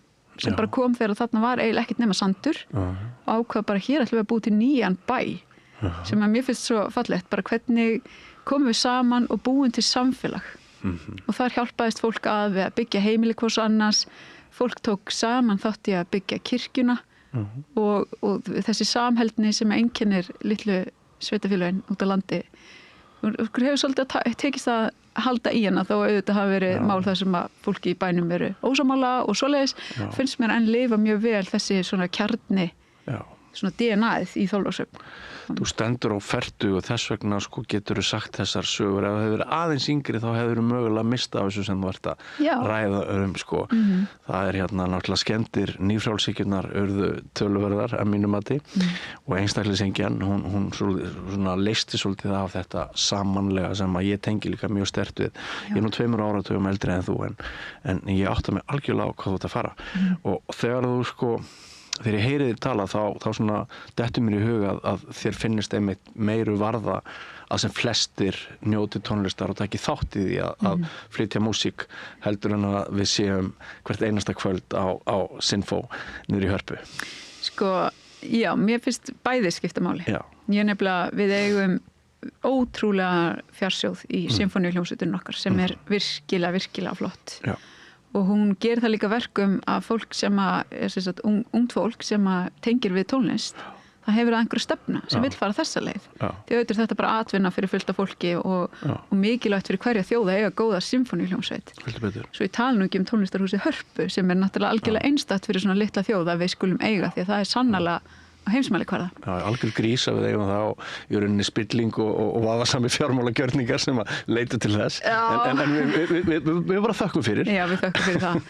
En sko tónlistarskólakerfið okkar er alveg ótrúlega gott og við skulum bara alveg... Er það ennþá gott? Það er ennþá gott en það þarf að hreyfast. Mér hefur fundist að hér á höfuðborgarsvæðinu mér hefur fundist ég að hafa hrakað mjög hratt og mér finnst þetta að vera orðið svona yfirstéttar að þegar ég horfi á foreldra barna á tónleikum í einkareknum tónlistarskólum hér í Reykjavík þá sé ég bara einhverja einmitt ráðherra og forstjóra og hérna þannig að þetta er örugglega ennþá öðruvís út á landi. Sko, ég ætla samt að segja viðkvæm staða sem að hefur orðið hér í Reykjavík og sko það er örugglega Píratar í borgarstjórn þegar hann mikið talaði að það sé aukning í þessum skólahljómsveitum og því öllu sem er frábært en áherslan á einstaklingsmiðanám hefur kannski ekki verið mjög mikil hérna í Reykjavík hefur mér fundist og mér hefur fundist að við þyrftum aðeins kannski að skoða það hvort efnahagsleg stéttaskipting er farin að hafa meiri áhrif og bara tengsl af því að komast miklu færri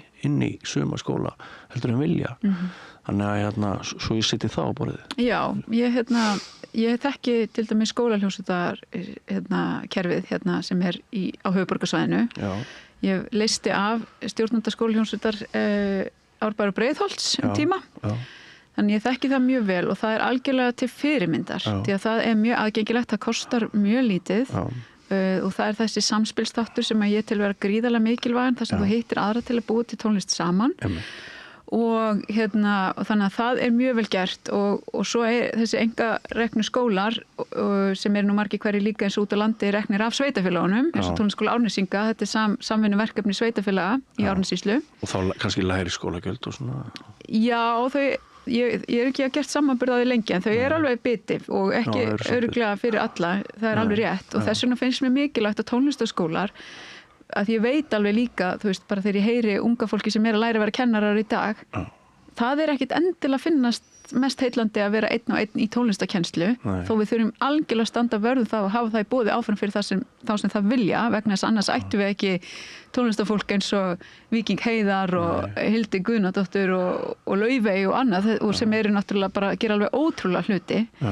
En ég held að það sé mikið tækifæri fyrir samfélagið og fyrir tónlistarskólana og tónlistarlífið að tónlistarskólanir hugsi nýja leiðir meðfram því sem þeir eru að gera núna sem eru þá samfélagslega þengjandi að því að með tónlist og því að búa til tónlist saman eða syngja saman eða spila saman, þetta er náttúrulega líka bara vísindalega sannað að þá getum við auki veljan fólks gríðarlega og við getum búið til brýr á milli fólks ólíkra hópa í samfélaginu eins og bara varðandi þetta skiptir máli þegar við tölum inngildingu hvaða verkfæri ætlum að nota í inngildingu þarna sko listir og menning skipta bara höfuðatriði myndi ég segja því á samt tungumálun okkar sjálfsögðu. Og við erum örugglega sammála um það líka að við þurfum bæði að horfa til einstaklingana og þessa kollektífa sem þú ert að ræða. En hvernig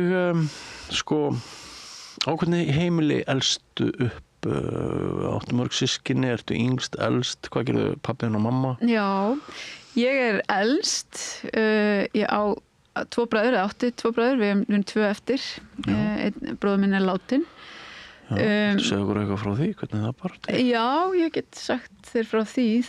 Hann leitist út í fíkniefnaneyslu og lést undir áhrifum. Hvað er þetta að segja? Í bílslýsi, þegar hann var 24 ára gamall. Hvað er langt síðan það var? Það var árið 2012. Og hvernig gekk þér og ykkur að svona taka á þessu? Misvel, eins og bara gengur. Það er bæði, sko klárun að segja bara frá fjölskyldunum minna því að hitt svo löng saga að mamma mín og pabbi eru verkafólk bæði og mamma vann mikið við heimahjúkurun umönnun aldraðra, heimilistrif og félagslega stuðning og pabbi vann lengst af við að keyra vörubíla, ýmist fiskflutninga eða mjólkubíl eða slíkt sko. Þú ert að verkafólk í konu? Verkafólk sem bara hefur þurft að hafa fyrir lífinu. Eins og ég. Og hefur að mörguleiti kent mér svona þá seglu sem að ég hef stuðst við gegnum mitt líf. Og það var alveg oft á tíðum ekki til mikið peningum og þannig að ég þekki það. En bróðir minn var mjög ungur þegar hann leitist út í fíkniefnaneyslu. Hann var mjög aktífur og klár. Hann var rosa snemma farin að tala mjög mikið og alveg eldklár en mjög aktífur. Og ég hugsa stundum að svona, hann hefði farið aðra leið ef að við hefðum haft skólakerfi sem hefði mætt hans þörfum aðeins betur. Og að því sögðu þá skólinn sem við ólumst upp í og skóli barna minn í dag, grunnskólinn í Þorlákshöfn hefur allatíð staðið sig mjög vel í því sem hann hefur verið að gera en ég held að þetta bara snúist meira að skólakerfinu í heild sinni.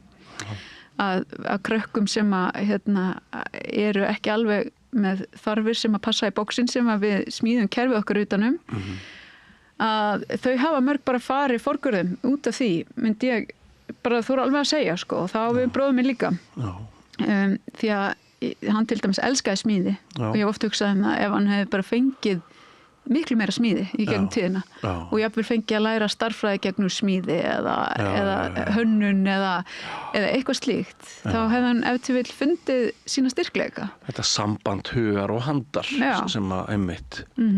Og ég held að það sé sko auðvitað þurfum við að kenna öllum að lesa og skrifa og alla þessi grunnþætti.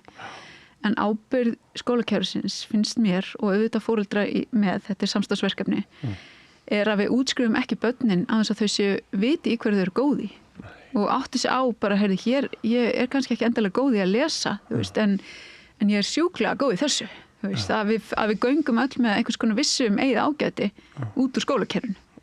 Þegar ég held að ef við höfum einhvers konar fjöl til að hvíla á þegar við sleppum grunnskólanum að þá mun meiri líkur á að við plumum okkur sko. En það var ekki kannski reyndin í hans tilfelli og hann fór í neyslu snemma og afbrot og sat inn í fangelsi og fleira og þetta bara eins og allir sem hafa reynt þá er þetta bara alveg ótrúlega mikið álag á allar fjölskyldur. Fólk tæklar það að eiga aðstandanda sem það elskar sem að fer þessa braut með mjög mismunandi hætti sumir loka á manneskuna þegar þeir bara höndli ekki, veit ekki hvernig þeir eru að gera þetta og telja sig vera að gera best með því að hlífa sjálfum sér og börnunum sínum jafnvel við því að þurfa að eiga við einstakling sem er í neyslu á meðan aðrir gera algjörlega allt fyrir hann og við komandi kannski fyrir aðeins lengra heldur en eðlilegt helst meðvirkni svo kölluð. Þannig að þetta er bara mjög flókið og mikið áfall þegar hann svo lætur lífið en hluti af því að búa eða sem sagt að vera í fjölskyldu með einstakling sem er í neyslu er að maður er samt alltaf að undirbúa sig fyrir þessa fréttir sko. Þannig að mín fyrstu viðbröð mann eftir því sko þegar að lögreglumaðurinn sem að banka upp á heimja mér til að tilkynna okkur þetta kemur sko mín fyrstu viðbröð voru bara, ég vissi að þetta myndi gerast en bara ekki strax. Þú veist, þetta var svo, maður var svo undirbúin yfir þetta, en en þetta var alveg óbúslega erfitt. En á sama tíma, þá var þetta svona vendipunktur í mínu lífi, því að þarna fann ég að ég gæti ekki unni úr þessa reynslu sjálf, þannig ég fór og leitaði mér aðstoðar og fór þá bara svona að vinna út úr alls konar málum, eiginmálum og bara svona umhverfi sem maður var í sem gaf mér mikið styrk og alla tíð síðan hef ég alltaf verið með mína manneskju sko, til að fara til og ég mæli eindregið með því fyrir alla sem að líður eitthvað skringilega og jafnvel þó manni líður bara vel. Það kemur alls konar upp á í lífinu og það er ótrúlega dýrmætt að geta leita til einhver sem með þá sérþekkingu að aðstoða aðra og þetta þarf ekki að vera sálfræðingur því það er svo mikið talað að það er erfitt aðgengi að sálfræðingum og þetta kostar mikið. Við erum til dæmis bara með ótrúlega dýrmætt starf í kirkjónum okkar þegar kemur að þessu og hjálpar að fá víða þannig að ég bara skora þá sem hlusta og líður eitthvað illa að leita eftir stuðning sko. Já, og bara til að deila því með þér þá hef ég sjálfur lent í krísum og einmitt bæði rætt við sálfræðinga og presta eftir föngum og ég er sammála hverju orðið sem þú segir. En takk fyrir að deila þessu með okkur. Þegar ég spurði áðan hvernig ykkur hefði gengið að takast á við þetta, þá sagði það misvel. Þú sem sagt vannst í sjálfræðar en það voru kannski ekki allir, það getur verið menningamunur, kynslóð á því hvort við leitum okkur aðstofar eða ekki, þannig að var það sem varst að vísa til. Já, og það er bara fólk, þú veist, fer í sína, þú veist, við gerum þetta öll okkar hátt. Já. Og sumir missa kannski tökin og nú er tala bara svona almennt þetta. Já. Tekur lengri tíma að finna farveg þar sem að fólk leitar eftir aðstoð en sem betur fer þá gerist það nú oft á endanum og við ætlum ekki að fara kannski nánar út í hvernig mínu fjölskyldumeðlimir hafa tekist á við þetta en ég bara eins og ég segi það er bara svo gott þegar maður gerir það, fer og virkilega vinnur út úr hlutunum, því annars bara er þetta í bakboka sem þyngist og þyngist sko. Já, ég skrifaði bók dauðan. Já. Þannig að ég er á heimavelli í þessu umræðefni. Ég talaði við mjög marga Íslendinga sem höfðu mist nánustu aðstandendur og það er eiginlega mest að furða hvað þetta er mikið tabú sem subject ennþá og það er margt sem bendir til þess að dauðinn hann sé fyrirferðarmestur þegar við látum eins og hann sé ekki þannig. Þannig að geti verið tækifæri bara vegna þessara sögur sem þú ert að miðla hér að hlustendur og áhorfendur velti því fyrir sér hvort það er eitthvað eðlilegt við það að við erum jafnvel finnum fyrir skömm gagnvart dauðanum. Einmitt. Já. Hann er hluti af lífinu. Heldur betur, hann er leiðarljósið í lífinu, vilja segja. Já, í raun. Af því að það sem þetta hefur líka kennt mér þegar maður hefur upplifað það að missa einhvern nákominn er að lífið er bara svo miklu minna en sjálfsagt. Sko. Akkúrat. Og þegar maður einhvern veginn fattar það að þá reynir maður ofta að bara upplifa lífið betur. Já, það er stóra gjöfin sem fylgir oft áföllum og krísum og því einmitt að missa aðra þótt þessi hræðilega sárt. Já, við verðum einhvern veginn að allt verður við verðum að geta dregið lærdóm til bóta helst af öllu því sem rekur á fjörur okkar. Er það ekki, snýst ekki glíman einmitt það? Jú, allt kemur einhvern veginn til manns til að kenna mann eitthvað. Já, akkurat. Það er nú stóra myndin, held ég. Einmitt. En var af því ég hef sérstaklega áhuga á listafólki sem myndu segja að það væri vegna þess að það er svona súbraut sem ég hef sjálfur daðra mikið við og mjög margir vinir mínir eru listamenn að var þetta ástríkt heimili, var þetta skapandi heimili? Nei, þetta var, það voru alveg ástríkt í bland en það voru líka, ég meina það eru átök sem tengjast í þegar er bara árekstrar vegna þessa sem ég var að lýsa á þann fátæktar og þegar einstaklingur leiðist út í fíkniefni snemma með afbrotum og annað. Innbyggð spenna. Já, þannig að það voru, mér fannst foreldrar mínir voru náttúrulega bara mjög mikið að vinna og en við áttum yndislega stundir þessa milli sem að ég tengi oftast við ferðalög. Innanlands, við fórum aldrei til útlanda með foreldrum mínum. Nei, það hefur verið sárt. Nei, ég var ekki að pæla í því. Var engin samanburður? Nei, ekki þá. Það var ekki allir á tenni þá. Nei, alveg rétt. Ég fór undan foreldrum mínum til útlanda. Ég fór með skólalúðursettin til Danmerkur þegar við, man ekki eitthvað 14 eða eitthvað svo leys. Og höfðu þau þá aldrei? Þau aldrei farið út. Áhugavert. Og Já, en við ferðumst mikið innanlands, vorum oft í sumarbústað og áttum, fórum í útilegur og þetta eru svona mínar bestu stundir með fjölskyldinni. Já. Og ég reyna að gera mikið af þessu með mínu börnum líka. Já, ég trúi því. Já. Og þú átt, 3 börn? 3 börn, já. Og hvernig eru þessi krakkar? Þau eru yndisleg. Þau eru ótrúlega ólík, en öll jafn yndisleg á sinn hátt. Já. Elsta stelpa mín er 23 ára. Nú, hún er rífullorðin. Já. Og svo eru hinn... Þýðir það að þú varst 17-18 þegar þú egnaðist? Ég var 17 ára, já. Ok. Og svo eru hinn börnum mín að verða 16 og 8 í sumar. 16 og 8? Já. Ertu með barnsföður þínum, föður stúlkunar sem er orðin 23 ára? Nei, og ekki heldur föður stúlkunar sem er 15 ára. Nei, ég er gift honum Tómasi Jónssoni, sem er tónlistarmaður líka. Já. Og við fundum hvort annað 2013. Já. Og eigið eitt barn saman. Já. Hvað ég er búin að segja að það var í bannað að tala um pólitík. Já. En það er kannski ekki alveg augljóst fyrir mannesku sem að verður góð á trompett og tekur alls konar gráður í músík og menningar, stjórnunar gráður meðal annars frá Bifröst. Það er ekki alveg kannski augljóst að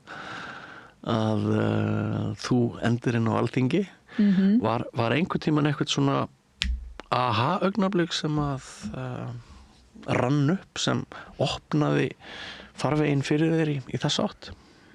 Ég myndi ekki segja að það veri aha-augnablik. Nei.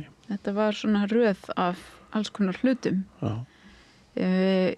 Ég hef alltaf verið þannig að ég segi það sem ég finnst. Já. Og hef sterkar réttlætiskennd. Já. Og svona líka þess að þörfa að láta gott að mig leiða með einhverjum hætti, gera gagn. Já. Og gerði það talsvert bara í gegnum menningu tíma, til dæmis með því að bara að vinna með þessum hætti sem var lýsa á það með eldri borgurum. Og fangana. Já, ég hefði gjarnan vilja gera eitthvað meira til dæmis í fangilsum með tónlist en gerðin það nú ekki. Og svo var ég að vinna mikið með ungu fólki með tónlist og eitt sumarið varum við að vinna með byggum til verkefni sem heit Listasmiðja náttúrunnar þar sem við fengum fjölskyldur til að koma og búa til listaverk í sameiningu. Þetta var ekki svona skilji börnin eftir okkur, við sjáum það, heldur komið og eigi saman geðast undir og já, þannig að maður hefur oft verið í einhver svona samfélagslegum verkefnum. Og svo hef ég bara alltaf fylgst vel með pólitík. Frænka mín er tengt þessari réttlætis tilfinningu. Já, og mér finnst bara skipta máli hvernig samfélaginu er stjórnað. Já. Og fyrir mitt sem heitir Halldóra Sigríður Sveinsdóttir og er verkalýðsleiðtogi, hún er formaður Bárunnar og alla tíð þá gaf hún sér alltaf tíma til að ræða við mann og við vorum mjög ungar ég og hennar dætur þegar við vorum mikið að velta fyrir okkur pólitík. Já. Og réttlæti. Og bara svona einmitt þessum hlutum. Og hvernig við deilum gjöfum jarðarinnar. Já, og svo þegar ég flutti í Þorlákshöfn, ég og maðurinn minn, við byggum í Reykjavík og vorum hér á leigumarkaði og gáumst upp á honum 2018 og vildum kaupa okkur. Og þá stóð valið á milli þess að kaupa litla íbúð í Reykjavík eða bara fara heim í Þorlákshöfn og kaupa bara hús fyrir saman pening. Þannig ég náði alveg að selja honum þá hugmynd hvað er yndislegt að búa í litlu samfélagi eins og í Þorlákshöfn. Já. Og við endum á að kaupa okkur hús þar, eitt af elstu húsunum í bænum sem er með mikla sál og mjög fallegt. Já.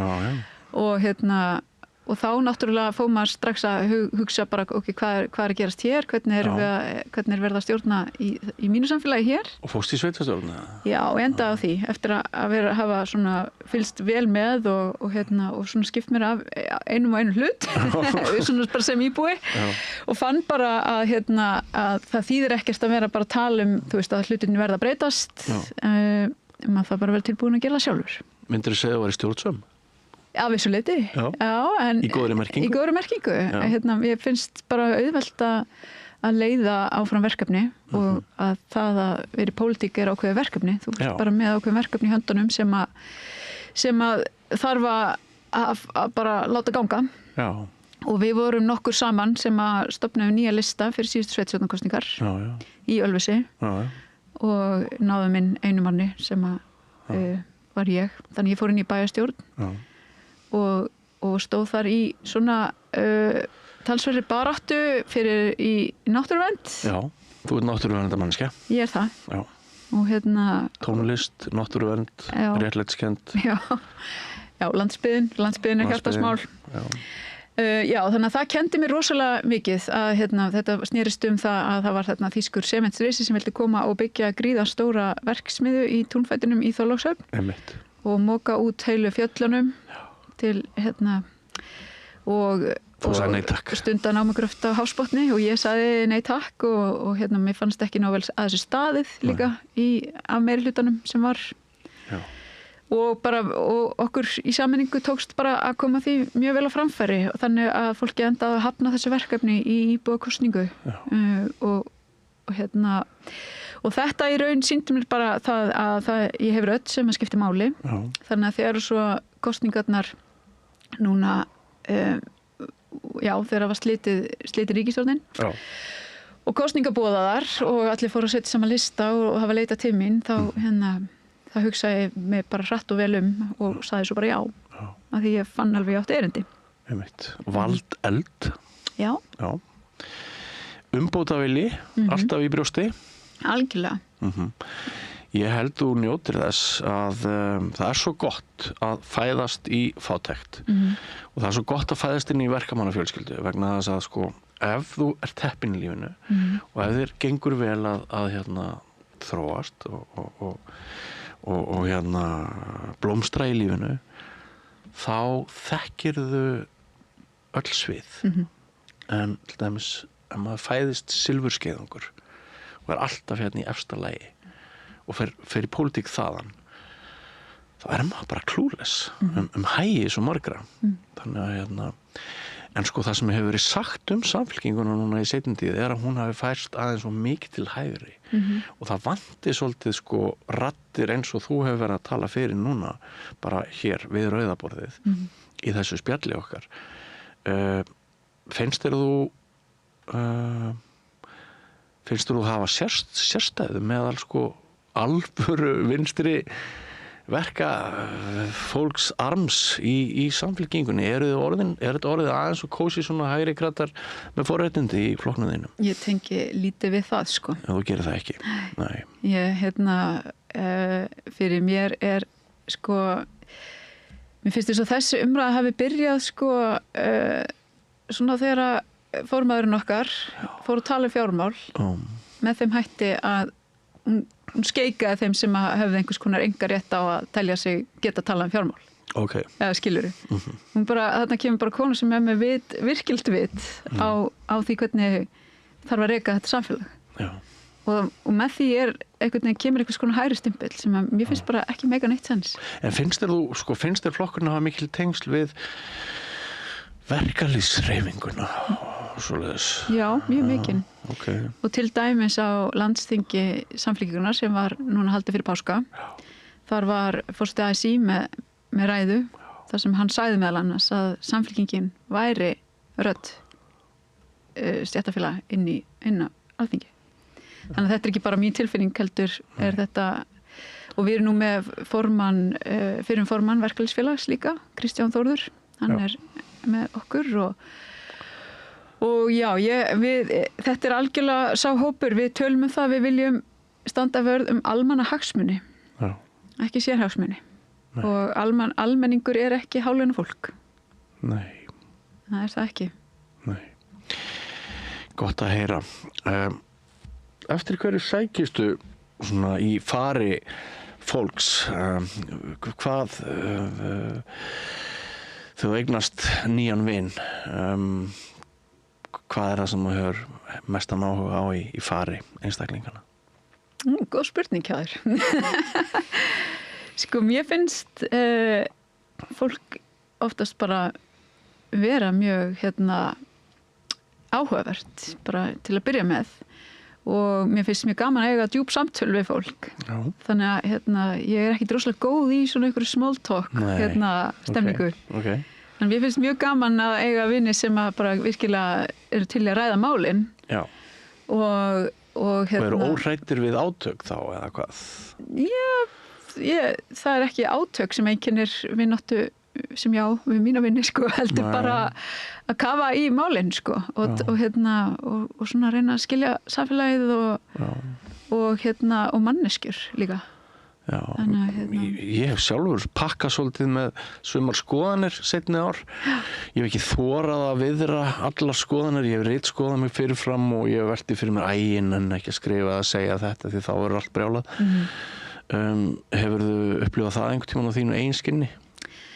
Nei, ég hef ekki ennþá ritskoðað mig, en til dæmis bara vinkonuhópurinn er ósamála til dæmis kirkjuna. Já. Nú er ég aftur að minnast á kirkjuna hérna í þessu viðtali, en ég til dæmis mikið stuðningskona þjóðkirkjunar. Já, mig grunaði það, og þess vegna hefur minnst á hana. Já, en ekki þar með sagt að ég sé alltaf í messum eða slíkt. Nei, það fyndið samt að skuli þurfa að setja fyrirvara, þú er svona hálf skammast fyrir að hugsa líkt til kirkjunar. Já, sko, þetta er nefnilega það sem mér finnst svolítið sérstakt við umræðinu kirkjuna. Já. Að það sé fólk sem einhvern veginn stimplar þau sem kirkjunar fólk einhvern veginn eins og einhver lúnís sko, oft á tíðum af því að mér finnst bara kirkjan gegna svo óbúslega miklu hlutverki í okkar samfélagi og ekki síst oft út á landi og sérstaklega út á landi þar getur hún verið mjög öflug stofnun og tala trú og svona við erum ekkert alltaf sammála það en við getum rætt það en það kostar ekki rifrildi samt þetta er bara ólíka skoðanir og þetta finnst mér bara áhugavert þegar maður og þess vegna finnst mér svo gaman líka eins og í okkar góða þingflokk samfylkingarinnar uppáhaldstímapunktur minn í hverri viku eru þingflokksfundirnir sem eru 2 tíma fundir í hverri viku þetta finnst mér mest skemmtilegasti hlutin af þessu öllu saman fyrir utan það er náttúrulega gaman að fara landi og hitta fólk og kynnast samfélaginu en að því að þarna fáum við tækifæri til að ræða á dýptina mál sem eru okkar hjartasmál og við erum að reyna að koma á hreyfingu því það sem ég hef líka upplifað sko verandi í stjórn að því að að maður maður vinnur örugglega hlutina öðruvísi heldur en í stjórnarandstöðu. Ef ég væri stjórnarandstöðu væri ég örugglega búin að fara rosalega oft upp með einhverjar svakalega ræður það þau aldrei að laga þetta og laga þetta sko. En þegar maður er í stjórnarmegin þá beitir maður sér þannig inn á þingflokksfundum og reynir þannig að hafa áhrif á gangu mála. Þannig þetta eru mínu uppáldstundir. En af því að þú hefur þetta góða viðhorf segið til lífsins að horfa bara beint í augunum fólki og ræða það sem þarf að ræða og ert ósmeik við það hvernig gengur að vera glæni í meiri hluta sem að kalla náttúrulega ákveðin trúnað og diplomatíu og það er kannski ekki alltaf rétt að segja skoðun sína og svona hefur þú þurft að læra margt síðustu mánuði? Já, þetta er bara rosa skóli en ég hef aldrei upplifað að ég get ekki sagt mínu skoðun. Nei, þú hefur aldrei gert það. Nei. Við bara tölum opinskátt og finnum fleti. Já. Ég hlustaði á umræðu á Alþingi í morgun að vera að búa til eitthvað leikrit hjá minni hlutanum umræðum fundarstjórn eða eitthvað og langur kapli þar og það sé ég Ingu allt í einu koma að ráðherrann og dúndra varstu í salnum? Já, þú veist hvað ég er að tala og það var svolítið svona hressandi andblær og það verður að viðkennast að þetta var í fastari skorðum áður fyrr það var kannski lengra í kjarnan það var kannski meira form þetta er svolítið dýnamist þetta er mér finnst stundum þeir eru að fylgjast með ykkur eins og þeir séu ekki að drekja innihaldi umræðunar einmitt í einhverju formi og maður vonast stundu til þess að þið haldið sinn lengst í þetta Já, ég held að allir ætli bara að halda áfram að vera þeir sjálfur og trúir sinni samfæringu En það einmitt sko sannfæringin sem ræður og eins og í þessu máli sem þú ert að vísa til sölu á Íslandsbanka, þar Inga bara trú sinni sannfæringum og hún telur þetta ekki endilega best. En hún hvílir í krafti þessa meirihluta sem að myndar þessa ríkisstjórn. Og sannfæring hennar að það rétt að vinna að málum með þessu meirihluta og gullgæsin á grillið og gall í hálsi. Ég kann svo vel að meta Ingu, mér finnst hún frábær. Slátra gullgæsinni hendina á grillið. Já. Ég verð að viðurkenna það gall í hálsinum á mér. Já. Lífið væri meira hressandi ef við tölum bara svolítið svona beinskeytt eins og hún gerir. En þeir eru náttúrulega alveg ótrúlega hnípnir, margir stjórnar andstöðu þingmenninir núna sko, ég fylgst með þeim í veiðigjaldaumræðinni, það svolítið eins og þessi búin að missa mótjóið sitt sko.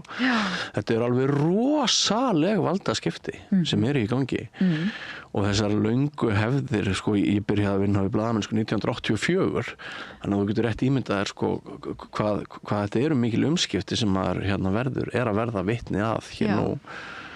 Ég kom inn á það í ræðu minni til dæmis veiðigjöldin að þetta í fyrsta sinn í 6 ár þar sem að annarkvor helmingaskipta flokkarna situr ekki við völd. Akkurat. En það hefur aðeins gerst í 6 ár. Ekki rugla, ég ætla að segja þetta hefur aðeins gerst. Já, á 6 ár. Í 6 ár. Og þar voru 4 frá 1944. Já, og þar voru 4 í brjálæri reiði og svona algjöru upplausn í samfélaginu. Já, einhver uppsópun eftir á. Já. Þar sem að reyndar voru alls konar mistök gerð af hálfu bæði Samfylkingar og Vinstri grænna, held ég nú eftir á að hyggja. En það var svo sannarlega ekki auðvelt fyrir þessa flokka að starfa vegna þess að þeim var gert óbúslega erfitt fyrir með því að stofnanir samfélagsins voru allar einhvern veginn á klafa gömlu valdaflokkana. En nú eru breytti tímar. Já, sannarlega og ég, mér finnst mjög gott sko því þegar maður fór að stað í kosningabaráttuna ég hef svo ofboðslega trú á þessu verkefni, trú á formannum okkar og svo góða plani sem maður búið að leggja upp með að maður fór svo vongóður að við erum í alvöru að fara að breyta ykkur og mér er svo gott að mér líður ennþá þannig eftir hálft ár sko frá kosningum mér líður ennþá eins og við séum í alvöru að fara að breyta ykkur því að hversu oft hefur maður haldið bara að hlutin bara get ekki breyst. En hvert færirðu, við verðum vist að fara að slíta þessu, ég hef gjarnan viljað spjalla við þig miklu lengur en gaman að ræða við þig. Sömuleiðis. En hvert færirðu, segjum nú bara að það búið til kosninga eftir 1 ár, það myndi sjóða upp úr á stjórnarheimilin og þú myndir ekki komast á Alþingi aftur. Hvert myndi hugurinn leita? Hvert væri draumastarfið annað en það að vera þingkona? Sko, ég var í draumastarfi fyrir þetta. Ég var verkefnastjóri dagskrárgerðar í Hörpu sem felur það í sér að ég var að sjá viðburði sem Harpa sjálf svona að búa til og framleiða og fá til landsins. Þess vegna varstu fljót að verja Hörpu þegar ætlaði að stilla henni upp á móti föngunum og gamalmennum í músíkinni. Já, Harpa bara, ég með Hörpu hjarta eins og við segjum. Þú með Hörpu hjarta, já.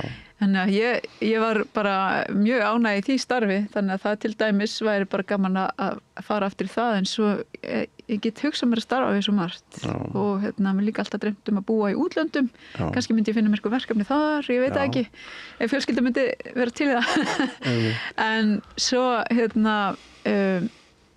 svo kannski bara fari að vinna fyrir þingflokkin. Já, kannski. Við erum alveg ótrúlega frábært starfsfólk sem að vinnur með þingflokknum og skiptir rosalega miklu máli í þessu svona heild sem að hópurinn Góðu mórall. Mjög góðu mórall. Bara ótrúlega vel gerðir einstaklingar í hverju einustu skrifstofu á hæð Samfylkingarinnar. Ég var einn vin í hópnum Logi Már Einarsson, við erum skólabræður Remma. Já. Útskrifum spáðir 85. Við erum að fara að fagna 40 ára stúdentsamali núna. Akkurat, já. Þannig að hann nú ekki leiðilega maður. Ekki aldeilis og gera góða hluti í mikla trú á honum í ráðuneyti menningamála og háskóla. Akkurat. Nýsköpunar. Ása Berglind, Hjálmarsdóttir, kæra þakki fyrir að koma. Ég beist afskunar á því að ég braut eigin reglur og rabbaði dálítið við pólitík en mér langaði til þess að fylgja suma því eftir sem framkom í okkar persónulegu spjalli og ég veit ótrúlega miklu meira þig núna, finnst mér, og fyrir hvað þú stendur, heldur en fyrir nokkrum mínútum. Og ef hlustendum og áhorfendum líður þannig og ef þér fannst gaman að koma, þá er tilgangun að ekki satt. Jú, þetta var mjög gott spjall, bara takk hella fyrir mig. Og við höldum áfram dagskráni við rauðaborðið, ekki fara langt, kæru hlustendur og áhorfendur, eftir andartak. Samlokubrauð, maltbrauð, tékkneskt-brauð, súrdeigsbrauð, brauð ársins, Bernhöfts Bakarí, íslenskt handverk síðan 1834. Björn Þorláksson ræða við Ásu Berglindi Hjálmarsdóttur, þingkonu Samfylkingarinnar, og við endum úrvalið í dag á spjalli þínu, Gunnar Smári, við Guðmund Inga Þórótsson, formann Afstöðu, sem félag fanga. Hann svona að ræða þetta óframdar ástand sem eru yfir full fangilsi og langir biðlistar, og hverjir sitja kannski í fangilsi sem ekki ættu að vera þar og hverjir komast ekki af plánun. Þetta er svona... Þetta er svolítið viðkvæmt samræðu eða umræðu? Nei, það náttúrulega þeir sem ætti ekki að vera, hann heldur í fram að við getum gert bara svona samninga við þjóðir, þannig að ef einhvert burðardýr sem kemur hérna frá bara Hollandi eitthvað, það gerir samningum að sitja af sér í Hollandi. Það myndi losa allavega svona 8 eða 9 pláss sem á hverju tíma fólk sem að situr svona inni, og það er lengur greiði gerðu með að þetta fólk sitja hér inn í fangilsi. Svo er það vantar kannski að byggja fangilsi. Svo er alltaf fólk sem með alvarlega geðraskanir sem heilbrigðiskerfið getur ekki tekið við, og þá svo þannig að það er frekar svona dæmi svo getur við alltaf verið með vangaveltur það með lengd dóma og hlera, og það er líka vanandi ef að þú sem eru burðardýr sem koma hingað stórleiti kemur hingað og þú handtekinn á Keflavíkurflugvelli, þá ertu dæmd í fangilsi. Getur verið mjög langi dómar, 6 ára eða eitthvað. En að því að þú ert erlendur ríkisborgari, þá getur þú ekki farið í samfélagsþjónustu. En þú setur allan tímanan inni.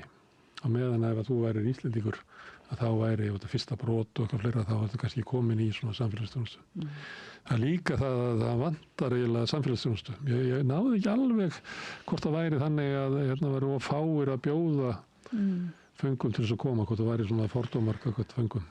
Hann spyrja, burðardýr, það er eitthvað sem ekki skipulegur, ekki glæpinn, þannig er bara raunverulega, er samt þá raunverulega samsekur. Já, getur verið eitthvað sem er í fíkniefnavanda, komin í skuld við dílerinn sinn, neyddur til þess að fara, líka bara, fólk getur verið neytt til þess að taka þetta að sér af ýmsum ástæðum, bæði svona með beinum hótunum, en líka kannski bara í svona fjárhagslegri stöðu að þetta verður freistni að vinna sér inn eitthvað pening með því að flytja fyrir aðra.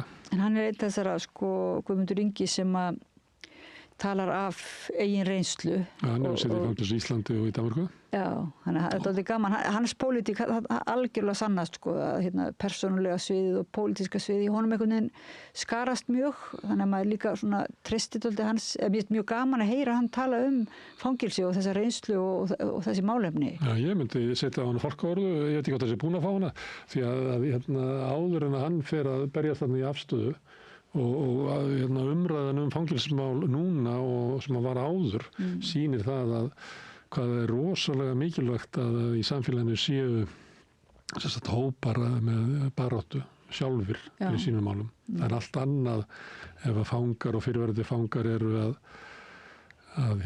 leggja mál fram og meta þau og taka þátt í umræðinni, heldur en þeir sem hafa vit af fangelsismálum með allri virðingu fyrir afbrotafræðingum og starfsfólki í dómsmálaráðuneytisins og fangavörðum og öðru slíku, að þá er ekkert vit í umræðinu nema að fólk hafi sjálft rödd. Nei. Og líka fannst mér ekkert vit, maður eiginlega, að því hann var með þátt hérna við rauðaborðið, eða á samstöðinni, og ég hlustaði á nokkra, og mjög skemmtilegt, þá eiginlega komst maður alltaf inn í þennan mál, að því að venjulega þá er talað við einhvern fangelsisvörð eða einhvern bara í 3 mínútur, eða einhvern afbrotafræði kannski af gefnu tilefni, en aldrei þennan málaflokk. Ég hafði aldrei heyrt fyrir hérna á samstöðinni einhvern veginn talað þennan málaflokk svona eins og innanfrá. Mér fannst svona, því að hann þekkir þetta svo vel, þá fannst mér svona uppsetningin af viðtalinu svolítið svona eins og við séum að fara í ferðalag og hann er eins og virkilega leiðsegja mér helviti. Okay. Þá eru svona reyna að fá hann bara til þess að draga upp myndir af því, svo hverjir í fangilsunum og hverjir að bíða eftir og hverjir aðstæða þess og að því hann svo fjölfróður þetta. Hvernig líður eftir að hafa tekið þessi viðtöl? Þú fegst að fara út á sjó og horfa á hvalina og svo farið inn í fangelsi og Ég hef alltaf verið ástofnginn af blaðamennskunni. Mér finnst að hún svona færi manni lykil. Þannig að ég get kallað fólk, bara alls konar fólk og láta segja mig frá eigin reynslu og minnst það stórkvæslegt sko. Það har alltaf verið litið á þetta sem bara ótrúlega forréttindi að fá að taka þátt í þessu. Og það gaman að hlusta. Við skulum enda úrvalið á samræðu Gunnar Smára við Guðmund Inga Þóroddsson,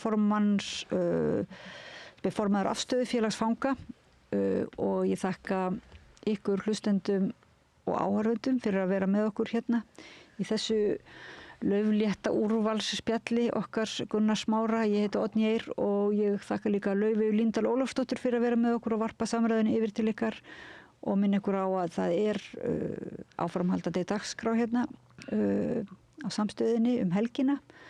Á morgun eru bræður Egils með svona yfirleitt mjög líflega samræðu og Við erum reynda bræður Egils, því einn bróðurinn heitir Egil, en við erum sínir Egils, því pappa okkar heitir Egil. Nú, já, ok. Þannig við gætum verið bræður Egils. Bræður Egils og sínir, en þátturinn heitir samt sínir Egils. Já, hún heitir sínir Egils. Og svo heldum við áfram hérna alveg bara skamlaust í samræðinni við Rauðaborðið á mánudaginn. En ég segi góða helgi og takk fyrir.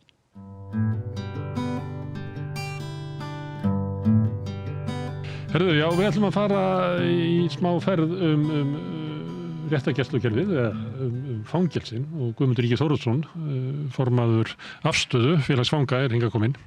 Sko ástæðan ég fá þig að því að þetta alltaf í umræðunni birtist með alls konar hætti, birtist með fréttir af því að fólk að bíða lengi eftir afplánun, birtist stundum í svona umræðu innflytjendur og tengst þeirra við glæpi að fangelsi séu full af innflytjendum, stundum notað í svona því að manni virðist vera tilraunum til þess að fjalla innflytjendamál frekar heldur en málefni kannski fanga poppar upp og líka síðan að það eru kannski framinn hryllilegir glæpir og bara mikill harmur af fólki sem okkur svo sagt að hefði átt að vera inni á okkurum stofnunum eða og hefði þar veðandi, ekki við sá hugmyndinum að það hefði kannski verið að koma í veg fyrir stórkostlegan harm. Þannig að þessi mál popp upp í svona fréttum svona hér og þar. Það sem ég langaði til þess að fá þig að því að þú nú sett saman greinar þetta að reyna að átta mig bara á því sko, hverjir eru í fangelsunum,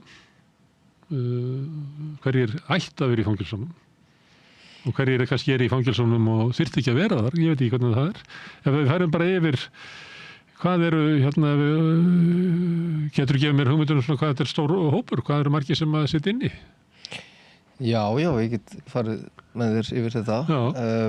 Sko fangahópurinn á hverju sinni kannski ekkert mjög stór, hann hátt á annað 100 í kerfinu, en svo bíða 700 eða eitthvað á biðlista eftir að komast inn. Mikill hluti þeirra gæti farið í samfélagsþjónustu eða fer í samfélagsþjónustu hugsanlega. Og en við höfum verið að sjá að fangahópurinn að breytast töluvert á síðustu árum. Við erum að sjá bæði yngra fólk kannski og útlendinga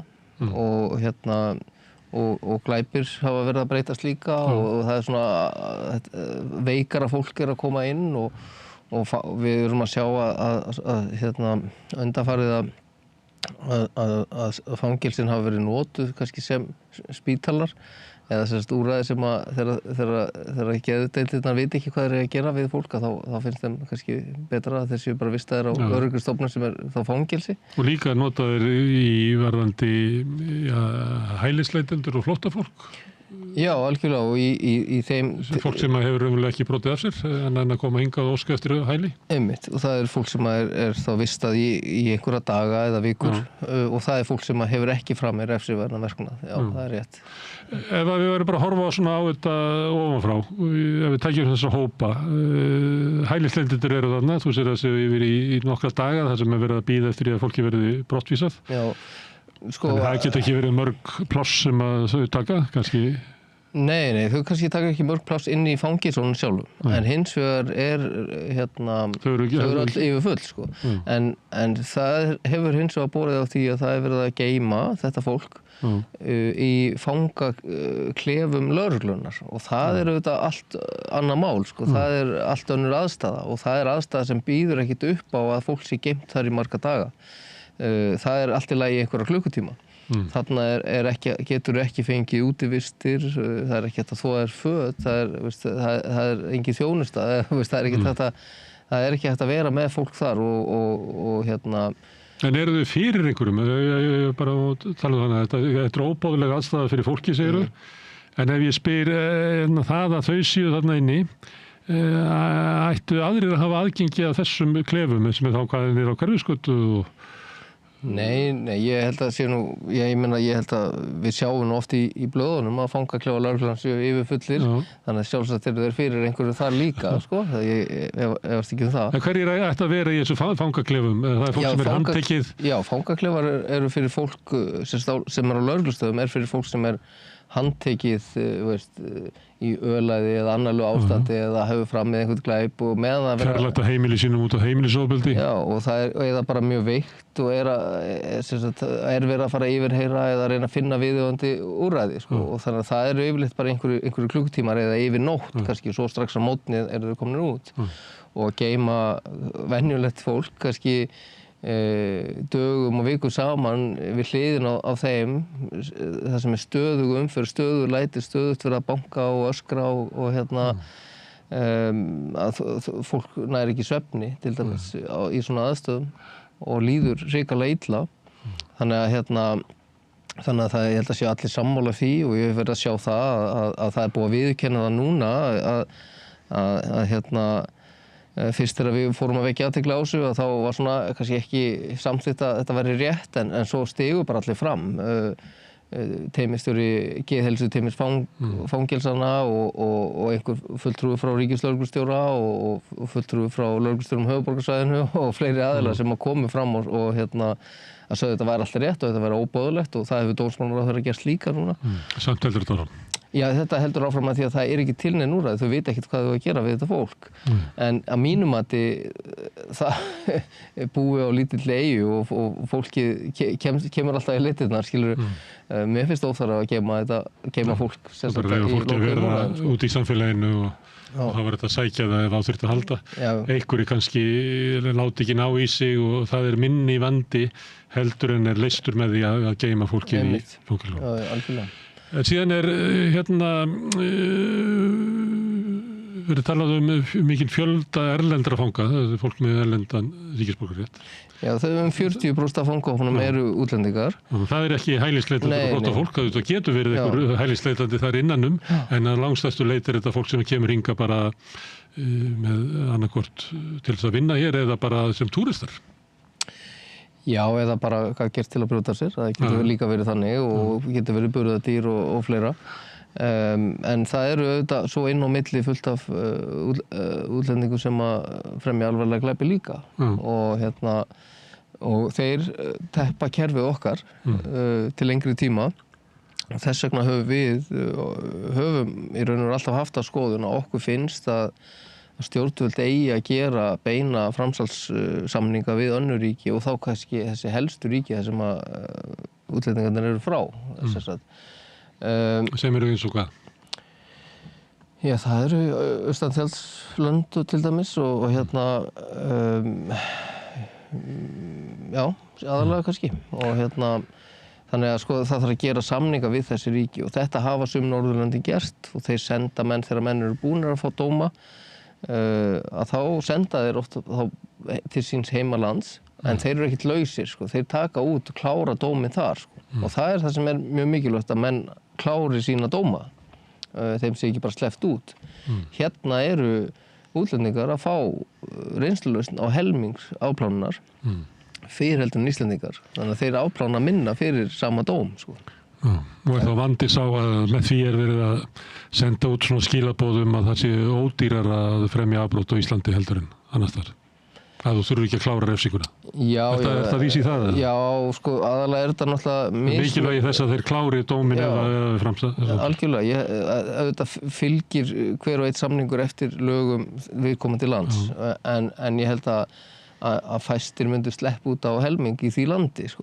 Þannig að en þetta auðvitað bara líka mismunun, það verið að mismuna Íslendingum reynslulausnir. Ég meina, Íslendingar fá ekki reynslulausn eftir helming til dæmis. Sömu fyrir sama glæp, sko. Fyrsta brotið ekki?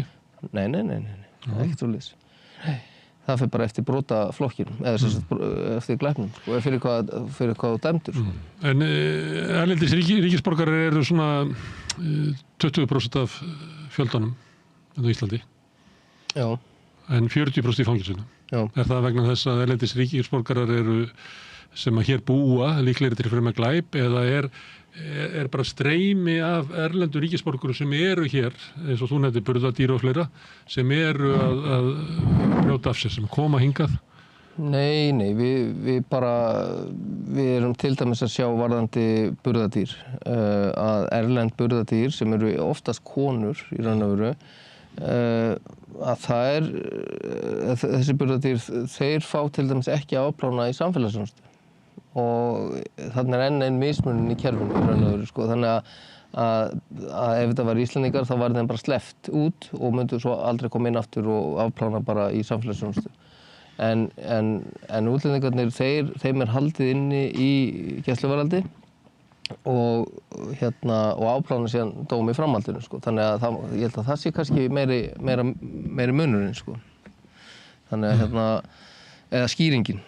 Kannski, Þannig ef það er kona frá Austur-Evrópu segja það sem burðardýr, hún hafði gæsluvarðhaldi fram að dómi, hún dæmd og til þungra refsingar, getur nokkur ár, ef hún með mikið magn? Nei, já, það getur alveg gerst, en í svona flestum tilfellum fólk að fá undir 2 árum fyrir til yfir ansið þunga refsingu. Já. Ef hún væri íslensk, þessi kona, þá hún ekki í gæsluvarðhaldi eða eitthvað? Þá er gæsluvarðhaldi bara vegna rannsóknarhagsmuna sem getur tekið einhverja daga eða vikur og síðan henni bara sleppt. Það er augljóst að hún mun ekki, hún vissi ekki hver væri höfuðpórinn og annað slíkt og henni bara sleppt. Svo er hún dæmd. Já. Og þá til samfélagsþjónustu frekar heldur en fangelsisvistar. Eða þá að hún fer bara í röðina í fangelsinu uppfull, ólíklegt hún verði nái að afplána og þá verður kannski samfélagsþjónustu í staðinn. Já, eða dómufyrnist eða eitthvað. Já, algjörlega. Þannig að það er bara þessi aðstöðumunur að þú ert erlendur ríkisborgari, að þá ertu inn í fangelsinu sem einhver leyti ósækjant. En síðan það líka bara vont fyrir kerfið að það verið að teppa kerfi með því að hafa fólk sem íslensku samfélagi stendur ekki beint ógn af, eða það? Svona venjulegt burðardýr sem að tekur að sér út af fjárhagslegu vandræðum sínum í Rúmeníu eða eitthvað, að koma hingað til lands, handtekinn, óheppinn, situr inni í 2 ár, í sjálfu sér. Ég held að við séum svona að vanlíta kannski áhættumöt, ég held að þurfti kannski að gera meira af áhættumötum af fólki. Ef að fólk ekki, ef að samfélagin ekki að hætta á þessum einstaklingi og það vitað að dómur verður minni en þetta, þannig að hann geti tekið það samfélagsins þá að finna vægari úrræði, sko. Þetta sérstök saga á bakvið það allt saman og ólíkt aðstæður fólks. En svona ef maður að reyna að meta þennan hóp, að þá þetta kannski frekar fólk sem í miklum fjárhagslegum erfiðleikum, oft út af eigin neyslu og öðru slíku, sem fellst á það til þess að losna út úr einhverju vanda að flytja hingað inn, kannski út af einhverju hagnaðarvon og einhverju fleira. En ekki svona alveg típiskir glæpamenn sem að drífa áfram glæpastarfsemi? Einmitt. Og ætti þar lendi ekki að vera kannski í fangelsi að þínu mati og margra annara. Hvað heldur þetta sé stór hópur? Já, við erum nú eins og að því að ég talaði konur og þær var kannski stór hluti af þessu og í dag eru konur yfir 20 í fangelsinu og það var aldrei verið eins mikill fjöldi af konum í afplánin bara áður. Og megni af þeim burðardýr? Já, langmest sko, en voru átt að því sko, þær eru 20 en Íslendingar eru kannski bara 2-3 sko, á sama tíma sko, þannig að það við sjáum það alveg og það sem við sjáum líka er að það sem er grunur mansal, það hefur líka verið að aukast, þannig að þetta er oft fólk sem hefur ekkert val nema að fara með þessi vímuefni á milli landa. Þannig að það getur verið margar ástæður fyrir því.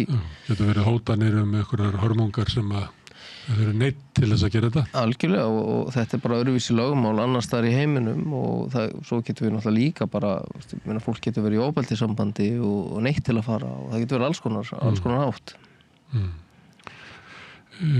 Þarna geti framsalssamningur virkað? Já, sko eða myndur þú kannski segja sem svo að það þurfi ekki þessu framsalssamningarna, það er bara einfallega, er engin rök fyrir því að halda þessu fólki inn í fangelsi? Já, sko, við viljum samt að fólk taki út sína dóma, það er ekki bara sleppt, skilur við, þá væri það til einskis að vera að dæma fólk, en við viljum finna vægari úrræði, að því að fangelsi, að vista fólk í fangelsi er dýrasta úrræði sem til í raun og veru og hefur slæmar afleiðingar fyrir samfélagið í raun og veru. Ég veit að fólk svona almennt segir kannski að þú framtíð glæp, þú eru að taka afleiðingum og fara í fangelsi, en það hugsa síðan ekki framhaldið sko. Við eigum að reyna að gera allt sem við okkar valdi við getum til að koma í veg fyrir áframhaldandi glæpi og ég tel að til dæmis í þessu tilfelli fyrir útlendingar sem eru burðardýr og það er vita hvað þeir fá í dóma að það sé fundið vægari úrræði og það getur verið til dæmis bara áfangaheimili. Það koma þá ekki bara fleiri? Eða ert þú að segja að það er bara engin skortur á glæpagengin, geta alltaf fundið sér burðardýr og þó að það er engin fælingarmáttur í því að við höfum þunga refsingu, að allir segja allt í nei, því að oft er fólk að gera þetta undir hótunum og öðru slíku. Já, sko, þegar þú ert dæmdur í frelsissviptingu þá ertu alltaf í fangi og afplánunin getur verið mjög þungbær hvort sem verðist í fangelsi eða opnu úrræði eða með ökklaband eða á áfangaheimili og oft er hún mun þyngri því meira frelsi sem hún færð. Þú útskýrðu það fyrir mér? Já, ég meina í fangelsi þá ertu bara þar. Þú þarft ekki að hafa ágjörð á neinu og þú gerir ekki drámt í raun og veru. Hins vegar þegar þú ert komið með ákveðið frelsi að þá þarfst að gangast undir miklu fleiri reglur og standast allt saman. Þú mátt ekki klikka annars ferðu aftur í fangelsi og það vill auðvitað enginn fara þangað. Þar af leiðandi þarfst að vera á tánum með í raun og veru allt saman hvað þú gerir, framkomu og allar athafnir og vera á tíma og vera heima hjá réttum tíma og fara út á réttum tíma mótnana, þú þarfst að vinna eða vera í námi á sama tíma eða í sjálfboðavinnu eða einhverju prógrami, þannig að þú þarfst að gera miklu meira og það er meira uppbyggjandi heldur en að vera í fangageymslu eða fangilsi og þar er ekkert nema niðurbrot í raun og veru. En ég, eins og ég segi, ef við erum að taka þessa hópa, eins og við erum búin að fara yfir út erlendu brotamennina og þar eru framsalssamningar sem þarf að koma, beinir framsalssamningar og það er miklu sniðugri hugmynd og ódýrari heldur en að fara að gera samning við einhver fangelsi út í heimi til að taka við þessum hópi því að það er rándýrt og það ber engan árangur og bara slæmt fyrir okkur og mun aukast kostnar við það ári hverju. En hins vegar hitt er miklu ódýrari staða og að senda bara til fólks til síns heimalands og afplána þar og það er líka mannúðlegra vegna þess að þar það er gott fyrir fjölskylduna þó að fanginn sjálfur kannski sjáu það ekki að þá er það betra fyrir alla, fyrir fjölskylduna, fyrir hann og fyrir samfélagi og fyrir okkur. En er ekki möguleiki á því að einhver sem að segjum bara því ég nefndi Rúmeníu áðan, ég veit ekki hvernig staðan í fangelsismálum er í Rúmeníu, að viðkomandi fangi segir nei, ég vil frekar vera það og skömminni skára að vera í fangelsi í Íslandi heldur í Rúmeníu þar sem að fangelsinu er hryllileg. Já, ég meina þetta er bara það sem við þurfum að breyta í okkar lögum. Þetta á ekkert að vera nýtt val. Ég veit að í Danmörku þá eru menn ekkert spurðir, þeir eru bara sendir. Þú getur í flestum tilfellum ef við erum með samninga við komandi land. Er það annar hópur? Það var eins og með burðardýrin og samfélagsþjónustu að það er betra að finna áfangaheimili þar sem er ódýrari rekstri og fólk vinni samfélagsþjónustu á sama tíma, þannig að það sé að afplána á sama tíma og það þurfi ekki að bíða eftir dómi og síðan að fara að afplána. Það er tvöföld refsing. En þá þarf margt annað að breytast í kerfinu. Við erum til dæmis með lögreglustjóra á Suðurnesjum sem að býr til mörg mál úr einu máli. Hann tekur burðardýr og ákærar það fyrir innflutning, en svo kemur hann með annað mál sem heitir peningaþvættir og svo kannski eitthvað eitt í viðbót, skipulega glæpastarfsemi. En og svo kannski maðurinn dæmdur, þetta tekur hálft ár að fá dóm fyrir fyrsta málið og svo hitt ennþá bara í kerfinu. Og í flestum tilfellum eru menn sýknaðir eða það er bara fellt niður. Þannig að það er verið að eyða fullt af peningum bara í kerfinu, bara í eitthvað rugst. Það er verið að gera þetta skilvirkara og menn séu bara, þeir eru teknir fyrir innflutning, þeir eru bara dæmdir fyrir innflutning strax bara í fyrstu vikunni. Það tekur engan tíma. Við getum alltaf sagt fyrir hvað fólk fær í dóm, til dæmis, strax og það er tekið. Það er tekið með svona mikið af þessum efnum og það færði svona mikið í dóm. Við vitum það alltaf fyrirfram. Þannig að það er algjör óþarfi að eyða hálfu ári og vista fólk í rándýrum fangakemslum í staðinn fyrir bara að dómari tekur því og dæmir á fyrstu viku, svo þetta bara sendur í samfélagsþjónustu og Dæmir á fyrstu viku? Það gerist ekki þannig, er það? Nei, það gerist ekki þannig í dag, en það er það sem þarf að breyta. Af því að við vitum, eins og segi, þetta eru efnin, þú færð þetta í dóm. Þetta á ekki að vera flóknara en það. Þannig að þetta þarfnast viðhorfsbreytingar hjá ákveðnum lögreglustjóraembættum á Suðurnesjum. Upplifir þú að hann sé að reka svona eiginlega sína stefnu? Hann er búin að vera svolítið svona áberandi í umfjöllun og oft vitnaði í hann einmitt hjá þeim sem eru að tala svona aukna glæpi í tengslu við hælisleitendur og innflytjendur. Hann vil vera svona harður og það er alltaf leið með það, en við þurfum bara að hugsa, ég meina, hvað er það að kosta? Og ég er alveg vissum að þegar við fyrir að rýna í þær tölur, þá er ekkert vissum að samfélagið sé til í að það sé farið eftir þessu vinnubröðum. Einn hópur sem er inni og maður gæti orðað svona teppi í kerfi, það er fólk með alvarlegar geðraskanir og ættu kannski ekki að vera í fangelsum. Já. Og hvað er það? Er það fólk sem að því að ég býst við að vera hægt að halda því fram að flestir fangar eiga við einhver geðræn vandamál að stríða sem að bæði tengis bara félagslegri stöðu þeirra og líka bara vistin í fangelsinu og annað slíkt. En hvaða hópur er þetta? Hvað liggur línan á því að þessi, hann á ekki heima í fangelsi af því hann er með geðraskanir. Þessi er í fangelsi og er með vissar geðraskanir, tengslum við það og alls konar greiningar sem hann kom með hvaða hópur er þetta sem að bara þú metur sem svo að þetta er bara alls ekki að vera í fangelsi? Já, það er bara fólk með fjölþættan vanda og einhvers konar frávik vegna hegðunar raskana einhverja og er fólk sem getur verið mjög erfitt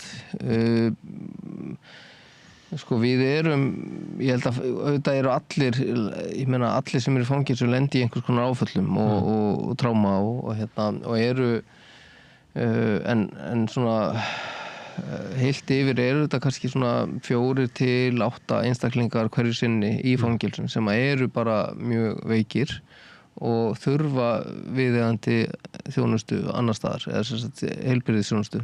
Hvers konar heilbrigðisþjónustu? Þeir þurfa bara hreinlega að vera á spítala sem að veitir geðheilbrigðisþjónustu. Þeir þurfa líka að vera í einhverjum fangelsi vegna þess að þeir eru hættulegir. Þetta er líklega fólki sem er hættulegast inn í fangelsunum. Já, ég þannig við erum líka að tala um eitthvað svona öryggisfangelsi með lækni. Já, það er náttúrulega verið að tala um það núna að opna eitthvað slíkt og það er fyrsti fundur samráðsfundur fagaðila og hagaðila í þessum málum var núna bara í síðustu viku og það er ríkisstjórnin komið með plan um að að opna svona öryggismiðstöð eða svona, kalla það, og síðan nokkur minni einingar í kringu það, þar sem að fólk vistað, sem að fer eftir því náttúrulega bara hvað að því að fólk ekki eins. Og það sem sagt miðstöð sem á að taka við bæði ósakhæfum einstaklingum og erfiðum og sakhæfum.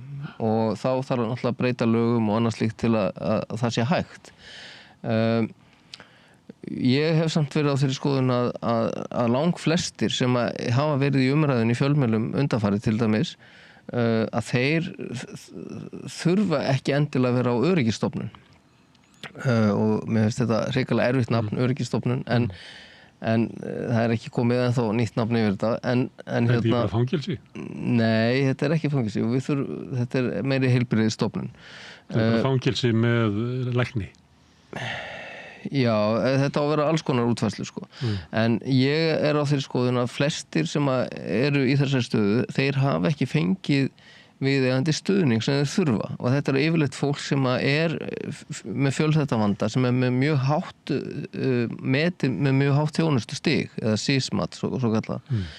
Og en það fær bara ekki aðstoðina, og þarlegandi náður ekki að fungera, þannig að þau eru settir í aðstæður sem ráða ekki við sjálfur, og þarlegandi þá verða þeir erfiður og hættulegir. Ef að þetta hefði verið gert hjá mörgum, þá væri bara staðan önnur, og flestir þessar einstaklega vilja standa sig og vilja lifa eðlilegu lífi og vilja hætta í vímuefnaneyslu. Þeir eru svo veikir að það skiptir kannski ekki máli hvað þeir vilja, þeir bara geta það ekki. Nei. Og þeir eru í þessari stöðu í lífinu vegna þess að það eitthvað brotið í þeim eða beglað. En ef þeir fá viðeigandi stuðning, að þá oft ná menn sér upp úr svoleiðis eftir ákveðin tíma. Eða ekki. Það ná ekki allir bata? Nei, það alveg rétt. Og við sjáum það í fangelskerfinu að menn koma síðan aftur og aftur alltaf veikar og veikari einstaklingar í raun og veru inn í fangelsin.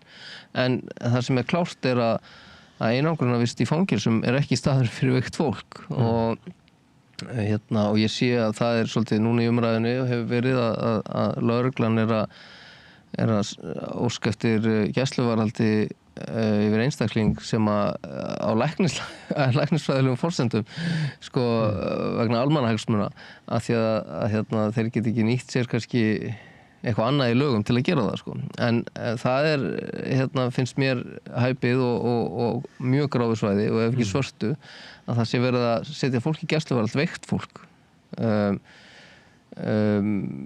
Það eitthvað sem við ættum aldrei að gera, held ég, og ekki rétt að leiðin. En þetta vissulega stór hópur, og þetta hópur sem inn og út úr fangelsum, af því að það fær ekki þann stuðning sem þau þurfa.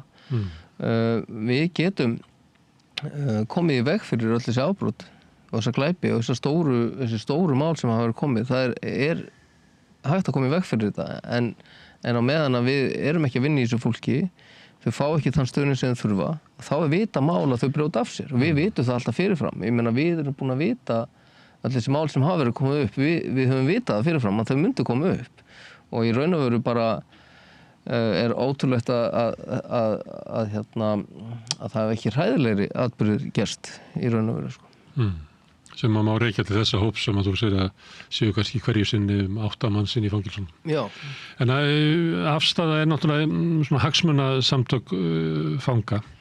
Ekki hluti af þessu sjónarmiði þínu að vistin inn í fangelsum væri betri fyrir aðra fanga ef að þessir væri ekki? Þetta eru erfiðustu fangarnir sem að ekki bara reynast starfsfólkinu illa, heldur bara reynast öðrum föngum og bara kultúrnum í fangelsinu illa.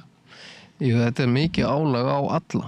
Þetta mikið álag á samfanga, virkilega mikið, og þeir hafa ekkert allir skilning á veikindum fólks. Alls ekki, og oft eru alls konar uppákomur bara út af því.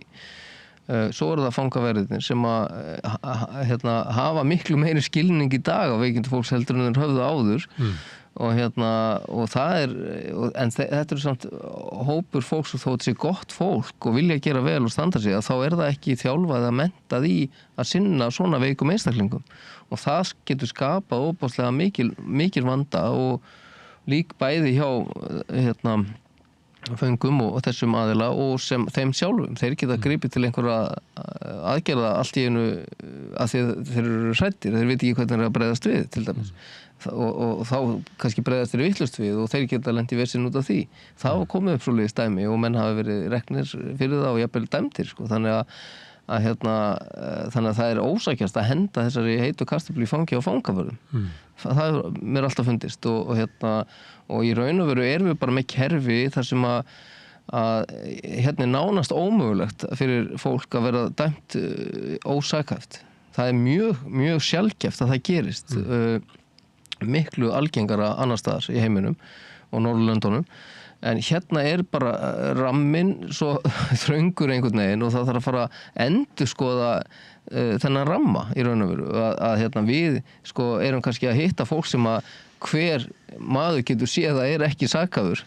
En samt dæmir dómaran sakafan og það er út af þessu viðmiðum. Það getur ekki líka ástæðan verið svo að það er lausn ef að ég dæman sakafan, þá fer hann í fangilsi. En ef við dæmum hann ósakhafan þá er ekki þess að tekur um auðunum. Þá er ég eiginlega að dæma það að hann megi bara labba hérna út. Nei, það er algjörlega ránt sko. Nú er einhver staður sem að ósakhafur maður fer inn á? Já, algjörlega. Það geta verið alls konar stofnanir, mismunandi stofnanir og það er alltaf, veist, þegar maður er dæmdur ósakhafur, þá er hann raun og veru dæmdur í ótímabundna fangelsvist. Þá fer hann á aðra stofnun sem er heilbrigðisstofnun þar sem er unnið í hans málum og hann er þar þangað til læknar ákveða að hann sé orðinn í lagi. Sko. Og það geta verið mun lengri tími heldur en ef hann hefur verið dæmdur í fangelsi. En höfum við slík úrræði sem geta tekið á móti hættulugum ósakhæfum manni? Er það ekki hlutað það sem er verið að reyna að smíða, það sem eru bæði þeir sem eru ósakhæfir og þeir sem eru sakhæfir en þurfa öryggisgæslu og heilbrigðisþjónustu? Já, við höfum ekki nógu góð úrræði og við höfum staðannað í geðheilbrigðismálum á Íslandi. Það er bara staðreynd líka. Það er ekki bara fangelskerfi sem er 30-40 árum á eftir öðrum Norðurlöndum, það er geðheilbrigðismálin líka og geðheilbrigðiskerfið.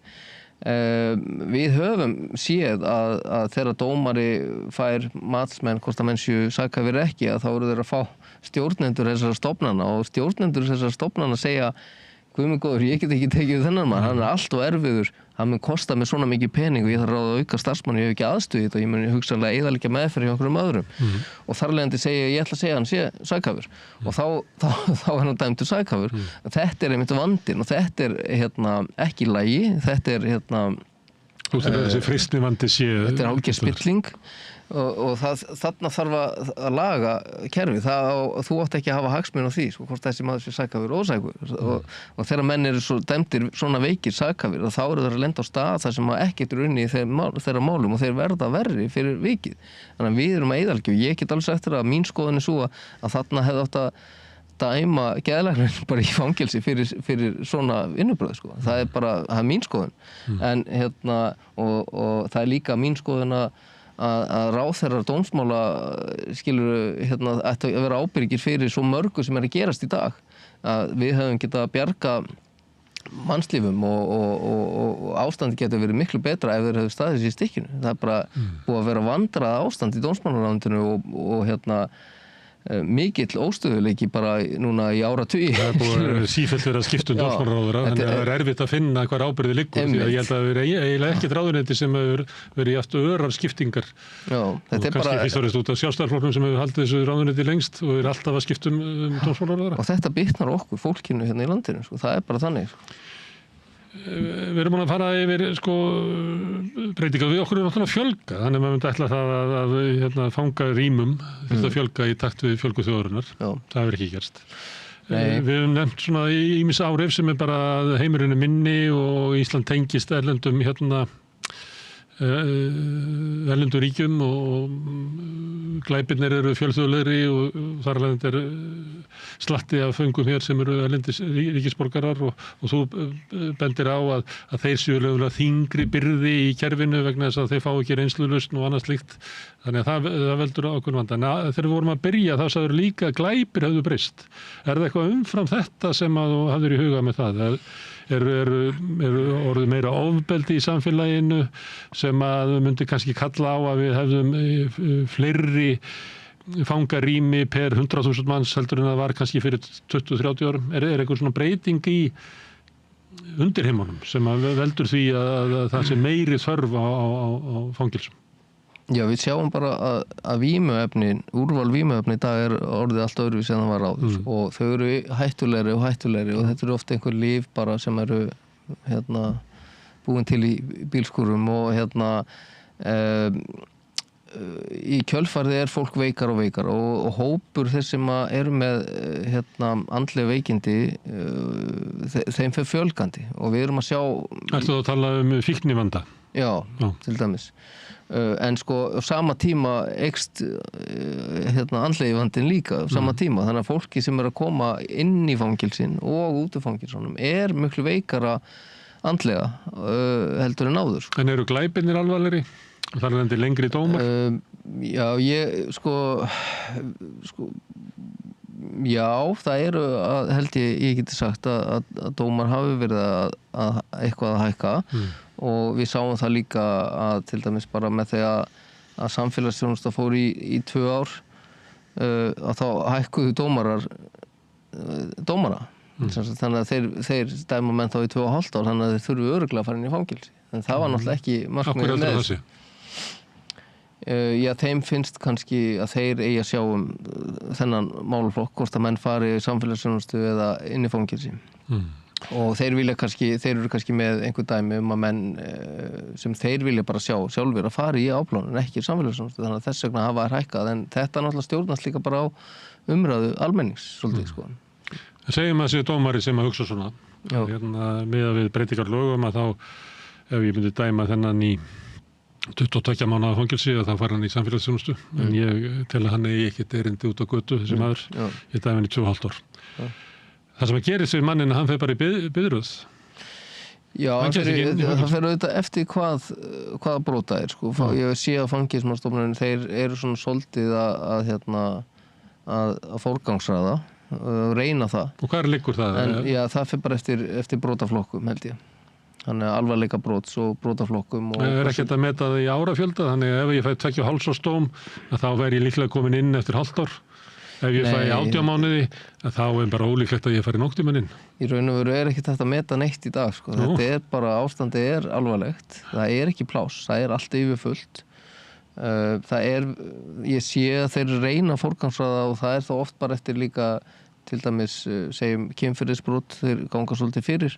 Hef ég séð og þetta er líka svolítið svona almenningsáliti sko, þrýstingur frá almenningi sko, þannig að þeir fara líka eftir því sko, í fangelsismálastofnun, það er ekki bara dómarar og þetta hefur áhrif á allt kerfið sko. Þetta er ótrúlega fólk í vanda sem er að reyna að leysa vanda en hefur ekki fjármagn og aðstöð til þess og metur það kannski að því þau búa náttúrulega í samfélagi ef ég læt kynferðisglæpamenn bíða að þá verður bara ófriður það. Þannig ég reynir bara að akta í svona takt við eitthvað sem ég met samfélagi þoli. Algjörlega, og þetta er líka inn í fangelsiskerfinu sko, þá er það helst kannski kynferðisafbrotamenn sem fá í raun og veru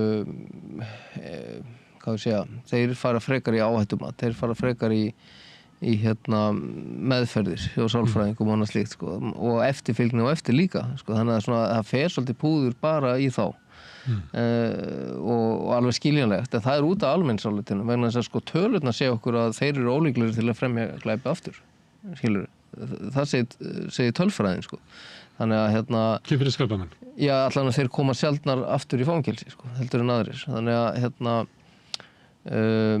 þannig að hver ástæðan fyrir því hef ég ekki hugmynd sko, en þannig að þó að eðlilegt kannski hefði verið að setja púður í sko fyrir það sem eru líklegir til að koma aftur held ég en þetta er eins og þetta er flókið og Ok, en hópurinn sem að býður afplánunar við erum að fara svona yfir hópur sem að setur inn í fangelsi við kannski rættum ekki hverju væri þá er líklega stór hópur sem eru þá bara almennir fangar sem skiptist yfir í kynferðisbrot og önnur ofbeldisbrot og svo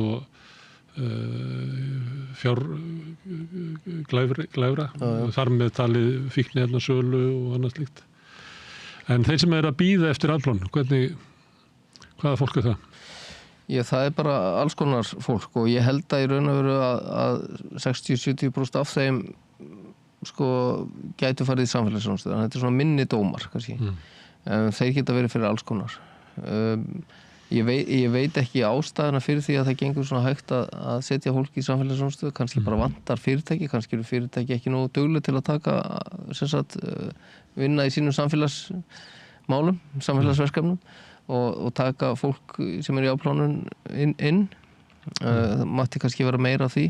Hvers konar verk væri það sem að fyrirtæki geti boðið fangelsismála yfirvöldum upp á? Já, það er spurning sko, í dag þetta nú yfirleitt flest bara svona góðgerðafélög, kirkjur, eitthvað svona óhagnaðardrifi sem hefur verið að taka inn en miðað við biðlistana þá var spurning hvort það þyrfti eitthvað að útvíkka þetta en þá það er spurning sko, það er hvað eftir að gera en þetta þetta bara allt hluti sem að það hægt að finna lausn á öllum þessum málum sko. Það er bara einhvern veginn að setjast niður og finna það. Við erum að sjá að fangelsiskerfið er fjársvelt. Það vantar örugglega sko 10 starfsmenn bara á skrifstofu Fangelsismálastofnunar, það vantar örugglega 20 fangaverðir og svo fagfólk. Við erum að sjá að það vantar eitthvað annað fangelsi, eða ekki?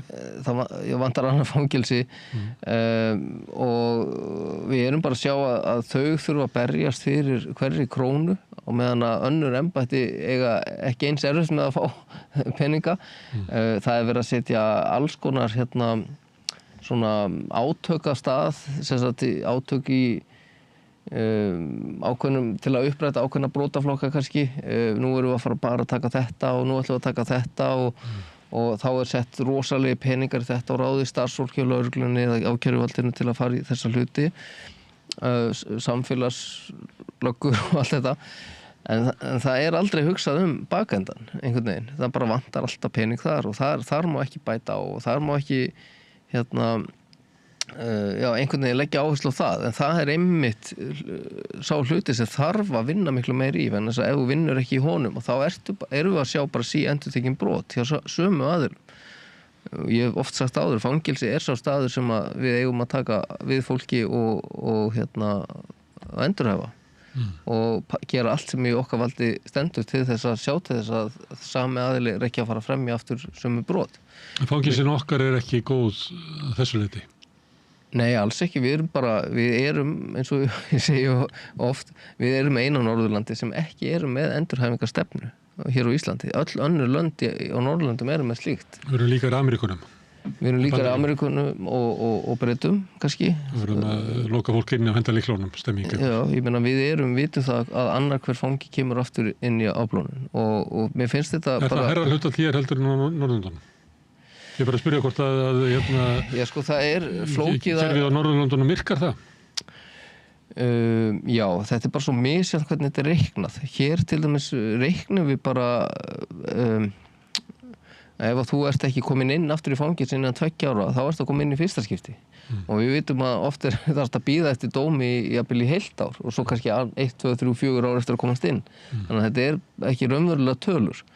En ef maður spyr, hvað eru margir í dag sem hafa verið áður og þá er það einhvers staðar á bilinu 48–54%, skilur yfirleitt. Sko. Þannig að það eru auðvitað mjög slæmar tölur og er bara í par við Bretland og Bandaríkin. Sko. Þannig að og verra heldur en í Skandinavíu?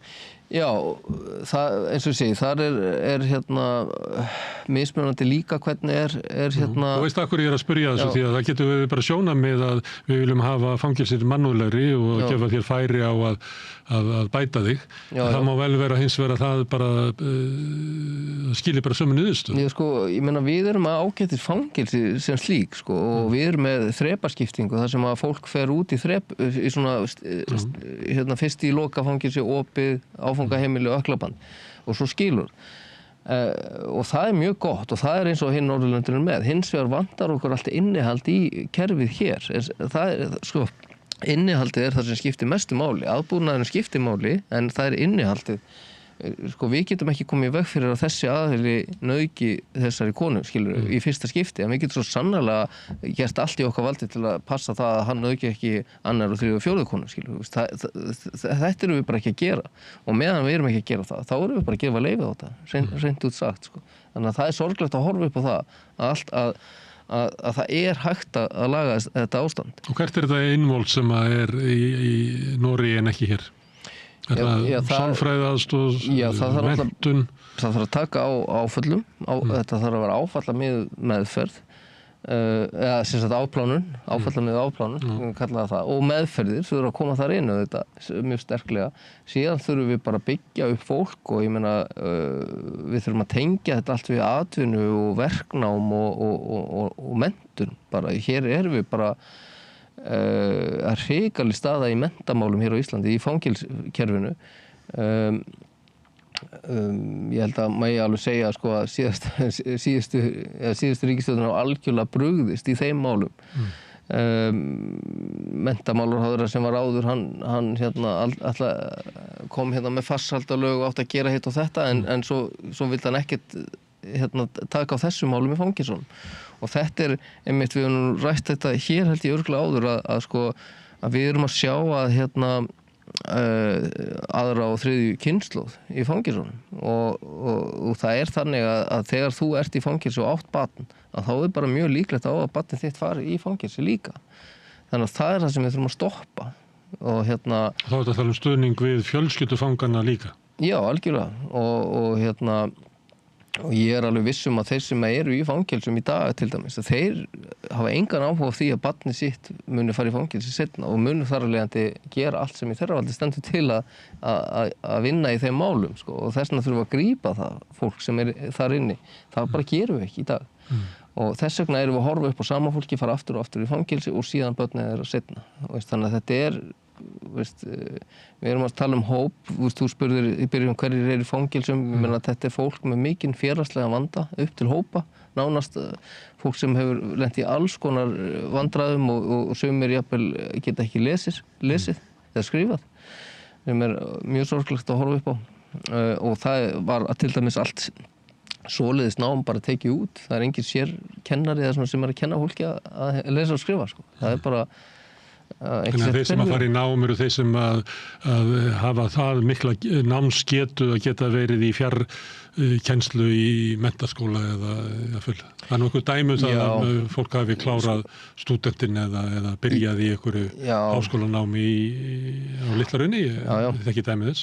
Það eru mjög fá dæmi þess, en það er fólk sem kemur þá með getuna á staðinn. Algjörlega, en sko það staðnám á Litla-Hrauni og Sogni og þar koma kennarar en það náttúrulega bara svona grunnfög íslenska, enska, starffræði og eitthvað svoleiðis sko. Þannig að það kemst kannski ekkert langt áfram á því en fangar sem eru fangar almennt að þeir eru ekkert endilega mjög góðir í bóklegu eða meira kannski svona í verknámi og það ekkert verknám í fangelsunum og svo leið bjóðu upp á píparanám, það vantar pípar alls þar? Já, ég að segja það það það sem það hafi verið svolítið frasin okkar í gegnum árin að útskrifa pípara, rafvirkja, múrara, málara og þjóna og kokka ekki öryrkja, skilur það það sem að gerast, ég meina 60% af öllu sem fara á fangelsunum verða bara á framfærslu ríkis og sveitarfélaga sem eftir ævinnar og það engin smápeningur líka, skilur, sem við erum að tala og sorglegt að horfa upp á það og svo eru það þeir sem að vilja fara að vinna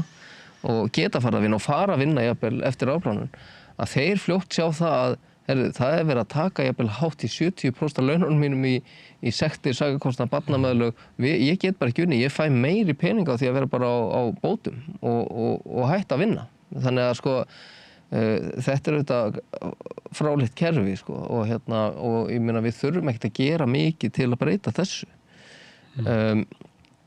Það samt þarf að gera eitthvað, þannig þú ert að taka dæmi af að manni sem kemur út úr fangelsi og hefur trassað að borga meðlög og skuldar skattinn og eitthvað fleiri og hann fer að vinna og hann fær bara 30% af því sem hann aflar í vassan og hann fær meira það jaðarskatturinn hjá honum, skatturinn svo hár að hann þarf að vilja hafa sko 2 milljónir á mánuði til þess En við vitum bara að þeir sem hann hefur valkostinn annars vegar bara að fara aftur í glæpi þar sem hann hefur væntingar að geta aflað einhverja fjár með fíkniefna innflutningi eða einhverju slíku eða bara vera öryrki en þá þyrftum við að vera með reglur sem að segir af því að þetta eru þínar aðstæður og þá gefið eftir meðlagið þitt og við gefum eftir gamla skattaskuldir og þá þú farin að njóta einhverja sérstakra hagsmuna því að þú framdi glæpi og fórst þessa leið á meðan hann nonni þarna sem að framdega glæpi en misti aðeins fótann í lífinu og gleymdi sér í nokkur ár og hefur safnað upp þessu sömu skuldum og þú að hann sleppur ekki við þetta. Ég skil alveg þetta viðhorf og þetta bara alltaf, þetta kemur alltaf uppreglulega. Af hverju þurfum við að verðlauna fólk sem fyrir að standa sig vel frekar en aðra. Þetta er bara gegnum gangandi svolítið í samfélagsumræðinni af því að það eins og að við erum mist svolítið trún á réttlætið í samfélaginu að þessi samanburður á milli hópa að miklu meiri ríkari finnst mér núna heldur en var fyrir 20-30 árum. Þá fannst mér vera meira svona ég meina En sko við þurfum að hugsa þetta öðruvísi. Við erum ekki endilega að gera þetta fyrir þennan sérstaka aðila. Sko við erum að gera þetta fyrir samfélagið og þetta á endanum fyrir okkur sjálf. Jú, en réttlætishugmyndin í dag snýst svolítið, hún svo einkalega því líka kannski það því við erum að koma út úr svo miklu einstaklishyggju tímabili að réttlæti þarf að vera að þú hafi rétt á því að fá þetta. En ekki það að sé réttlátara fyrir okkur sem hópina, sem að deila réttlætinu svona meira á svona einkanlegum grunni núna heldur en að ég mann eftir þegar ég var ungur og enn með vitt. Já, við heyrum þetta mjög oft og en eins og ég segi, við þurfum alltaf að hugsa þessi mál, fangelsmálin ekki út frá hefnd eða reiði eða og maður skilur alveg að aðstandendur eru fórnarlamba eða fórnarlambi sjálfur eru brjáluð og vinið þeirra og allt það, maður skilur það alveg, en við getum ekki hort bara út frá í raun og veru örfáum manneskjum, bara eins og ég verður bara að segjast þess að við þurfum alltaf að hugsa þessa hluti fyrir allt samfélagið, af því að sko ef við náum ekki að stoppa þennan aðila, þá verða brotaþolendur fleiri og fleiri, skilur. Þannig að það það sem við erum að stoppa. Við erum að fækka brotaþolendum með því að taka á þessu málu. Það annars vegar það að viðkomandi haldi það áfram í afbrotum vegna þess að hann hefur ekki aðgengi inn í samfélagið. Hinn kosturinn hann svona gefi eftir og verði á örorkubótum í næstu 30 árin. Ég meina hér koma allir út úr fangelsi á einn eða annan hátt. Eða flestir. Það ekki dauðadómar eða lífstíðadómar eða slíkt og þannig að við þurfum að gera allt sem við getum gert til að endurhæfa fólk þannig að það komi betra út í samfélagi og geti tekið þátt í lífinu hér og auðvitað þurfum við líka að fræða samfélagið til að taka á móti fólki, skilur. Samfélagið verður að vera tilbúið til að taka á móti föngum.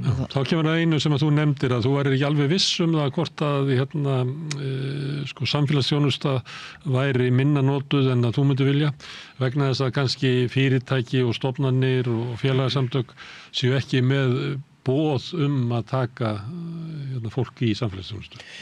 Það tengist kannski þessu að segja núna hvort að samfélag sé tilbúið í það og það má vera að það sé bara stemming þannig að við í félaginu okkar við viljum ekki hafa eitthvað fanga á vappi. Já, en það náttúrulega meira sem kemur þar inn í, sko. Ég held að Fangelsismálastofnun náttúrulega hefur þeirra svona það kannski ósækjast að einhver fyrirtæki geti fengið samfélagsþegna og vinna frýtt fyrir sig eða ekki og meðan önnur fyrirtæki geta það ekki. Það líka ákveðin svona, þetta erum við að sjá inn í fangelsunum til dæmis að ef að fangelsin eru til dæmis að bóna bíla þá verða aðra bónstöða brjálaðar og kæra það. Þannig að það svona ákveðin lög sem stangast á, annars vegar þessi samkeppnislög og svo fangelsislögin, skilur. Þannig að það þarf að laga þetta einhvern veginn. En svo hefur þetta í raun og veru með samfélagsþjónustu út í bæ. Þar hafa þetta verið góðgerðarfélög, íþróttafélög, trúarfélög sem hafa fengið svona samfélagsþegna. Og ekki tregða hjá þeim að taka við? Nei, alls ekki, sko. Dæmdu fólki, þetta náttúrulega ekki beint fangar sem eru í samfélagsþjónustu. Myndur þú kalla það, það fangi? Nei, ég myndi ekki kalla það fanga. En sko dómþola sennilega, en hins vegar sko eru auðvitað alltaf einhver, sumir passa bara ekkert inn á einhverjum stöðum. Ég meina, við sjáum það alveg fólk sem dæmt fyrir kynferðisbrot passar ekki inn í að vinna með ungu fólki eða íþróttafélögum og víða bara ekki vegna þess að það hefur geta hitt brotaþola, ekki kannski í því máli heldur einhver sem tengjast í máli og muna eftir fréttaflutningi slíkt og við ekki bara dæmi það. En þetta sko einmitt, þetta vandinn og þess vegna hefur þetta ekki verið inn í fyrirtækjum þar sem að Já, sem stólaðinn á gróða og samkeppni og annað slíkt, sko. En við erum samt, sko, ég meina, við höfum verið í átaki að reyna að hjálpa fólki að sækja vinnu og hjálpa með að gera ferilskrá og vinna í fjármálu þeirra til að losa hnútinn þannig að þeir koma út að þeir séu með svona hreint borð. Við höfum verið að sinna þessu svolítið og við sjáum alveg að einn helsti vandi þeirra sem losnar afplán einmitt að fá vinnu og húsnæði. Og ef að þetta ekki til staðar þegar fólk kemur, þá fer það mjög fljótt aftur í neyslu og glæpi, sko. Þannig að það er mjög mikilvægt að við vinnum einhvern veginn í þessu. Af því að þetta líka sparar samfélaginu svo mikið pening og bara harmleik og annað. Við höfum átt fundi með vinnumálastofnunum, með VIRK, með fleiri aðilum, fangelsismálastofnunum, Rauða krossinum og erum að reyna að finna einhverja leiðir til að samfélagi geti tekið betur á móti fólki eftir afplánun. Eftir afplánun, en við erum líka að tala fólk sem að fara í samfélagsþjónustu í staði fyrir afplánun. Það verður að gera eitthvað við þess að þú nefndir að vera 700 að bíða eftir afplánun. Já, eitthvað svo leys. Þannig að það þyrfti að vera stóra átök í að koma því fólki í samfélagsþjónustu bæði fyrir það persónulega, þannig að það geti bara klára sinn dóm og haldið áfram með lífið, en líka vegna þess að ég býst við að þú tellir að vera betri valkost fyrir samfélagið að fólk fari í gegnum samfélagsþjónustu heldur en að bíði lengi og sitja svo í fangelsi. Sko, við sjáum bara það, við vitum það og allar rannsóknir sýna það á Norðurlöndunum að fara í gegnum loka fangelsi mannskemmandi og það er ekkert viss hvernig manneski kemur út úr því. Þess vegna eru Norðurlöndin alltaf að stíla meiri og opin úrræði og vægari úrræði og það er eitthvað sem við þurfum að horfa meira til. Ok, við erum að fá nýtt fangelsi núna og þá erum við að fjölga enn fleiri lokuðum rýmum. Skilur, við erum að fara í þveröfuga átt með að við hinn Norðurlöndin en samt sem áður við þurfum fleiri lokuðum rými. Ég er alveg sammála því að við þurfum miklu fleiri opin úrræði, sko. Þetta er svipað heila minnimann á umræðu þjónustu við aldraða. Að þá sagt það sem enginn okkur í samanburði Norðurlöndin að við byggðum meira, það áreindar ekki við núna vegna þess að við höfum ekki byggt neina hjúkrunarheimili æði lengi. En það sem okkur vantar er sko þjónusta við fólkinn á heimilunum og svona mýkri þjónusta sem að við erum bara langt að baki í Norðurlandaþjóðunum. Og svo er verið að tala það og þá koma menn einmitt alveg svo þú að segja, en hins vegar vantar okkur líka hjúkrunarheimilin, við getum ekki stoppað það. Það er ekki þannig að við eyðum þörfina á hjúkrunarheimilum með því að hafa mýkri þjónustu.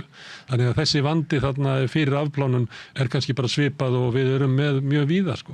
Ég býst við að þetta sé bara einkenni á fjársveltu kerfi sem að hefur annars vegar svona innviða uppbyggingin hefur sittið eftir bæði hörð og mýkri, þannig að framþróun kerfisins til þess að mæta kröfum breytt samfélags og fjölgun íbúa og fleira er bara mjög veik hjá okkur vegna þess að við erum bara komið út úr langvarandi fjársveltri opinberra kerfa. Já. Og þar fyrir utan þá upplifir þú sem fulltrúi fanga að þið öll þessi biðlisti eftir að uppbyggingu innvið okkar fleira að vegna fordóma gagnvart föngum okkar fleira, þá upplifið þið að þið verðið alltaf aftast í þessari biðröð eftir fjármagninu. Já, en sko, svo erum við náttúrulega vinkill á þetta líka er að dómarar hér á Íslandi, þeir dæma þig bara í fangelsi eða sektir. Það vantar alveg önnur úrræði sem að dómarar geta haft til að dæma því. Nú leyfa lögin alveg að dómari getur dæmt í eitthvað annað. En svo áfengismeðferð. Já, þeir leyfa það alveg lögin, en þeir notið aldrei af því að það er ekki til þessi úrræði til að dæma því.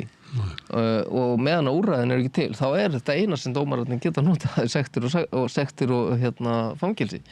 Þannig að sko, við þurfum að vera sko, nú erum við búin að vera hjá afstöðu að flakka á milli Norðurlöndar að skoða fangelsi og önnur úrræði og fara á alls konar málþing og við tökum þátt í miklu alþjóðlegu samstarfi hér og þar og það er svo gaman að sjá hvað er mikið að gerast í fangelsmálum alls þar í heiminum í raun og veru og hvað margir eru áhugasamir og hvað bara, það er alltaf að koma einhverja nýjar hugmyndir og eitthvað sem er að gerast en svo komum við hingað og það er bara ekkert.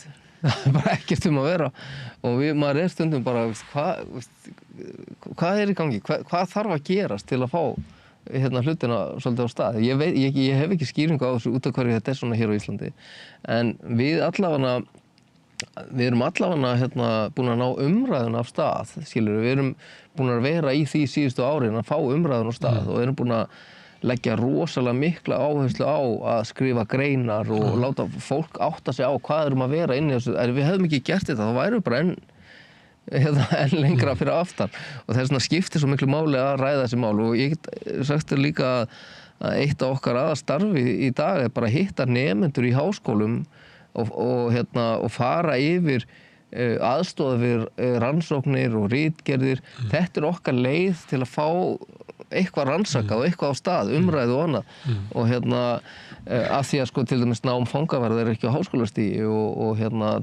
við erum svo eftir á að við verðum bara að fræða fólk og það svolítið rauði þráðurinn í öllu, hvort sem það fangelsismál, geðheilbrigðismál, skaðaminnkunarmál eða eitthvað svona, að það vantar alltaf fræðslu. Fólk hrætt við það sem það þekkir ekki og við sjáum það, ég nú tekið þátt í nokkrum starfshópum, að í öllum þessum starfshópum þá eiginlega alltaf sama niðurstaða að það þarf að fræða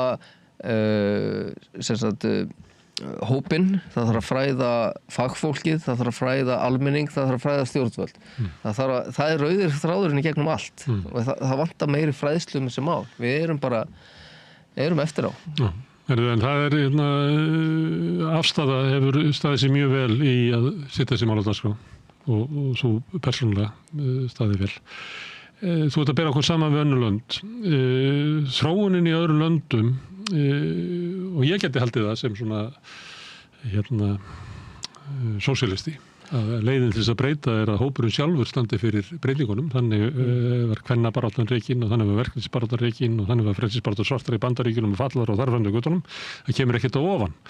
Það þannig að í nágrannlöndunum okkar þá var afstaða eða einhver svona slík samtök, ef þau eru miklu eldri þá hefur mögulega verið aðstandendur fanga og eitthvað fleira. Við þekkjum það á mannréttindabaráttunni að stundum kemur það þannig fyrst. Það þannig að sú barátta hafi verið öflugri eða bara svona mannúðar hlutverk ríkisvaldsins einfaldlega sterkari í þessu löndum heldur en hjá okkur? Já, ég alveg klár á því að þeir hugsa öðruvísi en við á Norðurlöndunum einhvern veginn varðandi þessi mál og í raun og veru ef þú ferð til Noregs og spyrð einhvern Norðmann fangelsiskerfið að þá segja þær allir sömu söguna. Já, það koma allir úr fangelsi aftur og ég vil frekar hafa nágranna sem hefur fengið meðferðir og endurhæfingu heldur en einhvern sem ekki hefur fengið neitt. Kemur bara beint og lokuð fangelsi.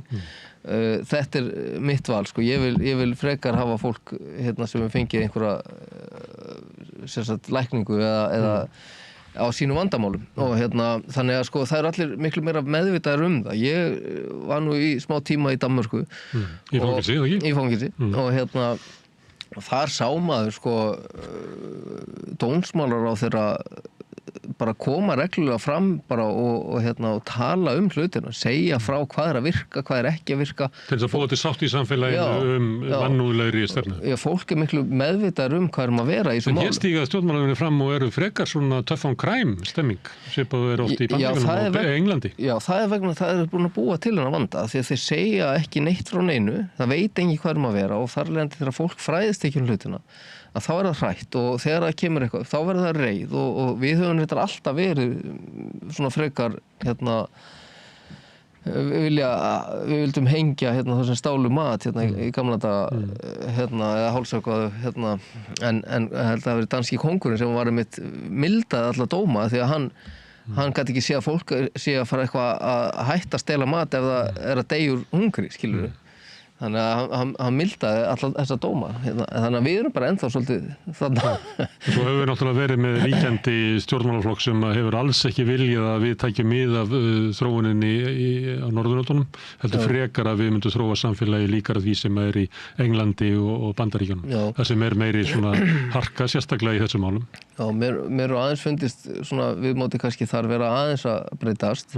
En samt einhvern veginn ekki þóra að fara í þetta og laga ástandi. Ég meina, við erum með fullt af fyrirrandi dómsmálaráðherrum sem hefðu getað breytt öllu og ég meina afstaða fekk fyrrverandi dómsmálaráðherra Noregs, sá sem að bjó til þetta endurhæfingarkerfi í Noregi, fengum hann árið 2016 til þess að segja frá því hvernig þeir gerðu þetta og hvað þeir gerðu.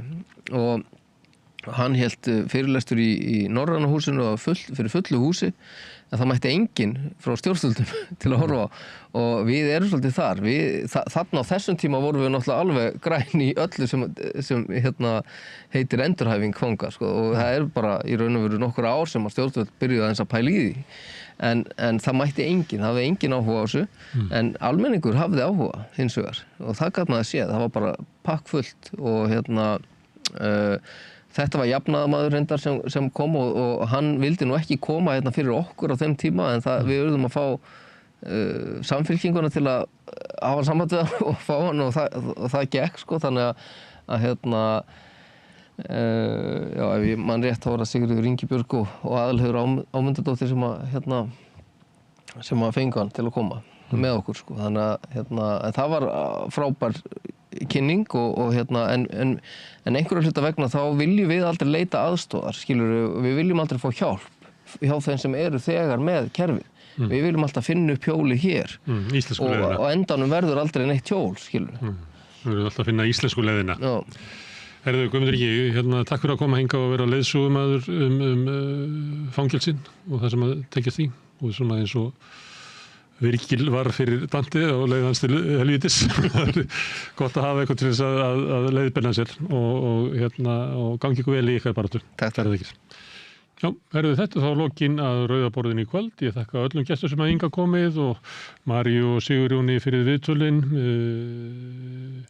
Laufeyju Líndal og Pétri Fjellsteð fyrir að taka upp og senda út, en ykkur þakka ég mest sem að hafið hlustað eða hort og breytt þessu samtali okkar í fjölmiðlun. Tekið þátt í því að gera samstöðuna að umræðu vettvangi í samfélaginu. Minni á að samstöðin hefur verið byggð upp á góðri afspurn. Það gerist þannig að þið segið vinum og vandamönnum frá efni sem að ykkur líkar og þá finnur fólk það og þar með byggist upp dreifikerfi okkar. Það má benda á að það má finna efnið okkar á Facebook, á YouTube, undir nafni samstöðunar. Við erum í öllum hlaðvarpsveitum, bæði sem samstöðin og einstakir þættir. Við erum í útvarpinu á stór höfuðborgarsvæðinu á FM 89,1. Það næst alveg upp á sunnanvert Snæfellsnes, upp eftir öllum Borgarfirði, upp á litlu kaffistofu og út á Reykjanestá.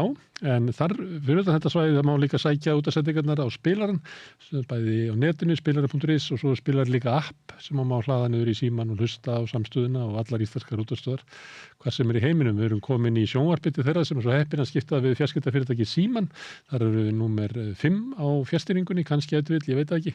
Munu önnur fjarskiptafyrirtæki bjóða sínum viðskiptunum líka upp á efni frá samstöðunni sem er 24 tíma sólarhring, 7 daga vikunar, allan ársins hring, samfélagsumræðu við þetta Rauða borð og í öðrum þáttum samstöðunar.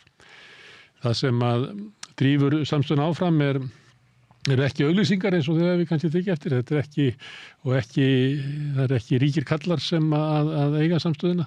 Fyrst og fremst fær samstöðin fé frá þeim hluta áhorfenda sem hafa gert áskrifundur. Þú getur slegist í þannig út með að fara inn á samstöðun.is, það er hnappur smástöndur áskrift, það getur skráðið fyrir grunnáskriftinni sem er 2750, sem að mér er sagt að segja hlægilega lágt verð með að við það efni sem að við búum til hérna. Þú mátt borga meira þú vilt, og þeir sem að kjósið getur látið áskriftina renna sem félagsgjöldin í Alþýðufélagið, og það er Alþýðufélagið sem á og rekur samstöðuna.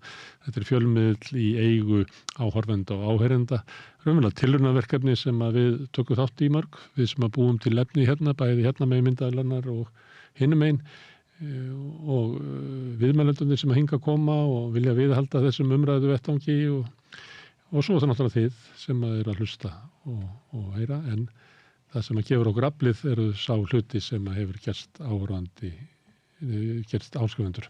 Ég veit að það er margt fólk að núti sem er kannski löngu búið ákveða að innra með sér að samstöðin sé mikilvæg og veit að hún mun ekki ganga nema margir leggji eitthvað til, og hefur kannski fyrir löngu ákveðið að gera það áskrifandi. Ég hvet ykkur til þess að kýla á það, eins og sagt er, og fara inn á samstöðun.is og skrá ykkur. En þetta er komið nóg í bíli, ég segi góða nótt, en hérna minni á að Rauða borðið heldur áfram á morgun klukkan 8. Sjáumst á. Segðu það á samstöðinni. Samstöðin er í eigu hlustenda, áhorfenda og lesenda. Sláist í hópinn og gerist áskrifendur.